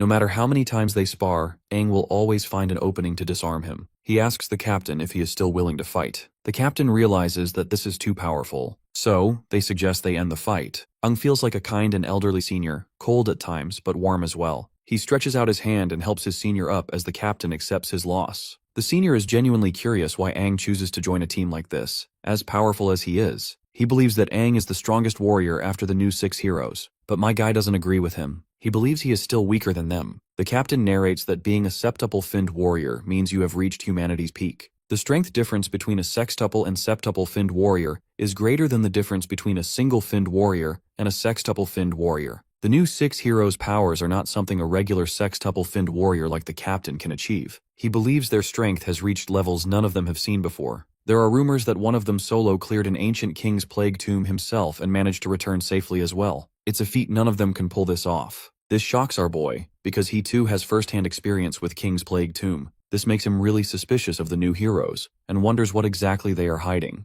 It is daybreak. The captain believes the other warriors will be awake soon. He asks if Aang will return with them. The boy responds positively as there are things he needs to settle there. He wants to see the revival core's effect on him. Back at the city, the captain reports to Wu Kongyao concerning their mission to the Rotten Forest. He had heard about how Aang had battled a sextuple-finned dual-core demon and how he had played a crucial role in the mission. Wu Kongyao wants to know Aang's true strength. The captain reports that Aang is just a mere quintuple-finned warrior. He had performed pretty well as the mission progressed, and other members were equally good as they had sacrificed themselves for the city. Wu Kongyao considers asking Aang to stay in the city and work. He dismisses the captain, telling him to submit the detailed report later. We then learn that our boy had asked the captain to downplay his contribution to the mission. He had joined the team in order not to get noticed by the upper echelon, and the captain agreed. Aang is in a hotel within the City of Dawn. He had finally washed himself clean from the blood of those demons. The demonic cores he has are different from regular demon cores, especially in terms of demonic energy within the core. He wonders about the potential consequences if it is absorbed by a regular warrior. Right then, Crimson King appears and says that the consequences will be dire. He is glad for Aang for obtaining his first demonic revival core. Aang wants to know why he suddenly appeared. The edgy king keeps it all mysterious as he reveals that literally no one can utilize this particular core. But our boy is an exception, because he is unique. Just with the mere touch of the Crimson King, Aang changes to his demon form, which our boy doesn't appreciate. He is infuriated by the demon getting friendly. Cutting to the chase, the demon warns Aang of how dangerous the core could be. It can be chaotic, which can make a warrior end up in madness. It may even cause them to explode. But there are 2 things within him that can suppress that chaotic energy. His demonic body type due to the demon's existence, and the lightning element he had created when he advanced. Aang shows him the lightning, which even the Crimson King dislikes. The demon tells him how powerful his lightning element is. It is incredibly effective against demons and can suppress their energy. It also seems capable of purifying demonic energy within this demonic revival core. He can help other warriors integrate with this demonic core, but they must have extremely tough physical and mental strength. Without immense mental fortitude, it is easy for them to be negatively affected in the process. Aang wants to know how he is supposed to combine both energies together and how the king can help in the process. The demon says it should be done face-to-face with their bare bodies. Aang is uncomfortable with this. Combining energies is the integration of energies and extending senses beyond bodies. He just needs to guide his energy flow into the other person's body. Of course, Aang is worried. He is worried about getting naked with Lan and Suiju as they may mistake him for a pervert. He also realizes it would be much worse getting naked with Lan. After all, this ain't a JoJo universe. Later, Lena gets to meet up with Aang again. He asks about the 3 of them, and they soon show up. Lena had taken good care of them. They are all happy to see him, and Suiju even notices that he has changed again. Liu is already used to that. It's easier to feel his presence. With pleasantries over, my guy wants to discuss something serious. He tells them the method of transferring energy he had discussed with the demon, which involves getting completely naked. The entire team is triggered. As expected, Lena gets pissed and thinks Aang is perverted. In her previous life, he would always have been indifferent to her hints about raids. She now thinks he is a player, but our boy tries to reason that he is getting forced. The demonic revival core needs cooperation to work. Without Aang, they will be completely corrupted by the demonic energy within the demonic revival core. Eventually, Lena leaves angrily, asking them to let her know when they are done, and bangs the door. The room is quiet for a while as Aang tells them the method is strange and risky as well. The demonic revival core can only help one person. He asks if anyone is interested. Suiju thinks it will be embarrassing to be naked with someone of the opposite sex even though they are comrades. There shouldn't be a problem with Lan though. Liu stutters for a moment and says she already has a bit of demonic energy in her, which might make it easier. She wants to volunteer but is immediately interrupted by Lan. He thinks he is the guy to call for something dangerous because of his physique.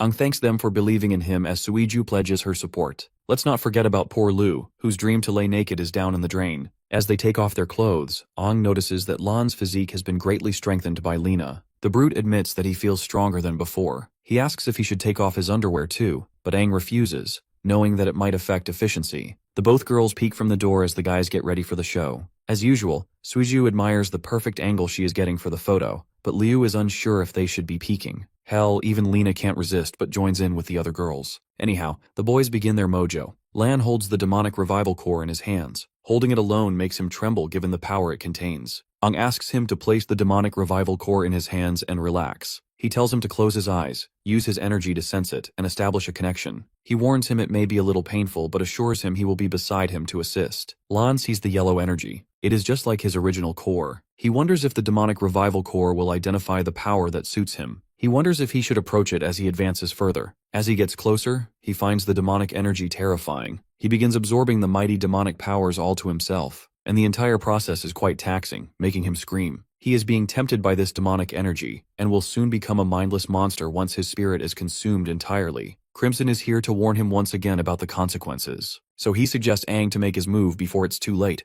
The primordial demon consuming Lan's spirit didn't expect to see the crimson-finned king there. Aang asks if this demon is conscious as he had thought it was an illusion. The yellow primordial demon can be seen as the source of demonic power. The crimson-finned king is considered the purest existence closest to this primordial power. The king cannot make a move against this primordial power. If Aang wants to save his friend, he has to act quickly. Without further ado, Aang launches off the demon's hands and dives straight towards him. The primordial being senses something very unpleasant. It is Aang's aura. He thinks it should be completely eradicated, and promptly blasts our boy away. This new yellow demon is a six-finned primordial demon. He is mad that others are here. Crimson King reveals that Aang has to deal with the illusion demon of this core first before he is able to save his friend. He then sits down in order to watch everything like a king he is. The battle begins, and they start throwing hands. Aang tries to take a look at the demon's powers, only to notice that the power has increased because both cores have now transformed into yellow cores. To push this bastard away, he delivers a lightning kick, but the demon is still intact. By now, he is sure that using feet and fists might take some effort. I guess this much is expected. The yellow core is known for defense after all. The monster then conjures a demonic shield which is both offensive and defensive. But my guy is sure that this is no match for him. He puts his lightning and demonic energy into use, and kicks the bastard hard.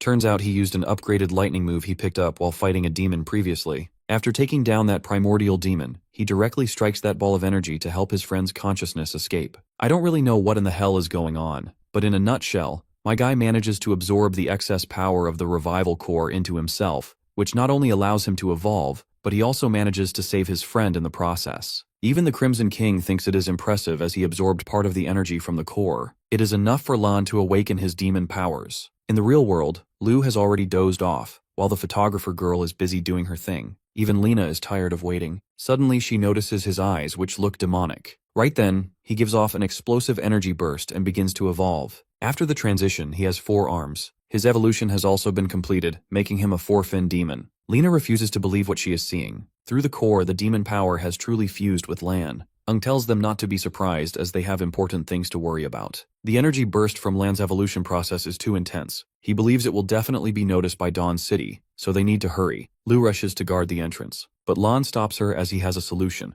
They all grab him by his arms and he takes off like a goddamn meteor. Seriously though, what in the Omnitrix malfunction is this? Suiju meanwhile can't help but admire how amazing the dude has become. In his takeoff, Bro had left a huge hole in the roof of the hotel. People gather around the hotel premises as the authorities investigate. They are told to leave as it was just an accident. Investigators have no other clue except the hole in the roof and the fallen sign. The captain of the Dawn Warrior Guard is sure that there was a demon, but it makes no sense how the demon vanished in just a few minutes. Suddenly, they notice someone landing from the sky. It's Van Dillen, the cheap copy of Homelander. They both kneel in the presence of this douchebag. Van Dillen is the strongest dual-core medic warrior, so it makes no sense why he would come here to attend such an insignificant event. Meanwhile, Aang and his team finally find a perfect spot to lay low. After getting down, they ask Snow how he feels. In response, he reveals that he feels like he is filled with the power of demons. He quickly switches to his human form. This sight fascinates Suiju beyond words. Meanwhile, Lena finds it is surprising how he can evolve to 4 fins at once. Perhaps it is because of Aang's assistance. Lan then reveals his side of the story. When he felt his consciousness was unclear, Aang had helped him and even adjusted the power of the demon core. Because the demon power is too intense, he needs to adapt to it first. With his current tolerance, he was only able to evolve 4 fins at one go. Otherwise, he would have gone for 5. Moving on, Aang feels they won't be able to return to Dawn City for a while. They have attracted quite a lot of unwanted attention. He apologizes to Lena for that. But the homegirl doesn't seem to like Dawn City anymore, as it is no longer the Dawn City it used to be. She sees no need to go back. In this case, they see this as an opportunity for Suiju and Liu to evolve together. Of course, Suiju is already liking the idea. She wants to become stronger too. From now on, Lena wants the team to act together. In order to test what Lan is capable of, Aang suggests they should try hunting down a dual-core 6-finned demon together. The transformed Lan appears a bit uncomfortable in the next scene because Suiju's crazy ass won't stop taking his photos. As for Lena, she appears lost in her own thoughts, until Aang comes around to question what's bothering her, especially when she's usually the talkative type who doesn't beat around. Sharing a spot next to her, he asks if it's something about Lan that's keeping her mind busy. A worried Lena shares her concerns, expressing her discomfort at the idea of a human warrior merging with demonic powers, especially when she comes from a time where this kind of suggestion would be unacceptable. Though Lena perfectly understands that the current Aang also shares demonic power in his body, at this point she doesn't know how everything will wrap up. If humans and demons are together, then where does the future lead? Our boy understands her situation completely, recalling his own previous experience, how he found himself repulsed by the sheer idea of using his demonic power. Despite hating it back then, he ultimately had to come to terms with the realization that this power is necessary for them to grow as warriors. It's similar to the concept of absorbing cores, and if they refuse to use this kind of power, Aang thinks they won't be able to tackle absurdly powerful demons to come. Right now, the demons aren't even their only concern anymore. When you think about it, the new king is terrifying in his own right, as well as his battalion of the new 6 heroes. Even Lena expresses her sheer shock, going as far as to say that the new king is terrifyingly powerful. She remembers the weight of death pulling her when she met the king. That kind of power is unfathomably strong, to the point that Lena thinks it's impossible for a normal human warrior to even possess it. Though she's ashamed to admit, Lena shares that she was genuinely afraid to be in the king's presence, and that's saying a lot because she's one of the 6 heroes herself. Pulling her back to reality, Aang smacks her head, assuring her that everything is going to be okay now that he's here to protect her. Their conversation is interrupted by the rest of the gang, who has rested well and prefers relocating to a different town. Our boy gets up, preparing himself to hunt the dual-core demon and extracting the remaining 2 demonic cores. He thinks they'll have an even greater chance of succeeding, now that they've got the legendary warrior Lena by their side. The scene cuts off to a desolate land, where one particular demon is chewing down on its food. Our gang observes closely, questioning what the demon is doing. Lena reveals that it's common for 2 fin demons to be here and there, and it seems like they've stumbled upon some kind of demonic nest. Without wasting a breath, our boy chucks a long sword at one of the demons, killing it instantly, while the other 2 draw away from the enemy invasion. Donning his 6th finned form, Aang hopes to discover dual-core demons in this wretched mess. His mere demonic aura terrifies the lower-level demons, who fail to comprehend how a human is even capable of wearing their power. The demons are so busy fixating on our boy that they completely forget about Lan, who emerges from the shadows and smashes both their heads together, killing them instantly. I can't lie, Lan looks badass with his 4-armed form. Suiju is rather impressed by their teamwork, while our boy reveals that Lan can easily annihilate any 4-finned demon or below at his current power level. However, just within this lair, he senses an immense wave of aura bursting out, implying that a compounded demon core must be inside. Liu urges to participate in the battle, but our boy stops her, arguing that her demonic form must be used later on because they need to preserve their energy. In fact, Aang is of the opinion that they should only fight until they've merged with their compounded cores. The reason for this is that Lan is already facing an immense toll on his body every time he transforms, so Aang doesn't want to risk expending too much of their fighting force at the beginning. Instead, he tells Lena to take care of the other girls. The demons come bursting out of the nest, roaring to kill the humans who dared to challenge them. Lan wants to aura farm and tells Aang he can handle it all on his own. This meme vanishes in the next second with such incredible speed that he takes down one of the demons instantly. The other 2 express their shock at the sight of demonic power being used by a human, but before they can do anything about it, Lan beats the ever-living crap out of them. Observing the scene, Suiju finds herself excited because she wants a piece of that power too. But Aang claims that it's uncertain what kind of power they'll get, because it changes from person to person. Deploying one of his skills, Lan activates Dual Bloom, destroying the demons casually without any problems. The way he's effortlessly tearing them apart reminds him of the time he was weak and pathetically useless. He couldn't even defeat a 1-finned demon or protect his friends, and the best course of action they took against a 2-finned demon was to run away. But this is the birth of a new Lan, a man who breathes his every breath to instill fear into the hearts of demons. From the distance, Aang notices a lump of aura concentrating in one place. This means that an entire horde of finned demons is coming their way, emerging out of the nest. This small army of demons is by no means easy to take down, which is why Lena even urges to help them out in case necessary. Thankfully, our boy agrees, expressing that it's best for them to obtain the compounded core as quickly as possible. Preparing herself for combat, the legendary warrior channels a bolt of green energy. Her fighting stance excites Seoju, who is honored to fight in the company of the great hero. Releasing herself like a projectile, Lena unleashes hell on the demons. She's out here cutting them like butter, with a speed so fast that even Lu is impressed by the green core's might. As for Seoju, she couldn't even take a single photo because of Lena's immense speed. Even Lan, who was just a minute ago reveling in his great power, is shocked by the unique ability being used by Lena here. Satisfied, our boy reveals that so far the badass Lena hasn't even used any special skill. All she did was deploy her protective barrier to smash the demons away, allowing them to clear a path. Aang orders them to keep moving forward, while reminding the two girls to conserve their energy. Lena, on the other hand, has forged a path to a wide space ahead, wondering if the demons came from this path. Entering inside, she releases her barrier, staring up at the main culprit above. Sitting comfortably at his throne, the dual-core demon expresses his surprise at the humans making it this far. He's genuinely impressed by Lena's abilities, but the girl doesn't want to chat and immediately jumps right into the air to eliminate the threat.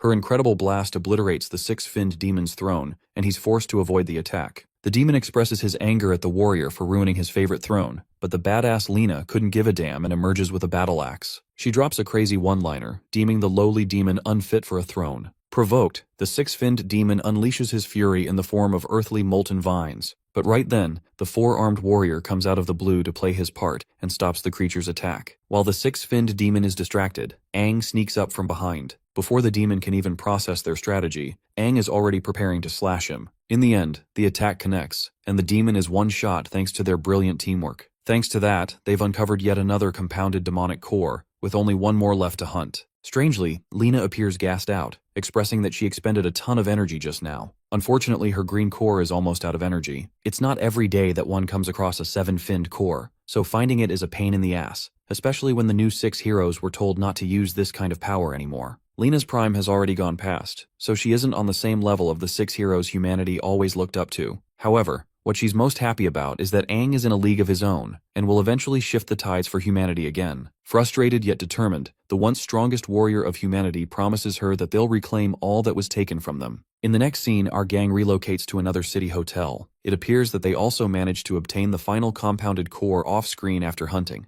Our boy wants to help the girls evolve and requests Lena to guard him until then. The good thing about this town is that it is relatively low-ranked, so there shouldn't be any troubles. Hilariously, Lena teases our boy, wondering if he's going to be fine in a threesome. Flustered, Aang expresses that it's nothing like that. From inside the room, the girls are wondering what's going on. Our boy enters the room and switches on the lights, wondering who's going to be up first. Liu musters the confidence to recommend Seoju first, and with the way these girls look right now, I don't think even a 9-finned demon could hold our boy back. Aang is fine with that, but trust me, our boy is genuinely struggling where to look, and the manhwa artist is making sure to give us all the angles. Seoju butts in, and explains that Liu wants to go first, but she's shy and doesn't want to reveal her feelings. Even though she tries to deny it, Aang comforts her and agrees with the suggestion. Seoju decides to give them some alone time and promises not to take any photos, but something tells me this creep won't stop. Now that they're alone, our boy takes off his shirt, revealing his cardboard cutout abs. He wonders what's keeping Liu's eyes busy on his body, and I think it's obvious that this is the average girl's biggest dream. The nervous wreck Liu can barely contain herself now that he's taking his clothes off in front of her. And goddamn, she even recommends taking off her own top if necessary. With the way they're talking, Seoju and Lan are embarrassed and shocked. A couple of quiet moments later, Aang sits in front of her, popping open one of the compounded cores. He hands it to her, while Liu questions if this kind of power is the same one she has inside her body. Even now, she has no clue how she was able to obtain such an ability to begin with. But one thing is for certain, ever since she got that power, she's been awestruck to chase its might. Many times she dreams of a terrifyingly large demon comforting her in her dreams, a kind of indestructible force unlike any other. By the way, it's clear enough that this is the other 8-finned demon, just like the Crimson King. Aang doesn't know it though, and he's hoping to get an answer soon. Instructing her to turn around, he tells Liu to keep the compounded core held tightly in her hand. Now that she's ready, our boy places his hands on her back, while the girl sinks to a state of meditation. At once, she is tossed into a spatial dimension of her mind. Here, a demon is guarding the core, a 6-fin source demon in fact. Slowly walking up to the core, she senses an incredibly dark aura coming from the source. Suddenly, the demon chants, "Open," causing it to release waves of energy. At first, Liu is afraid, but eventually she succumbs to the allure of her new power. drawing her closer and closer. The core is overwhelming her mentally in an effort to turn her into a servant of the demonic race. But right as she's about to lose control, the black-finned demon arrives and snatches her hand. She's the enchanting woman who has been haunting her dreams. The 8-finned demon casually toys with Lu's body, expressing that she has claimed the human for herself, so she isn't gonna let go of her. The Black King Fin is one of the 6 great King Fins, known for her ability to manipulate time and space. The primordial source demon is surprised to see her grant a portion of her might to a mere human. The Black King Fin expresses her personal interest in the girl and wants to create a smooth process for her transition. Lu finally speaks her mind, revealing that the demonic power dwelling within her comes from the Black King Fin. It's her first time being in the presence of a demon far superior to the likes of a 7-finned monster. The Queen of Black confirms this, while another voice greets them. Even the Source Demon is shocked to see 2 Kingfin demons interacting with each other. The Crimson King is annoyed that she's tampering with his plans. As for Aang, it's his first time realizing that Liu shares the might of an 8-finned demon too. Funnily enough, both of the hot babes are reduced to little fangirls after seeing Aang and the Crimson King. The Black Fin demon is out here showing off her curves in front of her crush, pointing out that she was in fact following his instructions by staying away from Aang. However, she required a personal human to spy around on her own. At this point, Aang is out here losing his marbles. 2 of the strongest demons are standing right in front of him, catching up to each other, making him question what they're plotting. The Crimson King lightly smacks her head, emphasizing that her involvement is causing him trouble. In response, she tells him that she's worried something might happen, but the Crimson King is confident in his judgment. Understanding that he doesn't want her to mess around anymore, the Black Fin decides to come up with the outrageous idea of killing Lu right away, believing that she's useless to their cause. But the moment our boy sees her trying to do that, this man goes right up to his 6th form and charges right at her full speed. But in his effort to look like a hero saving Lu, he forgot about one critical fact. Bro is going up against an 8-fin demon. The Black Fin isn't even afraid, and with a tap of her finger, sends this dude packing back to his human form. Aang is knocked out of his demonic state while Lu rushes to check on him. Oh, but not just that, this guy is paralyzed. The Black Fin casually remarks that she's trapped him in a mode of time where he's feeling constant pain, finding it insulting that he went ahead to attack a Kingfin. Ultimately, the Black Fin decides to release him from the bind, causing him to pant and recover his breath in terror. With the Black Fin towering over at him, Aang realizes just how outclassed he really is in front of a being beyond his league. As for the Black Fin, she started to grow fond of Lu and decides to change her mind, no longer finding it interesting to kill her. So what she does is pull Liu back to her grasp, while the Crimson King begins walking away, believing that their intervention is unnecessary. Our boy pitifully urges to protect his friend, causing the Crimson King to stop and give Aang a brutal reality check on who he's going up against. His opponent is none other than a creature that literally governs space and time, one of the most powerful beings to ever exist among their kind.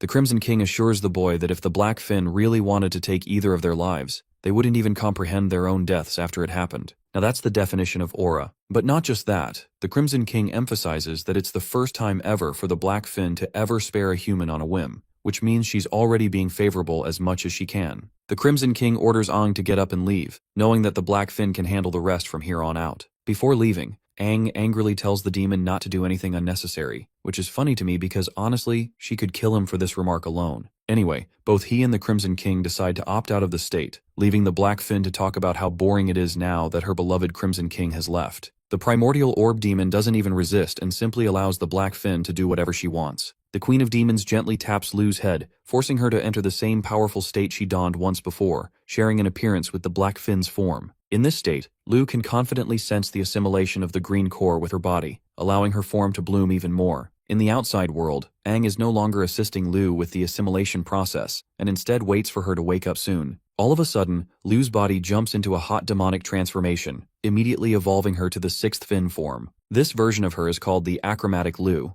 and while our boy can hardly believe that she's the same person, the Crimson King explains the evolution process. You see, thanks to the Black King Fin's energy, Liu has awoken in a slightly different state. Deciding to test her powers, she aims her hand towards our boy and pulls him in with a telekinetic wave. Achromatic Liu stops him for an important question. You might be wondering if this question has something to do with her powers. But no, all she wants to know is if Aang actually likes her or not. Our boy is stunned for life and realizes that Liu in this form is batshit crazy. Even the Crimson King is a bit put off to hear her say that. The strongest demon finds himself utterly lost trying to comprehend the mind of humans even after attaining godlike power. Hearing the boom, Lan and the others barge their way inside, or more like flop their way inside out of curiosity. But when Suju turns to look at what's going on, all she sees is our boy getting toyed with by the demonic baddie. Suddenly Lu realizes what's going on and her form fades. She is reduced to embarrassment, clarifying that all of this is happening because of her new form. Next up is the pink-haired photographer. Holding the core in her hand, she remarks how warm and light it is. Strangely, Aang thinks she's messing around and points out that she must take this situation seriously, because in the worst possible case, she's gonna get devoured by the core. Suju and her Jupiters playfully agree with the remark, while Aang is starting to think she'll never learn.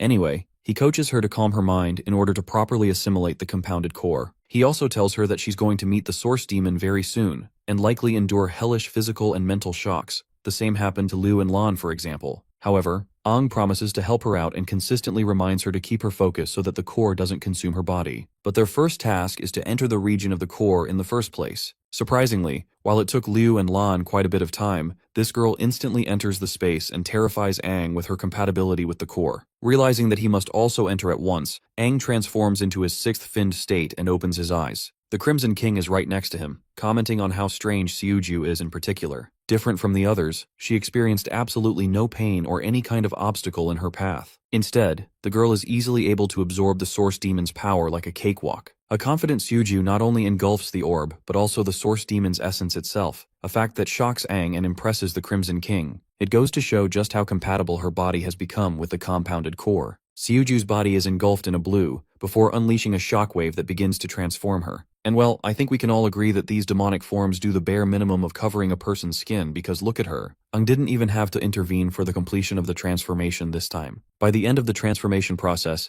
Suju's eyes turn blue and she maintains jagged horns throughout her form. This is the official awakening of the blue core 6 fin, and she surprised herself at how easy the process was. She looks at Aang, before staring back at her fairy-like wings. But I'm confident none of us is looking at the wings. With incredible speed, she vanishes and pops right before Aang, showcasing her incredible figure and not at all fan-service transformation. Our boy agrees and internalizes that Suju might have been a hidden genius all this time. In the next scene, all 4 of the humans invoke their 6-finned demonic state and burst out of the sea-level town, amazing citizens with their colorful streams. Aang's carrying Lena, believing it's time for them to transition to a different location where they can safely test their powers and work on their team abilities. To that, Lena recommends heading right towards a gigantic demon cave near Dawn City, a cave so massive that not even the valiant warrior teams dare to approach it in fear. Aang thinks it's going to be an excellent environment for them to test their powers, while Lena is starting to believe that these 4 now possess the ability to go head-to-head with the new 6 heroes thanks to their new powers. However, in the very next scene, Lena makes a surprising announcement to withdraw from the team. Unsurprisingly, Aang is curious and wants to know if he made her upset in any way, but she clarifies that it's nothing to do with him. It's just that her core is nearing its depletion, meaning she won't be able to fight at full capacity anymore and will only get in the way. Our boy flicks her on the head, quickly reminding her that she's literally one of the 6 strongest heroes of the present era, so there's no way she's going to become a thorn in their path. He's also ready to obtain a brand new 7-finned core for her if it's going to keep her around. Though he's happy to help her out, Lena expresses that she's fine on her own. The thing is, she's feeling doubtful of her own ability, and argues that even with the new core, she won't be able to help out much. The truth is, soon after the death of the strongest warrior, the original Aang, she stopped fighting and barely participated in combat. Soon after, the new king took over everything and basically allowed her to live a normal life, away from the duties of a warrior. In fact, she never would have donned her battle armor back on if not for Aang's re-emergence. Our boy is rightfully concerned about what she means when she says she won't be able to keep up anymore, even with all her experience. Lena cuts him off and shares that age is doing a number on her. The only reason she's maintained a youthful appearance up until now is thanks to the Green Core's powers. If it wasn't for that, she'd be an old woman at her final moments. She even teases him that after Aang claimed a young body for himself, he quickly forgot that she didn't get the same opportunity, and that she's well beyond her fighting capabilities now. But for the rest of his friends, Lena remarks that all of them have experienced tremendous growth, and they're bursting with life, even mastering their demonic states. She thinks that accompanying his team any further will only lead to becoming a burden. Grabbing his hand for one last time, she assures him that it's her own choice to leave, and that she'll always be supporting them from the side. Though it pains her heart to do him like this, it's her choice to make. Aang is still stubborn and wants to convince her, but she stops him in his tracks and instructs him to find her later on a mission to rescue Desha. She also hands him a special device called the locator compass to find her at any time. The design of the device reminds me of the dragon radar used to find Dragon Balls. Anyway, the beaming green pointer is Lena's status on the locator, and this thing even has voice command among other features. Aside from the compass, Lena also hands him a whole bunch of different demonic nests for Aang's team to target on their own. He takes the records and wonders where she's headed next, fearing that she'll return to Dawn City and put herself at risk. The legendary warrior assures him that ordinary warriors are no match compared to her even in this state. Her goal is to gather her stuff from Dawn City and relocate to another small town, living out her days there in retirement. Aang genuinely feels devastated to hear the word retirement coming from her, and wonders if Lena is ready to say goodbye to his team. Unfortunately, she doesn't want to make the farewell emotional, especially after sharing a life all on her own for decades. Before leaving, she does part with one solid piece of advice for Aang regarding Liu. Her mention of Liu makes him turn to look at her. The flustered chick returns him a warm smile and turns away. Clearly Lena has taken notice of Liu's feelings for him, so she wants our boy to be responsible for her. She's well aware that he's not the smartest tool in the shed when it comes to emotional affairs for that matter. With everything settled, Lena turns to leave, intending to use the transport system of a nearby small town to return to Dawn City. As she's leaving, Aang roars at her that if he does find a new seven-finned core, she better not refuse it. In her mind, she simply calls our boy an idiot, and hints that she actually loves Aang but is willing to move away from him because he's found Liu by his side. The team quickly catches on after seeing Lena leave, questioning Aang what happened. Our boy merely suggests that she's going to tend to some personal affairs, keeping it simple. Liu feels sad that she couldn't thank the legendary warrior for her incredible guidance. Meanwhile, Lan wonders if they're going to head straight to the demon cave she told them about. To that, Aang confirms, highlighting that it's an excellent opportunity for them to test their new power against the demons. Also, he's fired up with a proper goal this time, the goal of securing a new seven-finned core, so he can help Lena. Fired up, all of his friends transform into their demonic states, ready to rumble. The scene cuts to Dawn City, where Lena is carefully making her way. However, because of Lan's awakening from last time, security has gone up, making it difficult for her to navigate undetected. Luckily, she makes her way to her home through the open window and secures getting inside. Time is of the essence for Lena, because she's aiming to rush and leave with her valuables. While she's rummaging around, Lena completely forgets about the fact that someone is spying on her. The man casually remarks at his surprise, shocked to see her return to the city. Lena's worried eyes dart back to stare at Van Dillen's face, the same man who is known as the strongest dual green core warrior. She roars at him for breaking into her place without a notice, but Dylan knows that she returned for a reason. He shows her a tiny red box, wondering if this is what she's looking for. Lena's eyes widen in shock the moment she spots the object, questioning how he was able to obtain it. The scene kicks into a flashback sequence she shared with the original Aang. During one of his hunting missions, he decides to gather a bunch of materials to craft her a nice little necklace. Lena took the necklace, remarking how beautiful it looked, which is the same reason she came back for it. Dylan makes fun of her for living a casual life and still keeping a crafty ornament treasured in a box. He thinks it's pointless to treat a stone necklace with such care. He continues to make fun of the mysterious person who gave her the necklace. His provocative words are enough to piss her off, causing Lena to lunge at him. While she does manage to grab the necklace, Dylan shoves a heavy knee kick in her belly, launching her into the ceiling with a loud bang. Her body has barely recovered from the impact when Dylan blitzes her and reappears from the top, ready to kick her again. This time she manages to react in time by putting up an energy barrier, but his forceful kick still sends her flying. I have to admit that the action scenes of this story are amazing. Lena manages to recover, but the same can't be said for her fractured arm, which withstood the heavy blows.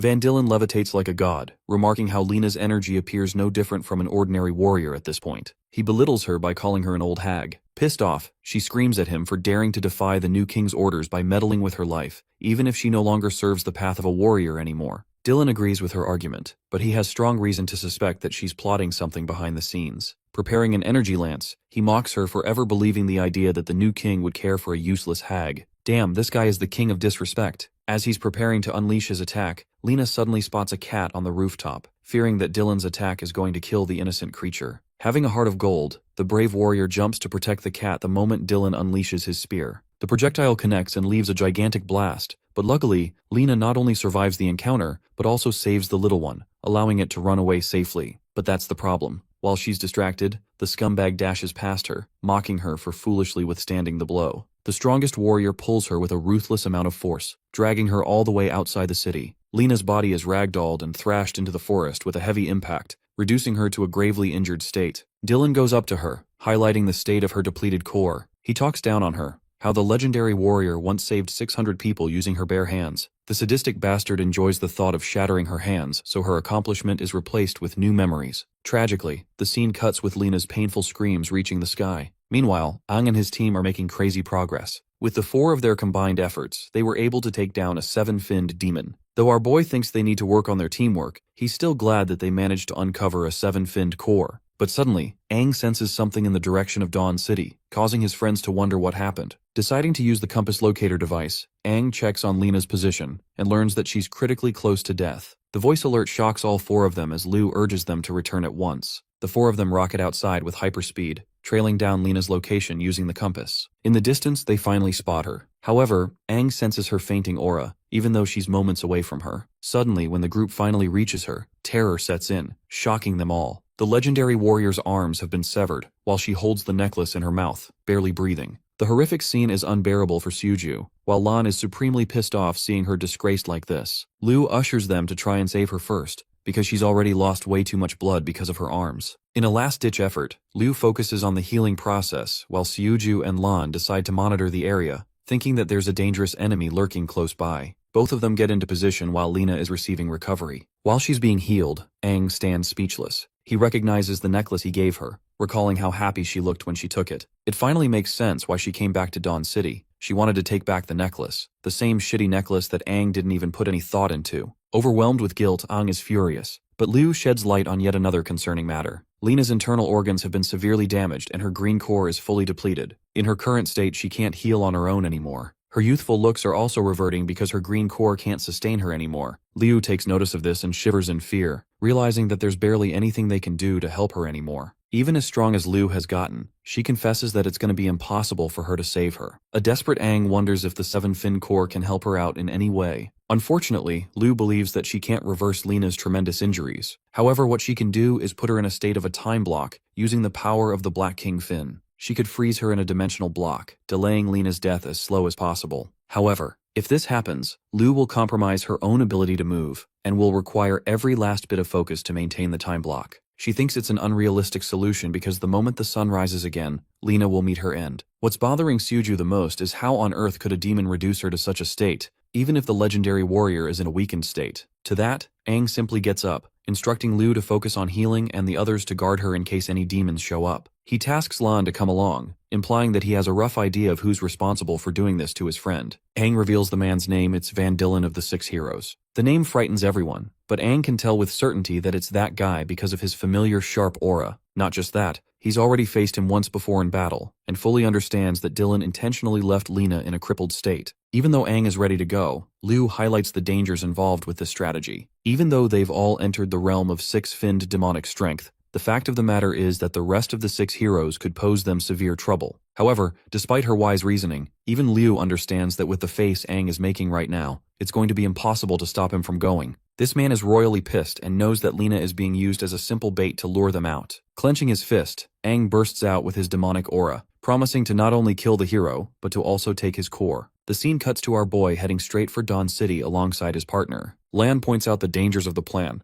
believing that a fight in the city is dangerous to the innocent people. Not just that, Dawn City is going to be tough to navigate as it is lauded as humanity's strongest S-ranked city. Even Aang agrees that the city's tremendously powerful defense barrier is so strong that it can withstand a blow from a seven-finned demon without a problem. However, that rule only works from the outside in, because just like last time, the barrier posed no trouble when they tried to leave the city unharmed. Lan is rather stunned by Aang's knowledge of the inner workings of the city. Knowing that he can't possibly invade past the barrier, our boy decides to take the opposite approach and intends to lure Dillen to come outside. So what he does is crash land into the outskirts of the city walls, terrifying the watchguards. The warriors are put on alert, wondering if it's a demon invasion. But when the smoke settles, they come to recognize two demonic humans being responsible for the destruction. One of the warriors orders to unleash the might of the defense beam cannon, reflecting how annoying it is to deal with humanoid demons because they can't be detected by automatic systems. All turrets are manually aimed at the two demonic humans. The situation is rather ironic for Aang,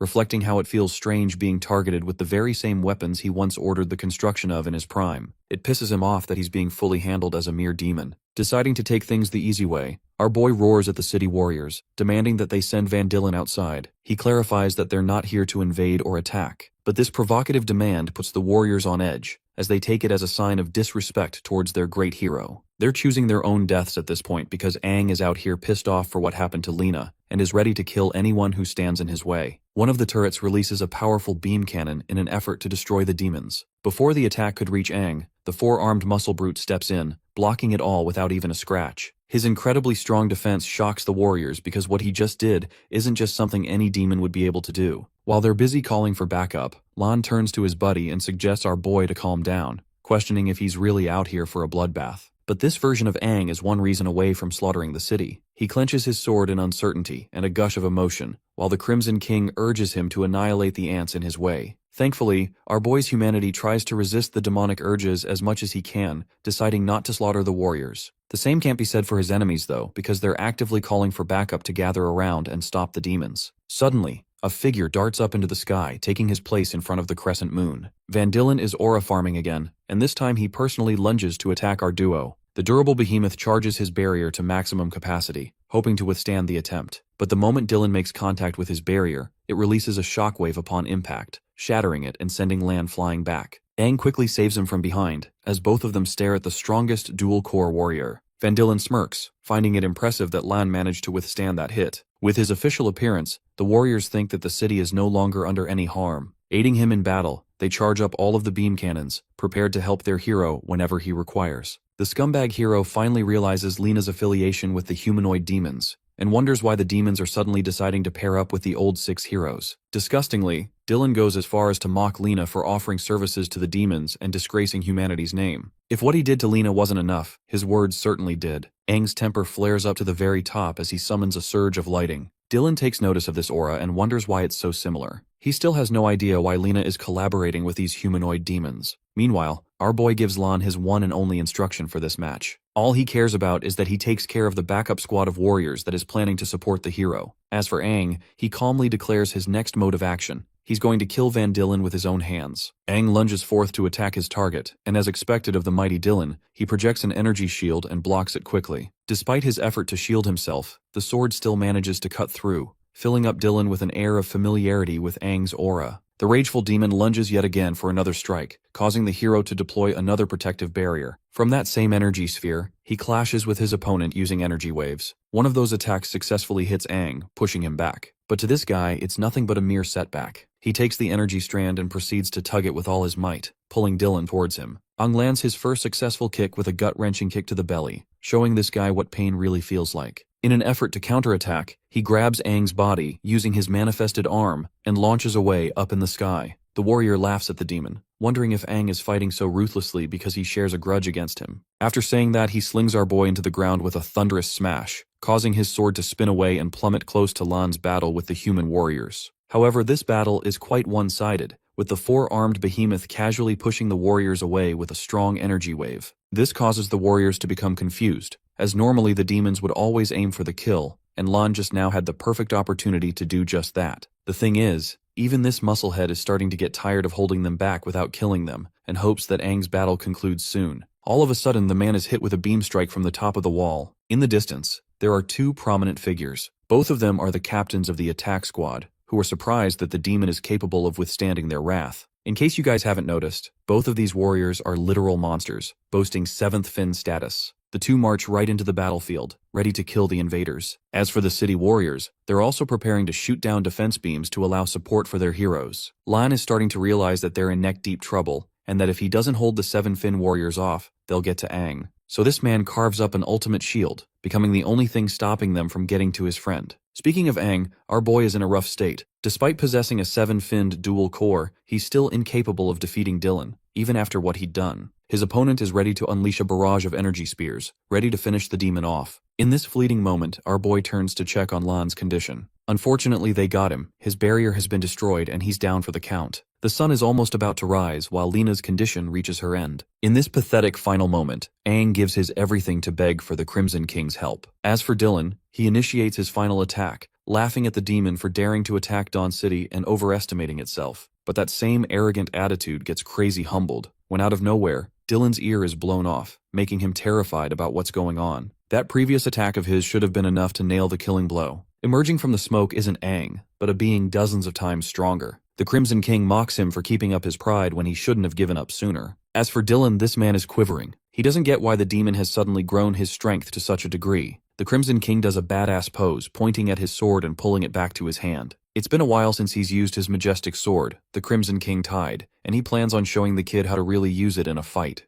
Having taken over Aang's body, the Crimson King expresses great joy after being reunited with his beloved Crimson Sword. In his mere presence, the demon cores of the surrounding warriors are shaking from the king's aura, causing them to wonder what the hell is even happening. Realizing that they had absolutely no chances of defeating this guy, the warriors start turning tail and running back to the city. One of them orders her subordinate not to flee from the battlefield, or else she personally executes the ones who did. As for Snow, even he is at a loss for words after bearing witness to Aang's indomitable newfound power. By the way, we will be calling him Snow from this point onward. Previously we used to call him Lan. It's as if his aura completely changed from before, and now wears an uncertainty that was never there. That is the authority of the King of Demons, and the might of the eight-finned monster. As he's staring up at Van Dillen, the man expresses his intrigue and thinks that Aang was actually holding back his real trump card all along. His supreme evolution makes him wonder if Aang has entered the ranks of a seven-finned demon's strength. However, the arrogant warrior thinks that seven-finned demons are no match for him, so he claps his hands and unleashes soul-devouring vines just to take out this new threat. To Van Dillen, he's unafraid of anything, as he already wields a dual seven-fin core, making him an extremely powerful force of nature. But right as he's flexing his rank, the Crimson King is already speed blitzing him by popping right over his head for an aerial slash. Van's cocky face goes to shit the moment he realizes he's about to get his head cut off. Reacting as fast as he could, he uses his soul-devouring vines to block the sword slash in the nick of time. However, the force from the impact is so dominant that it launches his body into the ground, thrashing him all the way. In the eyes of the lower-classed warriors, they can't even fathom how their greatest combatant is currently being ragdolled by a demon. It's an unbelievable sight for them. Meanwhile, the Crimson King starts to notice a few cracks appearing on his vessel's body, implying that even after a short display of strength, this body is far too weak to handle the Crimson King's true power. Even though he's fully taken control of Aang for now, that the Crimson King pities the current version of him, which makes you wonder just how powerful this guy was in his prime. Back to the scene of the fight, the lower-classed warriors are worried for their great lord. Van Dillen managed to survive that last attack thanks to casting another energy shield barrier before impact. In his thoughts, he analyzes that the previous attack was far beyond the caliber of a typical seven-finned demon's strength. He fails to comprehend how a godlike being has emerged from the body of a weakling. Dillen's ego is getting in the way, and he doesn't want to be humiliated in front of his peers again. After all, if he gets embarrassed here, it will reflect on the rest of the city's strength. Then there's the problem that the demon is fighting way too close to the city, which threatens Dillen's reputation even more. Deciding to change the scene of the battlefield, the dual seven-core warrior surges with strength and takes off like a rocket to charge at his opponent. Clasping his fist, this arrogant guy is planning to blow the demon away far from the area. However, the Crimson King remains unimpressed and merely decides to take the attack head-on. The moment their clash connects, the eight-finned monstrosity cleanly cuts his way through Dillen's body, severing his arm clean from him. Shivering in fear and astonishment, Van Dillen screams in agony. The warriors looking up to him are suddenly beginning to question his ability to win this battle. Frustrated that he got humbled in front of his own gang again, Dillen turns around with a murderous stride, this time unleashing waves of energy scattering around and targeting the demon. In response, the Crimson King casually prepares his sword. Right after, the attack connects with an incredible explosion, leaving everyone to brace from the shockwaves and impact it released. When the dust settles, Van Dillen stands exhausted in bafflement. Missing an arm, he can't believe that even an all-out attack like that was blocked by the demon with ease. In response, the Crimson King calls him a clown who has fully lost his mind. He wonders if the esteemed warrior has stopped caring about his city, because he aimed an attack that was going to hit the city if the demon simply chose to evade just now. The Crimson King points out the irony of a demon protecting the human city from a warrior, which I have to say probably annihilated Dillen's ego right then and there. While Dillen is mouthing things off in frustration, a voice echoes from within the Crimson King's body. It's Aang, and for the first time in forever, he shares such a personal grudge against Dillen that he is enveloped by bloodlust and a need to torture him. He begs the Crimson King to sever this guy from limb to limb, to offer him a taste of the treatment he gave to Lena. Bro basically signed Dillen's funeral confirmation right here. Unfortunately, the Crimson King admits that he can't stay in control of his body for far too long. More cracks are starting to appear on his face, indicating that Aang's body can't take the abuse for much longer. He even gives Dillen credit where credit is due, by admitting that he is truly one of the greatest warriors of the modern era. Despite that, the eight-finned demon assures his human vessel that before his time runs out, he's going to show off a bunch of skills to Aang so he can use them in later battles. Going back to the scene of the forest, Aang's friends are busy taking out all of the demons in the vicinity by making quick work of them. Suiju is being a badass and chopping them around like they never even existed. Her demonic state is incredibly powerful, but even she is starting to reach her limits. Lurking in the forest were tons of demons that were planning to attack her, and she had no choice but to take them head-on to buy some time for Liu. Speaking of Liu, she's still busy in the healing process, But as things are going right now, they're losing out on time, and if Aang doesn't return with the 7th Corps quickly, things won't be looking so good for Lena over here. The scene returns to the Battle of the Century, where the Crimson King goes head-to-head exchanging blows with the strongest human warrior. From their clashes, it appears that Dylan is the desperate assailant hoping to get a clean hit on his opponent. But even when he surrounds the demon with numerous soul-devouring vines, the Crimson King merely cuts them all off like child's play. This man is practically flexing at this point. The same soul-devouring vines grow even stronger and jagged with energy when Dylan exudes his maximum output. Even though he causes a mass-scale destruction, none of it matters because the Crimson King's speed blitzes his ass again and appears right behind him, cueing the, "Oh fuck, he's standing right behind me, isn't he?" moment. Before he can even turn around, the 8-finned demon annihilates the human with a piercing stab in his abdomen. Things are looking bad for Dylan, and he knows it. He's well aware now that he's fighting a demon well beyond the ranks of the 7th fin. By simply engulfing his aura, the Crimson King was able to extend the range of his weapon and connect the earlier blow. Anyway, even the prestigious warriors that were in awe of Lord Dylan's strength are watching helplessly, witnessing how the fight is going in the opposite direction for their hero. In an effort to back him up with support, the warriors are about to take off, when suddenly, Snow grabs both of them despite having been taken down before. This man is the ultimate homeboy and refuses to let any of them interrupt Aang's fight. The hasty warrior stabs him with a beam in an effort to free him from the demonified human's grasp. But despite that, Snow endures the torture and copes with his suffering. He realizes the extent of his own limitations, as he couldn't help but be demolished by a 7-Corps warrior. Still, Snow doesn't want to give up despite the gulf in strength. He too wants to exact justice for Lena's sake, and this time, he intends to use the power that he kept in reserve during his demonization process. Cracks appear on his back, and suddenly a wave of energy erupts from the defeated demon's body, alarming the warriors around him. The higher core warriors can't fathom how one demon is capable of expressing so much willpower. They bear witness to the birth of the 5th fin demon in his evolved state. Snow's body now glows with traces of gold trails covering him, and he's filled with the resolve to carry out his only objective in this fight. Back to the scene of the battle, or should I say the one-sided massacre, Van Dylen is tossed around like a rag doll and has to use his own magic to stop himself. Retaliating accordingly, he creates dozens of mines with his energy. This attack is called the Void Render Blast. Hoping that this will be enough, he sets off all of those mines in the form of concentrated strikes aimed at his opponent. The Crimson King doesn't even have to use a special skill to respond to them. All he does is lift his sword, and in the next scene, all of those mines are nuked with a single slash. A few moments later, the arrogant hero's body plummets to the ground with a heavy smash. When the dust settles, we see a bug squashed into the ground, exactly where his place is meant to be. At his current state, Dylan has lost his other arm as well. His body has endured far too many injuries.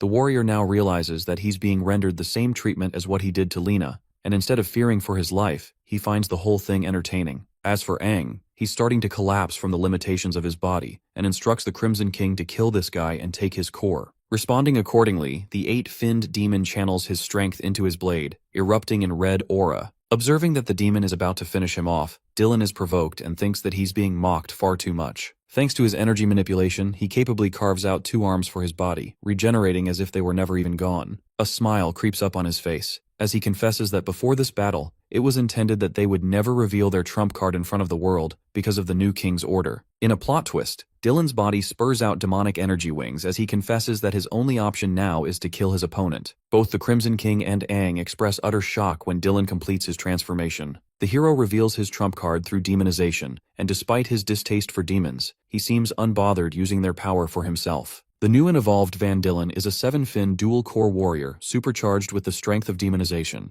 This is astonishing in the eyes of the suppressed Crimson King, who points out Dylan's genius plan. You see, throughout this entire fight, his mission was to lure his opponent away from Dawn City, to avoid anyone witnessing his demonization transformation. Thanks to that, no one will know that their esteemed hero is a demon too. Amused, Lord Dylan offers praise to the clever demon for quickly grasping a hold of things. He also reveals that he's never used this form against an enemy until now, simply because he was far too powerful even without it. Even though he completely despises his demonic state, he had to set aside his ego just to stand a chance against his opponent. Vanishing in thin air, the demonified Dylan pops out of nowhere and calls his form invincible. This time, he actually manages to connect his attack against the 8-finned demon, smashing him into the ground with his abyssal soul-devouring pillar. Refusing to let this fight be finished already, Dylan uses the same spear and nukes the 8-finned demon's body by sending out even more blasts, causing the ground to erupt with explosions. At the end of his attack, he stares down at the remains of his opponent. Despite having taken all of those hits, the Crimson King appears unharmed, as he blocked everything thanks to his sword. It seems that he's still untouched even after the strongest human warrior has undergone demonization. While the Crimson King admits that Dylan's power has truly evolved far beyond his calculations, the 7 dual-core warrior is impressed with the endurance of his opponent and praises Aang for holding his ground. But I guess alongside his evolved power, his ego has also evolved because he thinks he is truly invincible in his current form. The Crimson King loves a challenge and expresses that it's the first time he's having to hear that from someone standing in front of him. Gripping his sword, the 8-finned demon erupts with demonic power, sending out ripples of crackling electricity and shockwaves so powerful that the surrounding earth can't even withstand his mere presence. While he's surging with unmatched power, Dylan finds himself questioning how one demon could even possess such terrifying might. In response, the 8-finned demon expresses great joy to show the difference between both their strengths. But then it happens. Just when this fight was going to take it to another level, Aang's body shivers to keep up with the 8-finned demon's strength. At this point, he's starting to bleed out from his own strength. Having endured the brunt of the entire fight, it can no longer sustain the Demon Lord as his vessel. Unfortunately, the Crimson King understands that if he keeps going, it's going to be problematic for him in the long run, because Aang's body could fully collapse and destroy the Crimson King's body in the process. He considers it a truly pathetic sight that he couldn't enjoy a powerful battle with an opponent showing promise. He was already bored after resting in Aang's body for far too long. To make things right, he mutters a chant to disperse Aang's strength. To Dylan's complete shock, he senses an immediate shift in aura, as if his opponent depowered back to what he was before. After a clamoring explosion, Aang can barely hold onto his sword after reclaiming control of himself. He doesn't get why the Crimson King dispersed just like that, just when they were reaching the climax of this battle and could have had the chance to kill Dylan. Despite his frustrations, the Crimson King reminds the rage-filled human that it was the only choice they had. If he hadn't submitted control back to him, it would have resulted in Aang's death, and that goes ultimately against the Crimson King's goals. But I find it hilarious because by returning Aang his body, he basically guaranteed our boy's death anyway, because it's not like he's about to call Goku to fight Dylan for him or some shit. Aang even points out this obvious fact that even at his normal state, he could barely hold a candle against Dylan, and now that he's entered the realm of a godlike being with his demonization state, things will be even worse. Lena is at the verge of death, and his friends are relying on him to finish the job. The Crimson King offers our boy a way out by highlighting that his weapon and sword, the Crimson Tide, is still a gateway to much of his power. That means, if our boy is capable of harnessing its endless strength, he could stand a chance. He even teaches Aang to allow his spirit to become one with the weapon's soul, and it will instruct him exactly what to do. Baffled, Aang questions if he's really about to have a conversation with a damn sword of all things. Despite his ridicule, the Crimson King laughs, and goes on to explain that this sword is the most reliable companion he's ever had. This thing has been through countless battles well beyond the threat of the current one. All Aang has to do is focus his strength into awakening the sword. The Crimson King forwards that if our boy is incapable of defeating human garbage like Dylan, then maybe he's not so special himself after all, which is funny because bro just said no balls, just to make this guy act. Connecting the dots, the demonized Dylan expresses his understanding of the situation. He now knows that the overpowered version of Aang wasn't him just now, but some other powerful force in his body, a force that is well beyond his grasp right now. Realizing that this is his golden chance to end Aang's life, the demonic hero unleashes his soul-devouring vines again. Meanwhile, Aang pays no mind to his words and immerses all of his concentration to connect himself with the sword. He calls out to the Crimson Tide, pleading with the sword to answer his call. In response, the sword exudes demonic energy, implying that it has awakened at last. Let's transition back to the forest and see how Suiju and the others are holding up. Even now, she's working overtime and speed blitzing all of the surrounding demons in the forest to buy Lu as much time as she possibly can. So far in this battle, she's starting to feel the fatigue, and it has quickly become a fight of attrition against the low-level demons. Suddenly, the lurking demons in the forest who were about to pounce on her hear a terrifying shriek. This roaring sensation made them tremble to the point they all started retreating away to give way to the superior demons. Emerging out of the forest, a 6-finned demon has brought more of his friends, all boasting a higher rank than the others. The demon is attracted to the scent coming from the human, which lures them all out. Things are looking bad for the camera lady over here because now she has to face even stronger opponents when she was already struggling against dozens of low-level demons. Liu inquires what's going on because she can't afford to come and take a look herself. In response, Suiju remains quiet. Despite her struggling state, she tells her friend to lock the fudge in and keep on hammering the healing process for Lena, though she admits that her upcoming fight is going to be a lot tougher than all the previous ones she had. One of the higher-level demons expresses his excitement over Suiju being a humanoid demon, and suggests that they keep her alive to enjoy her body later. Even the demons are freaky in this story, but Suiju doesn't care because she's about to head right into overdrive and annihilate them all. Sharing no intention of leaving any of them alive, the incredible warrior tackles one of the higher-level demons with her incredible speed. Her goal is to take one of them out right away to decrease the load later on. However, while she's busy keeping one of them busy, two more are already aiming at her from behind. Both of the demons manage to give her backshots, manage to slash her back. Somehow Suiju uses the momentum from their attacks and pulls out a backflip, surprising the demons with her quick maneuver. She turns and wrists her body upside down, before unleashing a fury of slashes in the surrounding directions. The attack kills another one of the demons, while the last two six-finned demons escape the Tempest Waltz. Having pushed back to such an extent, the demon even praises her for being tactical and forcing them back despite incurring an injury from their attacks. Having seen her use deadly skills just now, the six-finned demons decide to prepare a skill of his own by wrapping his hand around flame energy. But before he could react, Suiju's already on top of him, and connects a killing blow that destroys the demon in one hit. However, Suiju's body is growing closer and closer to its limits after expending so much energy in short bursts. Then comes another problem. Remember the first demon she took out in her assault? That bastard somehow manages to get back up. His wounds are quickly healing thanks to its healing ability. He mocks her for thinking that he was dead, and promises to show the human what a taste of pain feels like. Saying so, the five-finned demon bursts with incredible speed, but this time, he goes after Liu, who is defenseless and incapable of doing anything.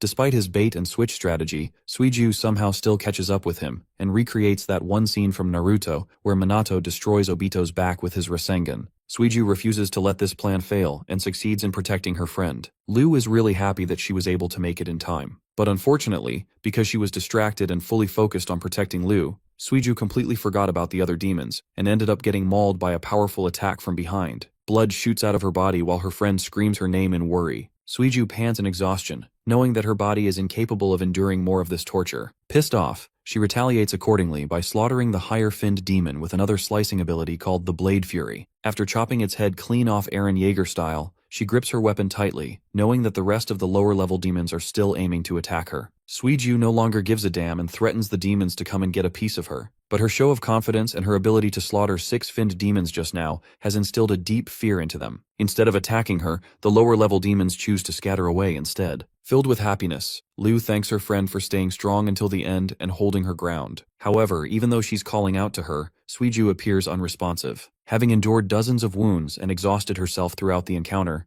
Suiju ends up fading to unconsciousness on her feet, which in my opinion is one of the coolest ways for someone to go out. This is the result of her defeating two six-fin demons, one five-fin demon, 6 4-fins, 16 3-fins, 22 fins, and 45 1-fin demons all in one night, while at the same time ensuring Liu's safety. Now let's go back to Aang, who has freshly awakened the Crimson Tide. The sword is offended at his ability to have a conversation with the blade because he isn't supposed to be the Crimson King. Meanwhile, our boy is enjoying the fact that he finally managed to communicate with the sword, but the way he is caressing the sword is giving me sus vibes. While he's marveling at the wonder of his new accomplishment, the demonized Van Dillen refuses to be mocked and ignored openly. He sends out a burst of soul-devouring vines to end Aang's life, claiming that he no longer possesses any chances of beating him, now that he's lost the support of the demonic force inside of him. In retaliation, the once strongest human of humanity urges the demonic blade to help him kill this guy. But hilariously, the sword outright refuses his order, shocking our boy. I just love how it said no, and basically left our boy getting thrashed around by the vines because of it. Aang is fully restrained by the vines tangling around his body and holding him down. They're not just putting him down, but also siphoning the energy in his body, which means the longer he stays trapped, the worse it gets for him.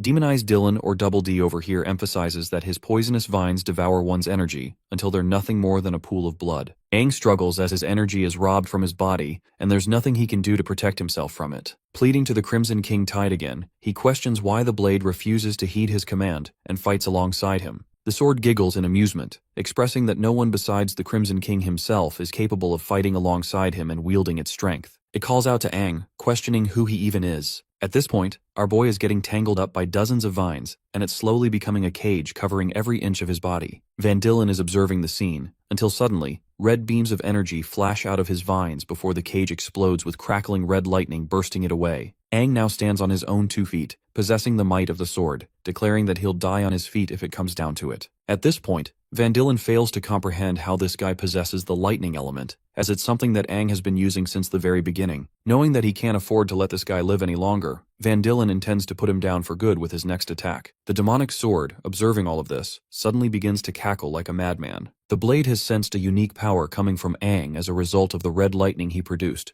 and hence it considers him worthy to be his companion. Now that the two are unified together, Aang raises his demonic sword into the heavens and urges the weapon to comply with him. but to his shock, the blade shatters into 100 pieces. And no, this isn't because of that ugly green clown's attack or anything. It's because the sword is capable of manipulating its form based on the user's strength. In our boy's case, the Crimson King's tide reforms itself and materializes on his right arm, allowing Aang to access its full might. With a newly powered weapon becoming a part of his body, our boy smiles, because finally he stands a chance against Dylan. He praises the Crimson King tide for being incredibly powerful. While he's busy glazing his weapon out here, Dylan feels left out and fails to comprehend what the fudge is happening. He's seen so much character development out here that he no longer cares anymore. Demonized Dylan manifests his strongest ability yet, summoning Leviathan-sized serpents out of portals, which is one of the coolest abilities I've ever seen. Dubbed it as the Dimensional Python Array, he sends these gargantuan pythons aiming to kill his opponent. Aang stands face to face with the three creatures and prepares himself. Taking off with lightning speed, he's able to dash his way into the pythons. Thanks to his boost in strength he received from the Crimson King tide, Aang nukes his way out of the snakes' bodies, shattering Dylan's strongest skill, a feat considered impossible for anyone to have accomplished. In his final attempt to save himself, Dylan does what he can to block the hit, but our boy is already seconds away from blowing his face off. The attack connects, resulting in a cataclysmic clash that blinds the sky with its rippling shockwaves and a deafening bang. Demonized Dylan is continuously baffled by Aang's ever-growing strength, and questions how he's able to evolve to the point of defeating him. Our boy puts his ass down to the ground by reminding Dylan that he's just a scumbag hero, too arrogant for his own good, while he is the literal embodiment of the former king of humanity. Love how Aang used his strongest move, Aura farming 9,000 to finish this guy. The words former king are incomprehensible to Dylan, who can't fathom how the original Aang would be capable of returning back to life. The fight reaches its climax as Aang's punch shatters through Dylan's defenses and impales his abdomen with a crunching blow. In that same stride, Aang's earth-shattering punch annihilates Dylan's body until there's nothing left of him. Having succeeded in his mission, he spots the dual 7 cores that emerged out of the demonized human. Our boy quickly grabs both of them with speed and blitzes back into the air to return to his friends. The perspective shows the destruction unfolded as a result of the battle between the two fighters. Everything is in ruins. Meanwhile, Snow is holding his own in an energy barrier against 2 higher core warriors well beyond this league.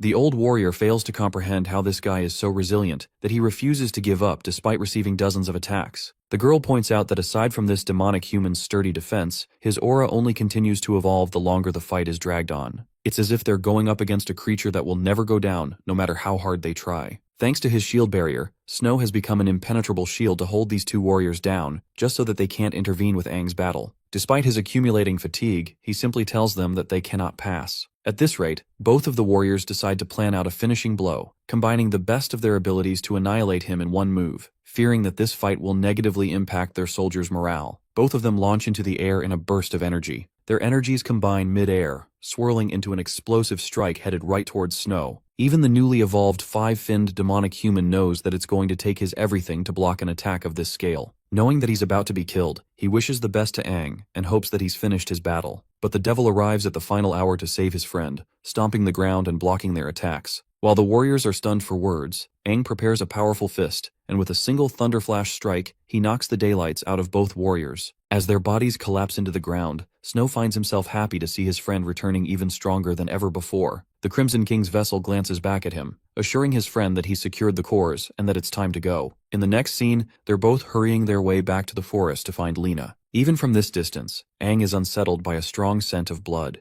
Moments later, they find the source of the smell, and it's linked to dozens and dozens of higher-level demonic corpses. Dashing from the forest, Suiju blitzes with impressive speed and tries to punch Aang, thinking that he too was an intruder. Our boy is alarmed to find Suiju in such a state. It appears that she's literally unconscious, and yet her body is still trying to protect her friend. He asks her if she's responsible for taking down all of these demons all by herself. Aang's lips quiver in sadness, knowing that his late arrival has pushed his friend to her absolute limits. Hearing those comforting words, Suiju's body topples at last, breaking into Aang's grasp as he catches her. Liu, who is still busy healing Lena, explains that Suiju went all out protecting them even after she was knocked unconscious. She kept going until she sensed that everything was going to be okay with Aang's presence. After that, Aang hands her the dual 7 cores he retrieved from Dylan. What's even more surprising to Liu is how he was able to demolish one of the new 6 heroes at his current level. Using her powers, she manipulates the cores and fuses them with Lena's body, causing the ground to render shockwaves that are visible from the sky. Lena's oldened state returns to her youthful looks the moment she gains the ability to heal herself again. Her arms begin to reform with spirals of energy, filling up Aang's face with joy to see his old friend finally recovering. However, at the cost of her recovery, Lena exposes her entire strength and topples on the ground. Her friends call out her name as she drifts into unconsciousness. A while later, Snow confesses that it's not as bad as it seems because Lu fainted out of fatigue. With two of their friends knocked out, he admits that these girls gave it their all, expiring every last bit of energy reserve they had just to keep going. Even Ong admits that he has been blessed with two amazing warriors, as both of these girls are persistent and stubborn to the end. He jokes around saying that they won't be waking up anytime soon, but hears no response from Snow. Ong suddenly realizes that even his homeboy ended up dozing off because of the exhaustion. It soothes his heart that everyone around him gave it their all. Ong promises to watch over every one of his friends while they are resting. In his heart, he thanks them for making this mission a success. In the following sequence, the majestic Lena wakes up in a field of grass. She takes a moment to question her reality, wondering if all of what she experienced is just a result of some dream she had. Then she hears Aang's voice, who teases her for dozing out on them. Surrounded by his fellow warriors, he asks her why she looks confused. Lena reveals that she must have had a really long dream, one in which she lost both of her arms in an effort to fight until the very end. The old king teases her for being exhausted and having weird dreams. Among the warriors came a woman who gently held Lena's hand, comforting her and assuring her to relax. Mist Queen Selene was the strongest purple core of her era, and shared a face similar to Lu. The old king shares that the construction of the main city has nearly reached its completion. Dawn City will officially become the first S-rank city to go down in history. The beautiful fort he built with his own hands would go on to become the new city of hope for the rest of humanity. Lena also saw the second strongest red core of the era, the blazing flame Carlos, who is supposed to be a lookalike to Snow. The residents of Dawn City decided to personally carve out a statue of their king, just to show their appreciation, even when Aang refused their offer. The strongest yellow core, Great Earth Ran An, told him that he was the one true king, and the one responsible for giving them hope. So he deserved a statue to reflect that. All of the strongest warriors of humanity collectively agreed that Aang deserved every bit of his fame and appreciation. The old king thought of them as nothing more than a bunch of chatterboxes, and decided to stride towards the city. This is when the strongest black core, Xavier the Void, expressed his suspicions regarding the ancient king. He wondered if it was a wise idea to send an investigation team to look into the matter. However, Aang prioritized building the city firsthand, sharing his intentions of creating underground tunnels for easy access to all resources as well. He also shared his knowledge of a new religious force taking the surge and actively going on a rise. While they're heading to the city, Lena appears to be dazed out and gets told to follow them. She happily agrees and tries to get up. But the moment she tries, the warrior is traumatized with a sudden nightmarish feeling of her arms getting ripped clean off. She begs for her friends to wait for her, begging for Aang to stay. Lena helplessly calls out his name many times until the dream sequence eventually comes to a close. The next shot we see of her is when she has regrown her limbs. Catching a glimpse of Lena's state, Aang is startled and gently puts Liu down on the ground. He rushes to catch up with her, happy to find her awake while she's still processing what happened. The dual 7-core warrior realizes that her body is rejuvenating with incredible energy thanks to the fused core. Trembling, she can't believe how her arms grew back all on their own in perfect condition. Hearing her doing well makes our boy really happy as he goes in for an immediate hug. The forest is silent, the bodies of the demons rest quietly, and Aang's friends are sleeping too, leaving them to experience a moment just between the two of them. Overwhelmed with emotion, Lena is brought to tears when she connects the dots and realizes that Aang went out of his way to endure so much just for her sake. He apologizes endlessly for her mistakes, knowing that she is responsible for Aang putting himself in danger. In response, our boy calmly assures her that everything is okay, and that all of them did this because they wanted to. At the end of the day, they were lifelong friends who took liberty in knowing that they would sacrifice their lives for each other's sake. Well, after that, Aang basically explained everything from the very beginning and how he managed to kill Dylan and save Snow in the process. It comes as a shock to her system that he managed to kill one of the new 6 heroes, but an even greater problem arises because now, Dawn City and the new king will be sending out the rest of the heroes to hunt for them. Fearing for the worst, Lena urges them to leave this place immediately, knowing that it's going to get ugly for them. Our boy agrees with her words, expressing that all of them are currently far too weak to take on any more threats. Of the original 6 heroes, 3 died in battle, 1 was imprisoned, but there is the yellow core Ran An, who managed to survive. After enduring a serious injury, he gave up the life of a warrior and went into hiding in a secret town to lay low. Aang shares that they should track him down and find him, knowing that it will be a safe option and a good way to reunite with an old friend. Lena accepts the suggestion but first decides to heal everyone in one go. Covering them in a large barrier, she uses her exceptional healing ability to help recover their strengths. So far, the legendary warrior is thoroughly impressed with Dylan's dual cores. They're riveting with so much energy that it took no effort restoring her arms. This instance serves as a reminder to Liu, who in the future will require a powerful green core to perform similar skills. An excited Lena is satisfied to envision a future where Aang is standing strong with powerful allies by his side again. Switching topics, he asks her about their incoming journey. Though Lena explains that distance won't be an issue, she thinks their old comrade might not accept their reunion. The thing about Ran An is that right after Aang's death, the poor guy fell into deep despair. It could be said that he succumbed to hatred, despising the fact that his king abandoned them and left them all alone. It was specifically because of Aang's downfall that everything went into chaos. Knowing that he has to do the right thing, our boy strengthens his resolve to explain everything to his old friend when they meet. In the following scene, the perspective shifts to a barren land. Here there is a demonic cave acting as a breeding nest for the demons. One of the new 6 heroes has personally come here to eradicate them, expressing his disgust at the mere sight of these creatures. To his surprise, he receives a sudden emergency call from his watch, which is odd because the last time he had one was many years ago. The transmission line connects, and keep in mind, the demons are still lurking in the cave staring at him while this is happening. The voice questions him if he has collected the item, which the new hero confirms that he has, though he doesn't get the point of asking such a pointless question through an emergency call. It's starting to bug him that this person doesn't trust him even after everything he's done for them. Until suddenly the news reaches him. Dylan is officially declared dead, and the hero's face sinks to horror upon hearing such a wild statement. The messenger continues to explain that apparently, 2 incredibly powerful humanoid demons arrived out of nowhere to attack Dawn City. Lord Dylan led one of them far away from the city, way beyond its borders. But when the battle ended and an investigation was conducted, they received Dylan's death signals. Not a single part of his body remained, not even his bones. As for his dual 7 cores, they were also stolen by the same party, and they've yet to uncover the party's objective. Well, the messenger reminds him that the 6 elite heroes have shrunk down to the number 5. The current king is unaware of this news, as he's in seclusion. Leo, an incredibly strong dual red 7 core, is given immediate orders to return right away. But this command bothers him, and he refuses to sit around upon his return. He is filled with rage, and he doesn't give a damn if they're gonna stop him because he'll still investigate on his own. Leo begs him to do this, to which the other person decides to agree with, telling him that he's going to inform the other 3 heroes. Leo promises to send the results of his investigation a bit later, which would help the overall search mission. The caller emphasizes that Leo should calm down, understanding completely why he feels this way because Dylan and him shared a childhood. Though they're also grieving the guy's passing, nothing can be done at the moment to help their cause. The call cuts off, and a flash of their childhood passes by in his mind. He remembers the time they were just dumb kids playing around in the grass fields together. Overwhelmed with emotion, Leo grieves the loss of his best friend, questioning what the hell could have taken him out. Fury overwhelms every fiber of his being, and he erupts with a rage that demolishes the demonic cave with a terrifying outburst. His energy touches the very skies, and he assures Dylan's murderers that they're not even going to have a single part of their body left when he's done with them. Going back to our boys, Aang and Snow are flying full speed to reach Ranan's secret town. They're carrying Lena and the others since they're still too exhausted. In fact, our boy glances back at Lu and wonders if they should stop here for a break, but Lu assures him that she's okay alongside Suiju. It's just that Snow might be feeling the pressure by having to carry 2 people at the same time. Aang's homeboy also assures them that he's completely fine and urges them to keep going. Lena boosts everyone's morale and reminds them that stopping will be a death sentence now that they've killed Lord Dylan.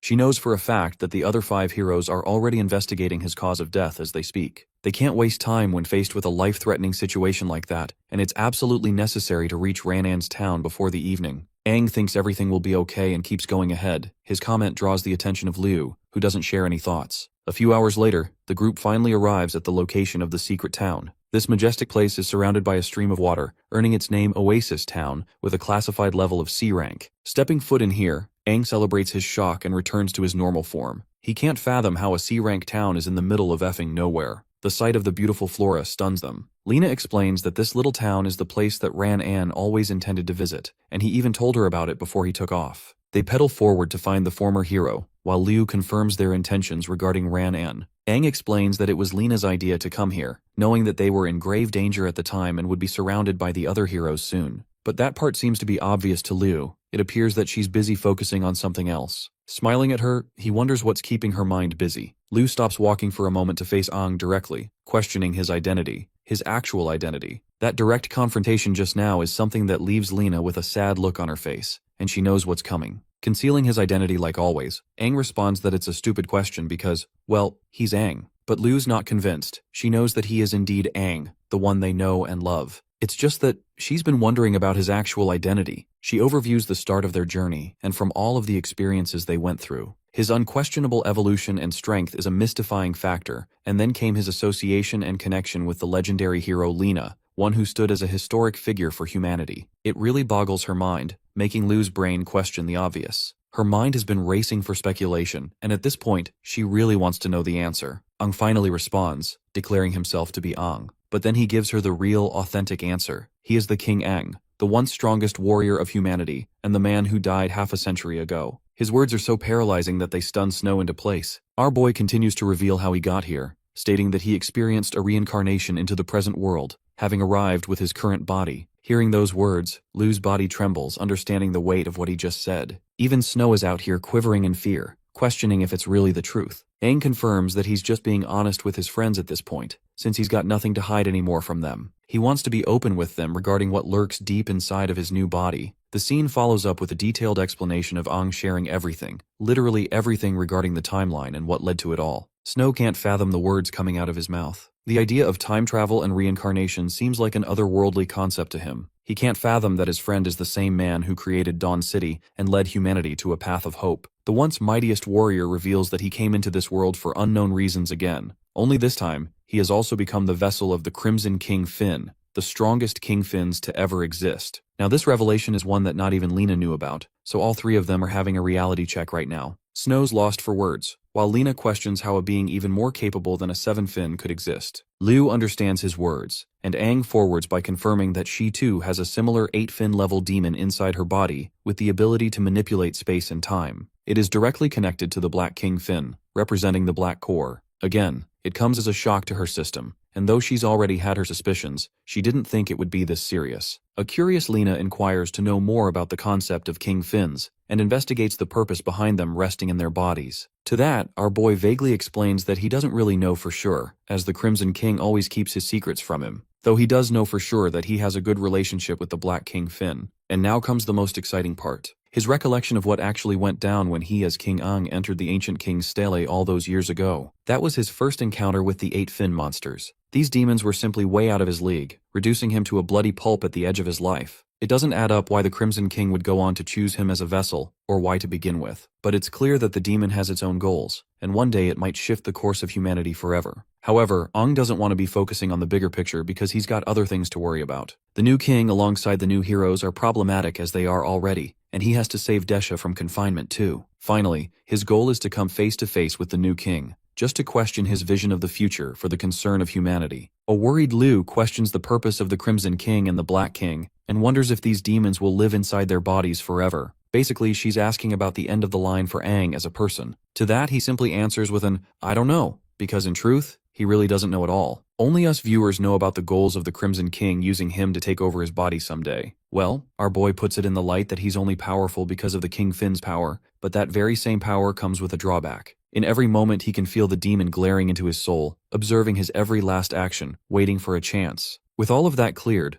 Aang expresses that he no longer has any secrets to hide anymore. He's opened himself to his companions because he thinks it's necessary for them to know these things. Snow finds himself in a questionable stance, and confesses that those secrets he just revealed are simply frightening to accept. He thinks that if Suiju was awake right now, she would crash the heck out because of her personality. At the same time, Snow expresses that even if a king that led humanity in the past, to him, he's his one true brother, and that Snow will always back him. Now that is a true homie right there. Lu also thanks him for revealing a vulnerable secret, and doesn't know where to go from here. Aang shares his gratitude back, expressing that they've been a huge help in his journey, and that they've already supported him more than enough. Then he turns to Lena and asks her to continue leading the way, because they've got to find Ran An and heal themselves properly before making the next move. Of course, though the legendary warrior is experienced and wise for her time, she fully understands the inner conflicts that Snow and Lu must be facing right now. She can see their frowning expressions, as if they're struggling to process everything. It will take time for them to truly adjust to their new reality. Well, the group moves forward until they're confronted by the city guards on top of the wall to back off. The one Fin Green Core warrior roars that outsiders aren't allowed in Oasis Town. In response, Lena clarifies that they're not enemies and simply require a place of refuge and rest,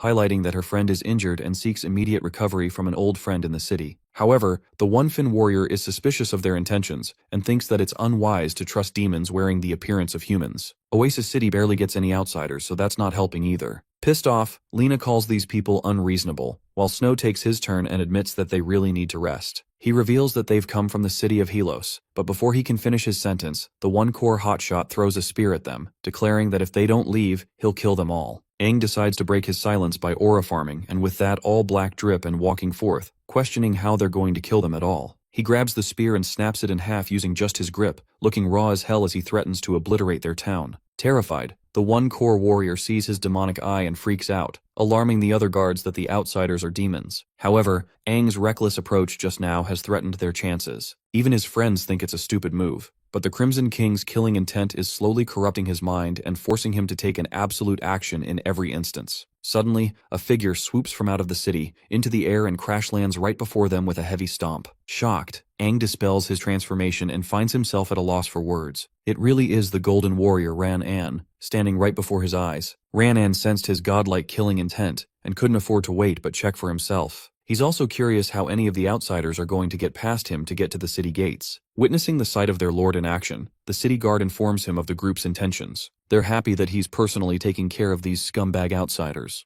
But despite everything, Aang simply smiles at his old friend. Lena rushes up to him, revealing her identity and taking him by surprise. In response, he grabs his helmet and takes it right off, showing us a battle-hardened veteran with a face full of scars. A gush of emotions fills up his heart at the sight of his beloved old friend, as he questions what she's doing here. Lena reveals that they've come to rest because her friend is seriously injured and requires attention. In response, the Golden Warrior orders the guards to open the gates. This is a striking development, and the one-core warrior even objects to this decision, reminding his lord of the murderous aura from earlier. Ran-An assures him that nothing will happen as he's here in case things go wrong. The gates are ordered to open, welcoming them into the city. The scene transitions to Leo, who returns to Dawn City to regroup with his friends. Among the new 6 heroes is the dazzling dual 7-core purple warrior, Trina. She consoles her friend regarding the death of Dylan, though it's clear that Leo is more upset than anyone else and appears dazed from the news. Ignoring her, he takes his suitcase and reveals the new batch of cores that he retrieved from the nest. Among them are 6 different 7 dual cores. From the batch, he takes the red cores and hastens to leave, requesting for Dylan's combat data right at once. As he's leaving, she stops him. Trina shares that he's not going to be going alone on this investigation. Those are the orders they received from their leaders. Shocked, he turns around to ask if it's the new king who ordered them. Cutting them off, a shadowy figure appears, expressing that it's their first time working with humans. Leo is stunned for words as the man in robes makes his way. This is Fledgling, and he has decided to cooperate with Dawn City for the investigation process. In the following scene, they arrive at the same battle-scarred grounds where Aang and Dylan faced off. Leo appears pissed the hell off that he's being trailed by this guy, and Fledgling confronts his feelings immediately. The new hero turns around expressing that a pathetic 5-fin demon doesn't suit his attention if not for the orders they received. He orders the demon not to get in his way, or else he'll show him no mercy like the rest of demonkind. Fledgling accepts, while Leo goes on acting like he could easily kill this guy with just a single hand. Bro gets instantly humbled with a fucking reality check as Fledgling backshots him from behind, impaling him with his weapon. Leo is pissed off that the demon ambushed him from out of nowhere and turns around to kill him at once. But to his utter shock, nothing even happened. He's fine, and Fledgling is fine too. Leo checks his body and notices no wounds, which means that was an illusion just now, one of the highest degree because the experience felt far too real. From what it seems, this guy is definitely not a 5-fin, he's much more threatening than that. Fledgling emphasizes that his 5-fin persona is just an act that he's keeping up with. He turns around to show a true hint of his demonic powers, and assures Leo that both of them have an act of vengeance to follow through on this mission. That takes us back to Oasis City's tiny little house, where Suiju wakes up in utter shock and admiration for Aang's true identity. She finds it really cool while devouring all the food, making the best out of her agility core. Well, while they're devouring food, Aang reunites with his friends in the grass field. He's already done the liberty of explaining everything to Ran-An,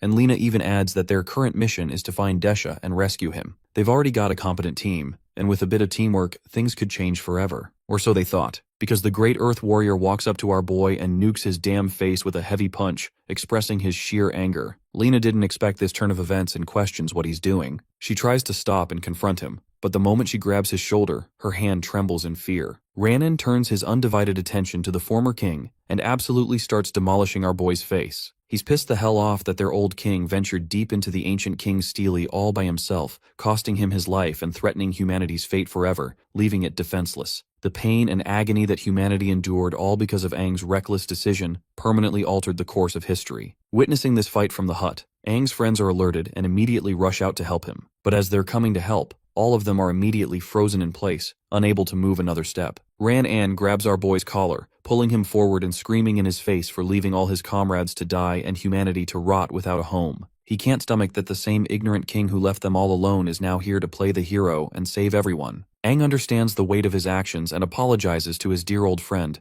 begging him to help him in this battle once more, and reassuring him that he will redeem himself this time. Having caught a glimpse of his old king's face, the legendary warrior is moved to tears. Witnessing the commotion, Ran-an's family also arrives. His wife and son are shocked, and the young kid even threatens the malicious group for getting on the wrong side of his father. Lena and Aang are both at a loss for words. They realize that this guy has an actual family now. The Golden Warrior embraces his king and apologizes for no longer being the same Ran-an of the past. He confesses his pathetic action of having fled to a small town for his own safety, to live out a life as part of a family, to cherish his loved ones. And now that he has become part of a family, he doesn't see a path for him as a warrior. No longer does he possess his old strength either. In fact, he's even missing an arm, which is why Lena's hand shivered earlier. The poor guy just wants to protect his family and his town, and his words are enough to move Aang to tears. Lowering himself before his old king, the pitiful warrior begs him to take his rest and make his leave. Shortly after, they take their stay at Ran's place, where Suiju is teasing the little boy and assuring him that they're not here to cause any trouble. All they care about is taking some rest. Of course, being as pretty as she is, the little bro is turned into an embarrassed boy. Snow grabs him and assures the kid that they harbor good intentions and even specialize in killing demons.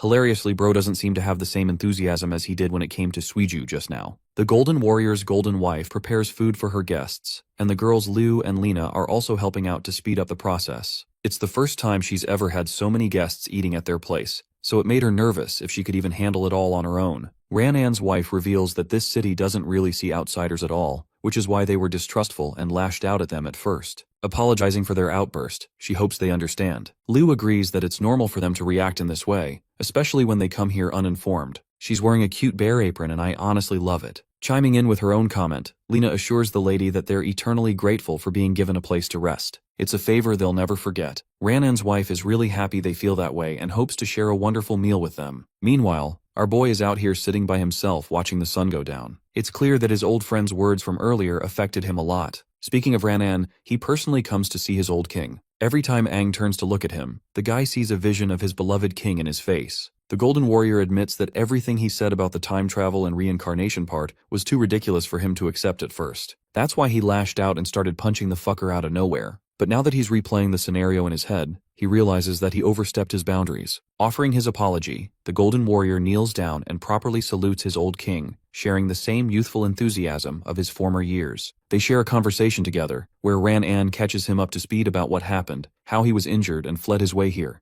At first he was convinced that he wouldn't survive, but there he met a baddie nurse, who took him in and nurtured him until his wounds recovered. She never questioned his past, and merely embraced him with open arms. Soon they developed feelings for each other, and that became a transitional stage in his life. He had left his position as one of the old 6 heroes and no longer fought to protect the world. His only mission was to protect and love his wife, and to defend his home. Time passed and they ended up having a son, having another reason to protect the life he lived. Ran-an truly thinks that his family is his eternal pleasure, and that he's won in life because of them. Expressing his utmost happiness for his old friend, Aang comforts him for having found a life. To him, this kind of life was never even possible. There was far too much pressure on him as the world's strongest warrior, the king, and the hope of humanity. Even though he had never shared intentions to lead his life in this way, he knew his role, which is why he never stopped pushing forward. At a critical moment, the king disregarded everyone's advice and decided to venture into the ancient king's stele to uncover the truth. He wanted to unsheathe the reality that was hidden from them, the one that fixed permanent disaster upon the world. It was the role he thought he was meant for, which is why he headed right inside.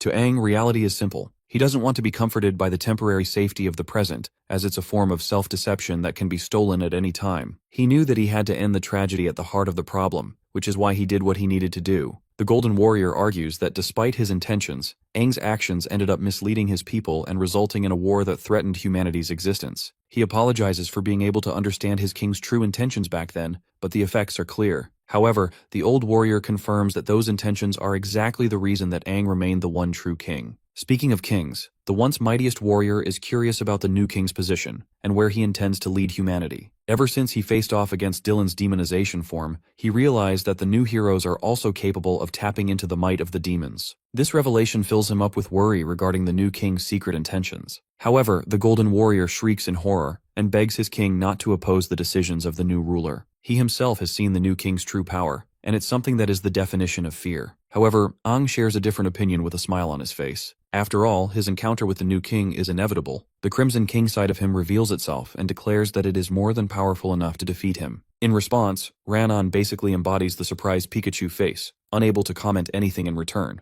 In the next scene, the group sits down for a delicious dinner. Ranan's wife even prepared a bigger table for them to eat comfortably. It's been a while since the Golden Warrior enjoyed such a nice meal. However, the same comforting meal is disrupted when the Crimson King Tide is summoned with electrifying force out of nowhere, stunning our boy in place. The weapon quickly reforms into his arm, as if it senses the arrival of something or someone. The sword alerts his companion of the impending danger. Ang is the only one who understands what's going on, while his friends fail to comprehend his reaction. A falcon appears to be flying towards the house, as two sharp forces of destruction annihilate the house in one swing. With the house obliterated, Ang's group manages to escape just in time with everyone intact. Taking a closer peek at the intruders, they come to find Fledgling and Leo, who have located them in Oasis City just like the demon predicted they would. Thanks to Fledgling's search birds, nothing escapes his sight, and he can find anyone through them. Ang stares in confusion, while Leo breaks his silence, harboring intense fury as he questions if he is the one responsible for slaughtering Dylan. Let's go back a few hours and see how these two managed to get here in the first place. Leo expressed his concerns regarding why they came to the site of Dylan's death in the first place, prompting the demon to respond that it's the only way to find the one responsible for killing him. The new hero confronted him directly, and questioned what the demon meant by his earlier statement regarding the act of revenge. You see, all of it goes back to what happened to Fledgling's dear old companion. He wants to make things right and search for a powerful being responsible for his demise. Coincidentally, he's found clues that link him all the way here, where Dylan fought the same person he's looking for and left the terrain destroyed. The coincidence is far too convenient for the demon to simply put off, which is why he's choosing to cooperate with humanity. Those are the orders Fledgling personally received from his superiors. Leo thinks it's all a waste of time if he's got no clues on their target, but suddenly finds himself surprised when the demon retrieves one of his birds. The little one has come with some intriguing information and shares all the knowledge. This little thing has actually spotted all 4 of the attackers instead of just 2, demonic humans that are capable of boasting humanity and wielding the demon's powers. Turns out that they were injured and decided to leave. Leo is startled by this information and questions where they went, causing the bird to express that they flew in a certain direction. Following that same direction, both of them took off in the air to follow that same path, and that leads them to the present, where they discovered the Oasis City. The one thing that boggles Leo's mind is why a bunch of human warriors would go on the attack and kill one of the new heroes of humanity. As for Fledgling, he sets his sights on his target too, knowing that there's a dark demonic aura flaunting off of Aang's arm. Though he doesn't understand the source of his powers, he's certainly intrigued by it. Our boy internalizes his concern, inquiring about the strength levels of both of his opponents. The sword takes a second to reveal the haunting reality. It declares Fledgling as someone far more powerful than the likes of Dylan at his full strength. The man in the robes is exuding a haunting aura that feels strange for even the Crimson Sword. Well, anyway, Leo spirals into craziness and goes on the offensive to kill the bastard who slaughtered his best friend. He pummels Aang with the force of a fierce lion charging at him. That single punch of his exudes enough pressure to send the rest of the group bracing from the impact. Meanwhile, our boy appears to be holding his ground, and quickly transforms into his demonic state, taking Leo by surprise. He can't believe that Aang was able to block an attack of that scale coming from the mightiest 6 heroes of humanity. Menacingly, our boy glares at him with his demonic eyes. This fills up Leo's face with fury, as he recalls the one responsible for killing Dylan. He pulls a back fist to throw Aang back, who doesn't sustain damage and simply gets pushed back. An enraged Leo channels all of his strength, causing his hair to spike up and lightning bolting on him. Promising Aang a painful death, he sets into motion. Meanwhile, our boy senses a similar demonic aura from this guy like he felt with Dylan, which confirms that he too can demonize and become way more powerful. Liu calls out the big question, inquiring about their attacker's identity. Lena finally reveals that they're dealing with the Red Lion, Leo, one of the new 6 heroes. Meanwhile, the Golden Warrior is busy protecting his family, questioning how the hell they managed to track them down all the way here. Unfortunately, he's so weak that he can't even defeat any of them in his current state. Well, it still doesn't stop our boy's friends from transforming into their demonic states to help him out. All 3 of them are ready to confront the attackers together. Lena also intends to join the fight, but our boy strictly orders her to secure Ranan's family firsthand. Objecting to Aang's order, she reminds him that they're going up against the mighty Red Lion, and that there's nothing stopping his wrath. Adding to her concerns, Aang also reveals that the guy next to him is an incredibly powerful demon, and high-level demons never appear alone. they're almost always surrounded with a swarm following them around. This increases the danger, which is why Lena rushes to transport Ranan and his family to safety. She grabs them all together and bolts away. Meanwhile, the three demonic humans confront Leo in an effort to take him down. However, despite their combined assault, Leo faces no difficulty taking them head-on. His reaction speed is off the charts as noted by Liu, even though he doesn't even possess an agility blue core. Meanwhile, Fledgling is out here enjoying his meal, watching the battle unfold and wondering why Aang isn't teaming up to assist his friends against the all-powerful Red Lion. The thing is, our boy is genuinely threatened by Fledgling's discomforting aura, deeming him a far greater threat than the new hero. The battle between the Red Lion and Aang's comrades continues its course. All three of them appear to be ineffective even with their combined attacks. Liu seizes charge of the attack and orders them to surround the hero with crushing blows. She thinks that even if he's one of the finest heroes around, there's just no way he will be able to make it out of all three of their attacks. At the least, they can prevent him from reaching Aang. Liu wants to allow Aang the opportunity to face off against Fledgling in the meantime, because the moment they take down even one of them, the battle will turn in their favor. Snow charges with a brutal overhead but misses the attack. He follows up with his dual fists, but Leo faces no difficulty blocking the attack. Even the muscle behemoth Snow has to admit that this guy's strength is way out of their league, while Leo casually glares at him. Suiju makes the best out of this opening and blitzes right in, aiming to attack him from behind. Her sharp strike misses the warrior, only being able to graze his hair. He turns to keep track of her movements, while Suiju's face turns to shock, questioning how the hell he dodged that. Even though they're dealing with a red core warrior, this guy's got the speed of a blue core and a durability of a yellow core, making him well-rounded and extremely formidable to deal with. Liu wonders if this level of strength is what it truly means to become a part of the Elite Six heroes. Still, they charge again to take him down, but for some reason, she doesn't feel right about any of this. Even as they're hammering him with hundreds of hits, hoping to connect at least one, Leo casually fends off every single one. As for Aang, bro is hilariously waiting for his opponent to make a move and gets so impatient that he decides to take the charge himself. Supercharging with red lightning, this man obliterates the very ground he was standing on as he takes off with riveting speed. He blitzes past Fledgling's body, only to realize that he missed the attack, and that it was an afterimage. Fledgling reappears in a different sport, smiling at his opponent and expressing his discomfort at taking on opponents of Aang's caliber. The demon disappears as if he were never there, startling our boy. The only reason Aang even reacts in time is because the Crimson King Tide informed him of the demon's location. Fledgling retrieves from his attack, annoyed that he wasn't able to get a hit in just now. Aang realizes that this has become a battle of speed and prepares himself to meet his opponent in equal force. The Crimson King Tide is more than happy to boost him with its strength. In the very next second, Aang disappears like he was lightning itself and teleports all the way to Fledgling.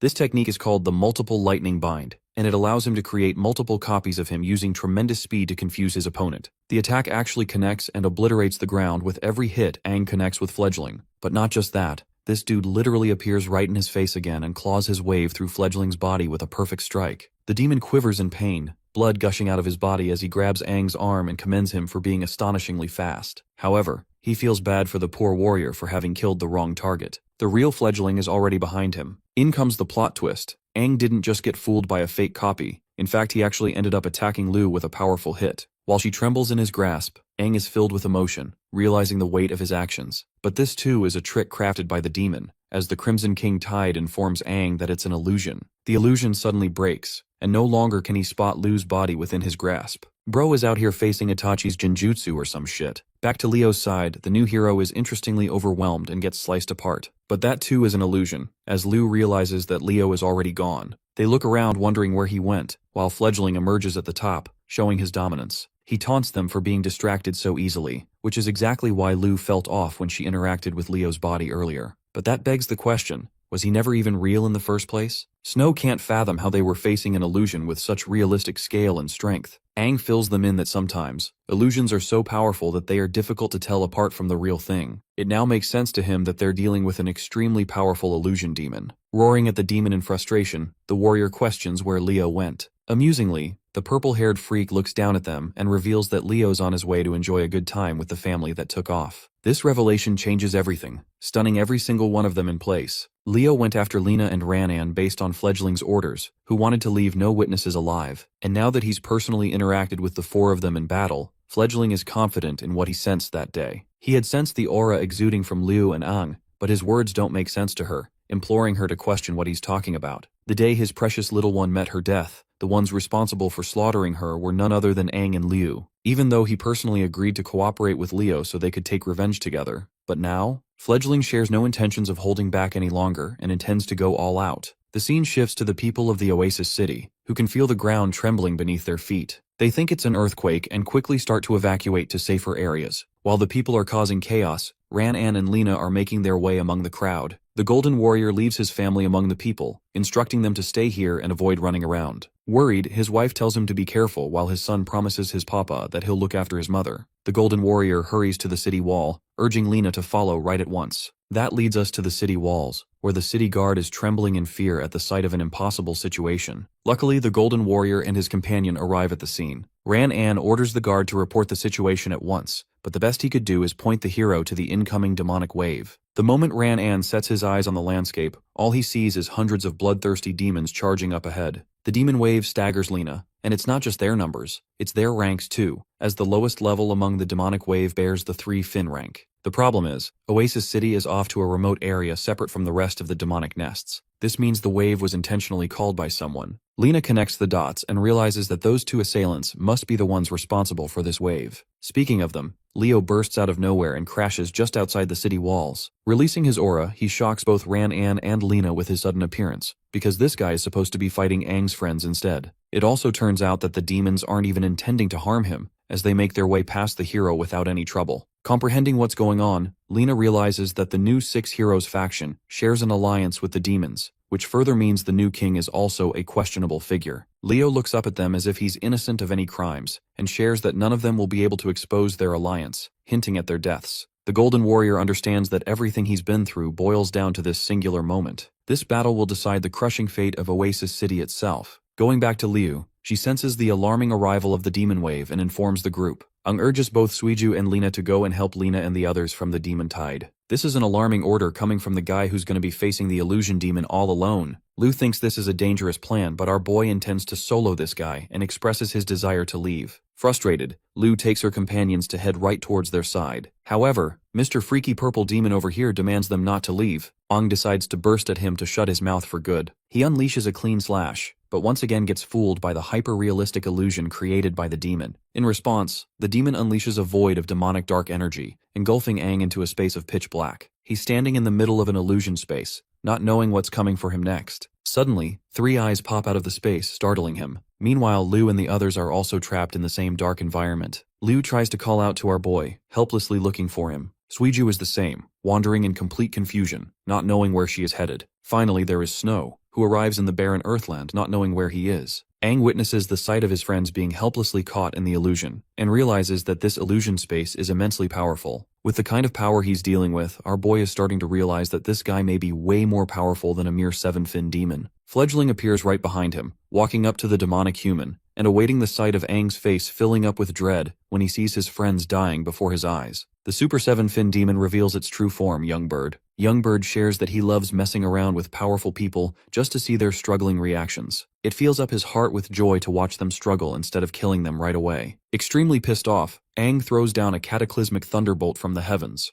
This ability is called Instant Thunder, and I guess bro is harnessing the power of Zeus at this point. Well, even with that strike, the illusion merely fades, and Youngbird reappears before his eyes again, confirming that no matter how hard Aang tries to hit him, the result will be all the same. This confirms to our boy that fighting this guy is basically pointless at this point, and even the Crimson King Tide agrees with this approach, urging him to save his strength as there's nothing solid in the illusion. To the demon's surprise, Aang displays a level of calmness he didn't expect, as if he's been through situations like these before. Youngbird agrees that fighting him is pointless in his domain, and yes, this is straight up a domain expansion apparently. The illusion demon expresses that he's even capable of controlling the flow of time in this domain, and he reminds Aang not to waste his precious creation. He wants this guy to look at his companions struggling to death, and reveals that it's been 2 whole days for Liu and the others, even though only a few minutes have passed here. Liu is caught up in a vine trap, snaring her into place. She manages to get out by cutting the vines clean, but that doesn't address the real problem. How the hell will she escape this place? None of her efforts are working, and she's incurring wounds back to back. Though she can use her regeneration ability to replenish herself, Youngbird pops right in front of her and assures her that the swamp will siphon every last bit of energy she has left. Then we go back to the perspective of Snow, who is enduring tireless heat and exhaustion in this empty space, questioning how he's going to be able to find a way out. Suddenly, flaming sand twisters pop out of nowhere to clobber him down. Snow reacts swiftly and blocks them using his durable skills, but more of them quickly catch up to him, impaling his body with precise strikes. Young Bird admits that his durability is quite something, but it's pointless when this wasteland will devour him whole. Torturing him psychologically, the demon shares that Snow's teammates might already be dead, and that it's time for him to kick the bucket too and die along with them. Finally, Suiju uses her immense speed to cut apart dozens of her own mirages. But despite her best efforts, she's starting to get overwhelmed after cutting them non-stop for 2 days straight. Young Bird pops out here too, sharing that despite her speed, the mirage will best her eventually. He wonders if her incredible speed is fast enough to outrun her own reflection. All three of them are struggling, and Aang witnesses the scene, realizing that if he doesn't break this domain soon, his friends will be tortured to death. But the fact of the matter is, his attacks are pointless against the illusion demon. The same is the case for his friends, who are powerless to break free or make an effect. Filled up with frustration, the Crimson King's vessel clenches his fist, admitting that there is no way out of the illusion from the inside. But suddenly an idea comes flying in his head. Though it's true that the illusion can't be broken from the inside, the opposite is the case from the outside. Once again, it's just a domain expansion with a barrier weak to outside attacks. The perspective cuts to the demon tide marching its way. The Golden Warrior urges Lena to prepare herself for combat, even though she's worried about Ranan's missing arm. Even with his lost arm, he fully intends to guard this city with his life. And it's not like they're a bunch of rookies either. They're the original 6 heroes and a force to be reckoned with. Joining forces, both of them burst from the city wall with incredible speed. Their landing alone generates enough of a shockwave that it slaughters the demons in the surrounding area. Lena and Ran-An are ready to rumble, which makes Leo gesture to the demons to stop advancing. He addresses both of them as the remnant of the previous 6 heroes, and dubs them as nothing more than a part of ancient history, alongside the old king. Unleashing his true form, Leo goes into demonization and shares an appearance similar to our boy with his white hair and horns. This side of him terrifies Lena, while the demonized Leo orders them to come at him with all their might, because if they lose, the demon wave will quickly sweep in to obliterate the entire city. Young Bird taunts our protagonist by pointing out the suffering of his friends. Ecstatic, the demon manically laughs, beginning the helpless warrior to come and try to attack him, to quell his helpless rage. It brings him great joy that Aang is incapable of protecting his loved ones or even taking down the threat right before his eyes. Instead, he's trapped in an endless illusion that he can't break free from, and the moment his friends are killed, Young Bird intends to kill Aang in the same manner, as it would be the best way to exact his revenge. But the demon miscalculated one thing. Aang highlights that his friends aren't to be underestimated so easily. To Young Bird's shock, Lena appears to be standing strong, refusing to give up as the team's captain and mustering the courage to break free. Snow is being pummeled by 5 twisters at once, and despite his energy barrier being overwhelmed, he thinks of it as nothing more than a mere storm. Suiju, who is facing her clones, remains steadfast and stays on top of her game. It strikes the demon confused, as he wonders how they're still going strong even after succumbing to his illusions. Aang points out the miscalculated move on behalf of Fledgling. All these years, there has been one single reason the humans have continued to survive without being wiped out. In his pathetic defense, Young Bird bites back by saying that he's only keeping Aang alive so he could torture him. To him, humans are a far inferior race in comparison. The warrior turns to him and strips free of his demonic state. This time, Aang intends to smoke this guy with his bare hands. His thunderous aura is enough to alert the demon that he's not messing around either. Young Bird quivers in confusion, questioning why he's fearing such a terrifying aura. Raising his hand, the once mightiest hero of humanity spouts that the qualities of trust, courage, and hope are the 3 values that are responsible for keeping humanity alive. They're the reason it will never be wiped out. While this is happening, Aang summons a massive storm just over the elusive domain. The sky crackles with red lightning while Young Bird realizes this guy's goal. He fully intends to destroy the barrier from the outside. Clasping his fist shut, the old king roars the heavens to break this illusion in his name. A massive bolt of lightning strikes down the domain, cracking it. Those same cracks start to appear in each of the spaces that his friends are trapped in. Liu notices it, followed by Snow, and then finally Suiju. Their faces are lit up with joy, and they know that Aang is responsible for creating this effect. Young Bird fails to comprehend the level of his powers, and does his best to repair the elusive domain. But it matters little now that it's already broken. The massive bolt of lightning is visible from the outside the city walls, where Lena and Ran-An realize that Aang is manipulating such a power. The Golden Warrior remarks that this new power is completely different from the one that Aang used in his demonic state. In fact, this power is something that terrifies the demonic tidal wave, causing them to retreat despite their numbers. Leo observes the scene, and wonders if Fledgling lost the battle, and if his illusion techniques were exploited. Thinking of him as a trash companion, Leo takes matters into his own hands and warps ahead with insane speed to attack the legendary heroes. The Golden Warrior goes up first to confront him, and blocks his attack using his incredible Earth Shield, but the sheer impact of that punch sends shockwaves and creates a crater on impact. Unfortunately, despite his best attempt to carve up a shield, the Golden Warrior is overwhelmed as his defenses are shattered and the punch strikes him down. Thankfully, Lena is right there to support him with instant healing, ensuring that he takes minimal injuries. That punch wasn't a light one, it literally shattered this guy's sternum, and if not for Lena to heal him just now, it would have put him down for good. Lena analyzes their chances, and realizes that they're dealing with an opponent whose demonization power exceeds that of Lord Dylan. Leo tauntingly calls them the trash of the ancient era, and finds them boring for being unable to take even a single punch from him. Coming back to the illusion barrier, the domain cracks open, exposing the trapped warriors to the outside world again. Liu and the others gain their senses while Aang wonders if they're okay. He warns them to stay on their guard, because they're dealing with a terrifying opponent here. Having experienced the illusion firsthand, Liu remarks that she couldn't even tell with her senses if the illusion was real or not, which shows young Bird's precise control over his creations. The only reason she survived the domain is because she had utmost trust in her friends to do something, or else her spirit would have been broken sooner. The same goes for Snow, who thought of the experience as torturesome. He kept holding on, knowing Aang would do something about it. Suiju also expresses her faith in Aang, as if he were their strongest weapon, the mightiest warrior of history. If only he hadn't shattered that illusion,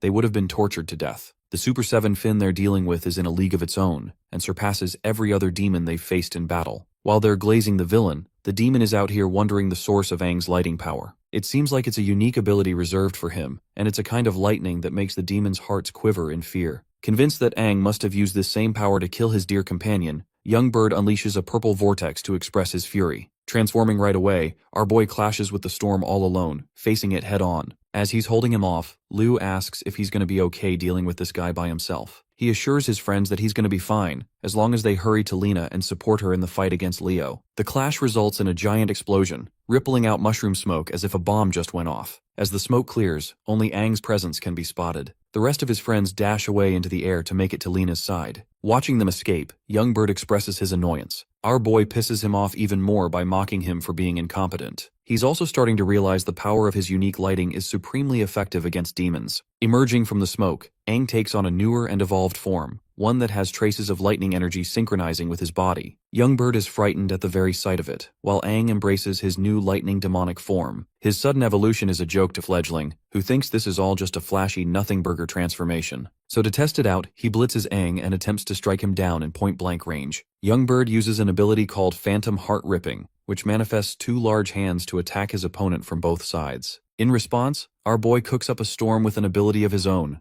the Roar of the Thunder Dragon. He summons a literal lightning dragon to face off against young Bird's vortex. The clash is overwhelming for the demon, and eventually he is hammered by the majestic thunder dragon snapping its way through. The fight's not over, and young Bird is beginning to despise Aang for spamming his lightning ability. In an effort to catch him with a different skill, young Bird pops out the heartbreaking ghostly shadow technique. This skill sends out multiple manifested phantoms aimed to outnumber his target. In response, our boy convulses his body to charge his thunderous intensity, and then stretches out to release lightning spears from around him, killing all of the phantoms with a single attack. Once again, young Bird is astonished, and those same trails of lightning make their way to target him as well. Luckily for him, he evades just in time and zips up a path to target our boy directly this time. Their epic battle ensues as both sides match the other with equal force, rendering explosions with every hit. It's as if two gods were going head-to-head against each other. In the end, Aang seizes the upper hand with his lightning form and bashes young Bird away, who is covered in numerous wounds by this point. Glaring at his opponent, Aang assures the demon that he is a direct counter to all of his illusions because of his lightning ability,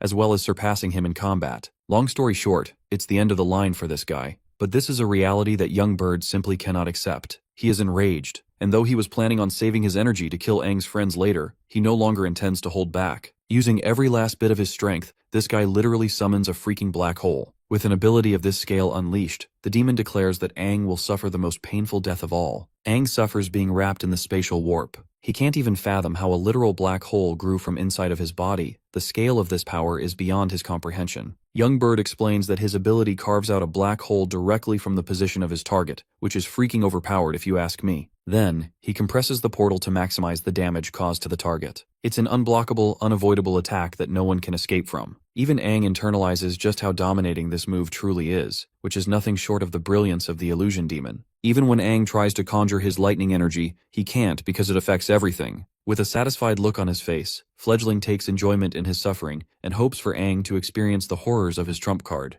The portal begins to shrink into a tiny point, reducing to a fraction of its size. This black hole has now become an embodiment of endless suffering, and inside its dimension, torture is boundless until the victim experiences total death. No living being on Earth is capable of emerging out of this ability alive. That's the same case for Aang, who is currently being tortured by the endless pain, screaming his lungs out just to contain his body. His demonic core is overreacting, while hundreds of demonic illusions swim in space just to devour him alive. These illusions devour his energy, sucking the life out of his core and swallowing him whole. Aang's body convulses and his arm is shattering apart. His entire body is rippling in pain while the ghosts torment his energy. The thing about these ghosts is that they're not even physical entities, but they are the very representation of pain given form. Currently, the hero is experiencing the pain of being sliced open with a knife, the agony of being burned alive, the freezing cold pain of ice swallowing him alive. All of it is connected to his deepest fears and regrets in life, his memories. In this void, the warrior's consciousness is reliving a constant cycle of suffering,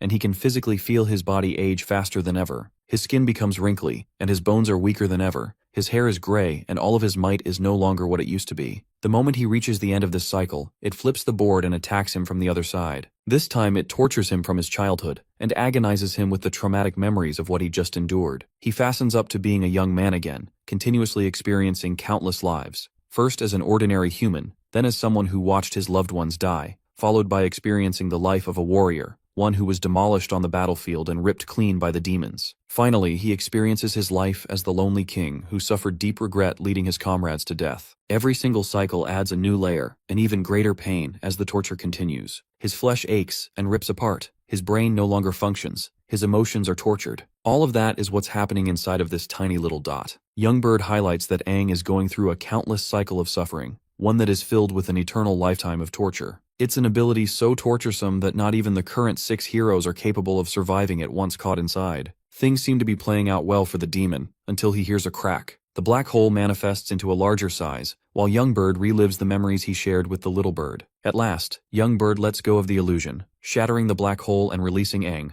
confirming that he has taken his vengeance at last. Drawing his body near his face, the demon amusingly wonders when Aang's spirit decided to break. But suddenly, our boy opens his eyes and instantly transforms into his lightning demon form again. Alarmed, Youngbird finds it inconceivable that someone managed to survive his black hole. But before he can finish his sentence, our boy spears him with a searing stab from behind, calling him a fool for underestimating him again, as he is none other than the living embodiment of the strongest human warrior.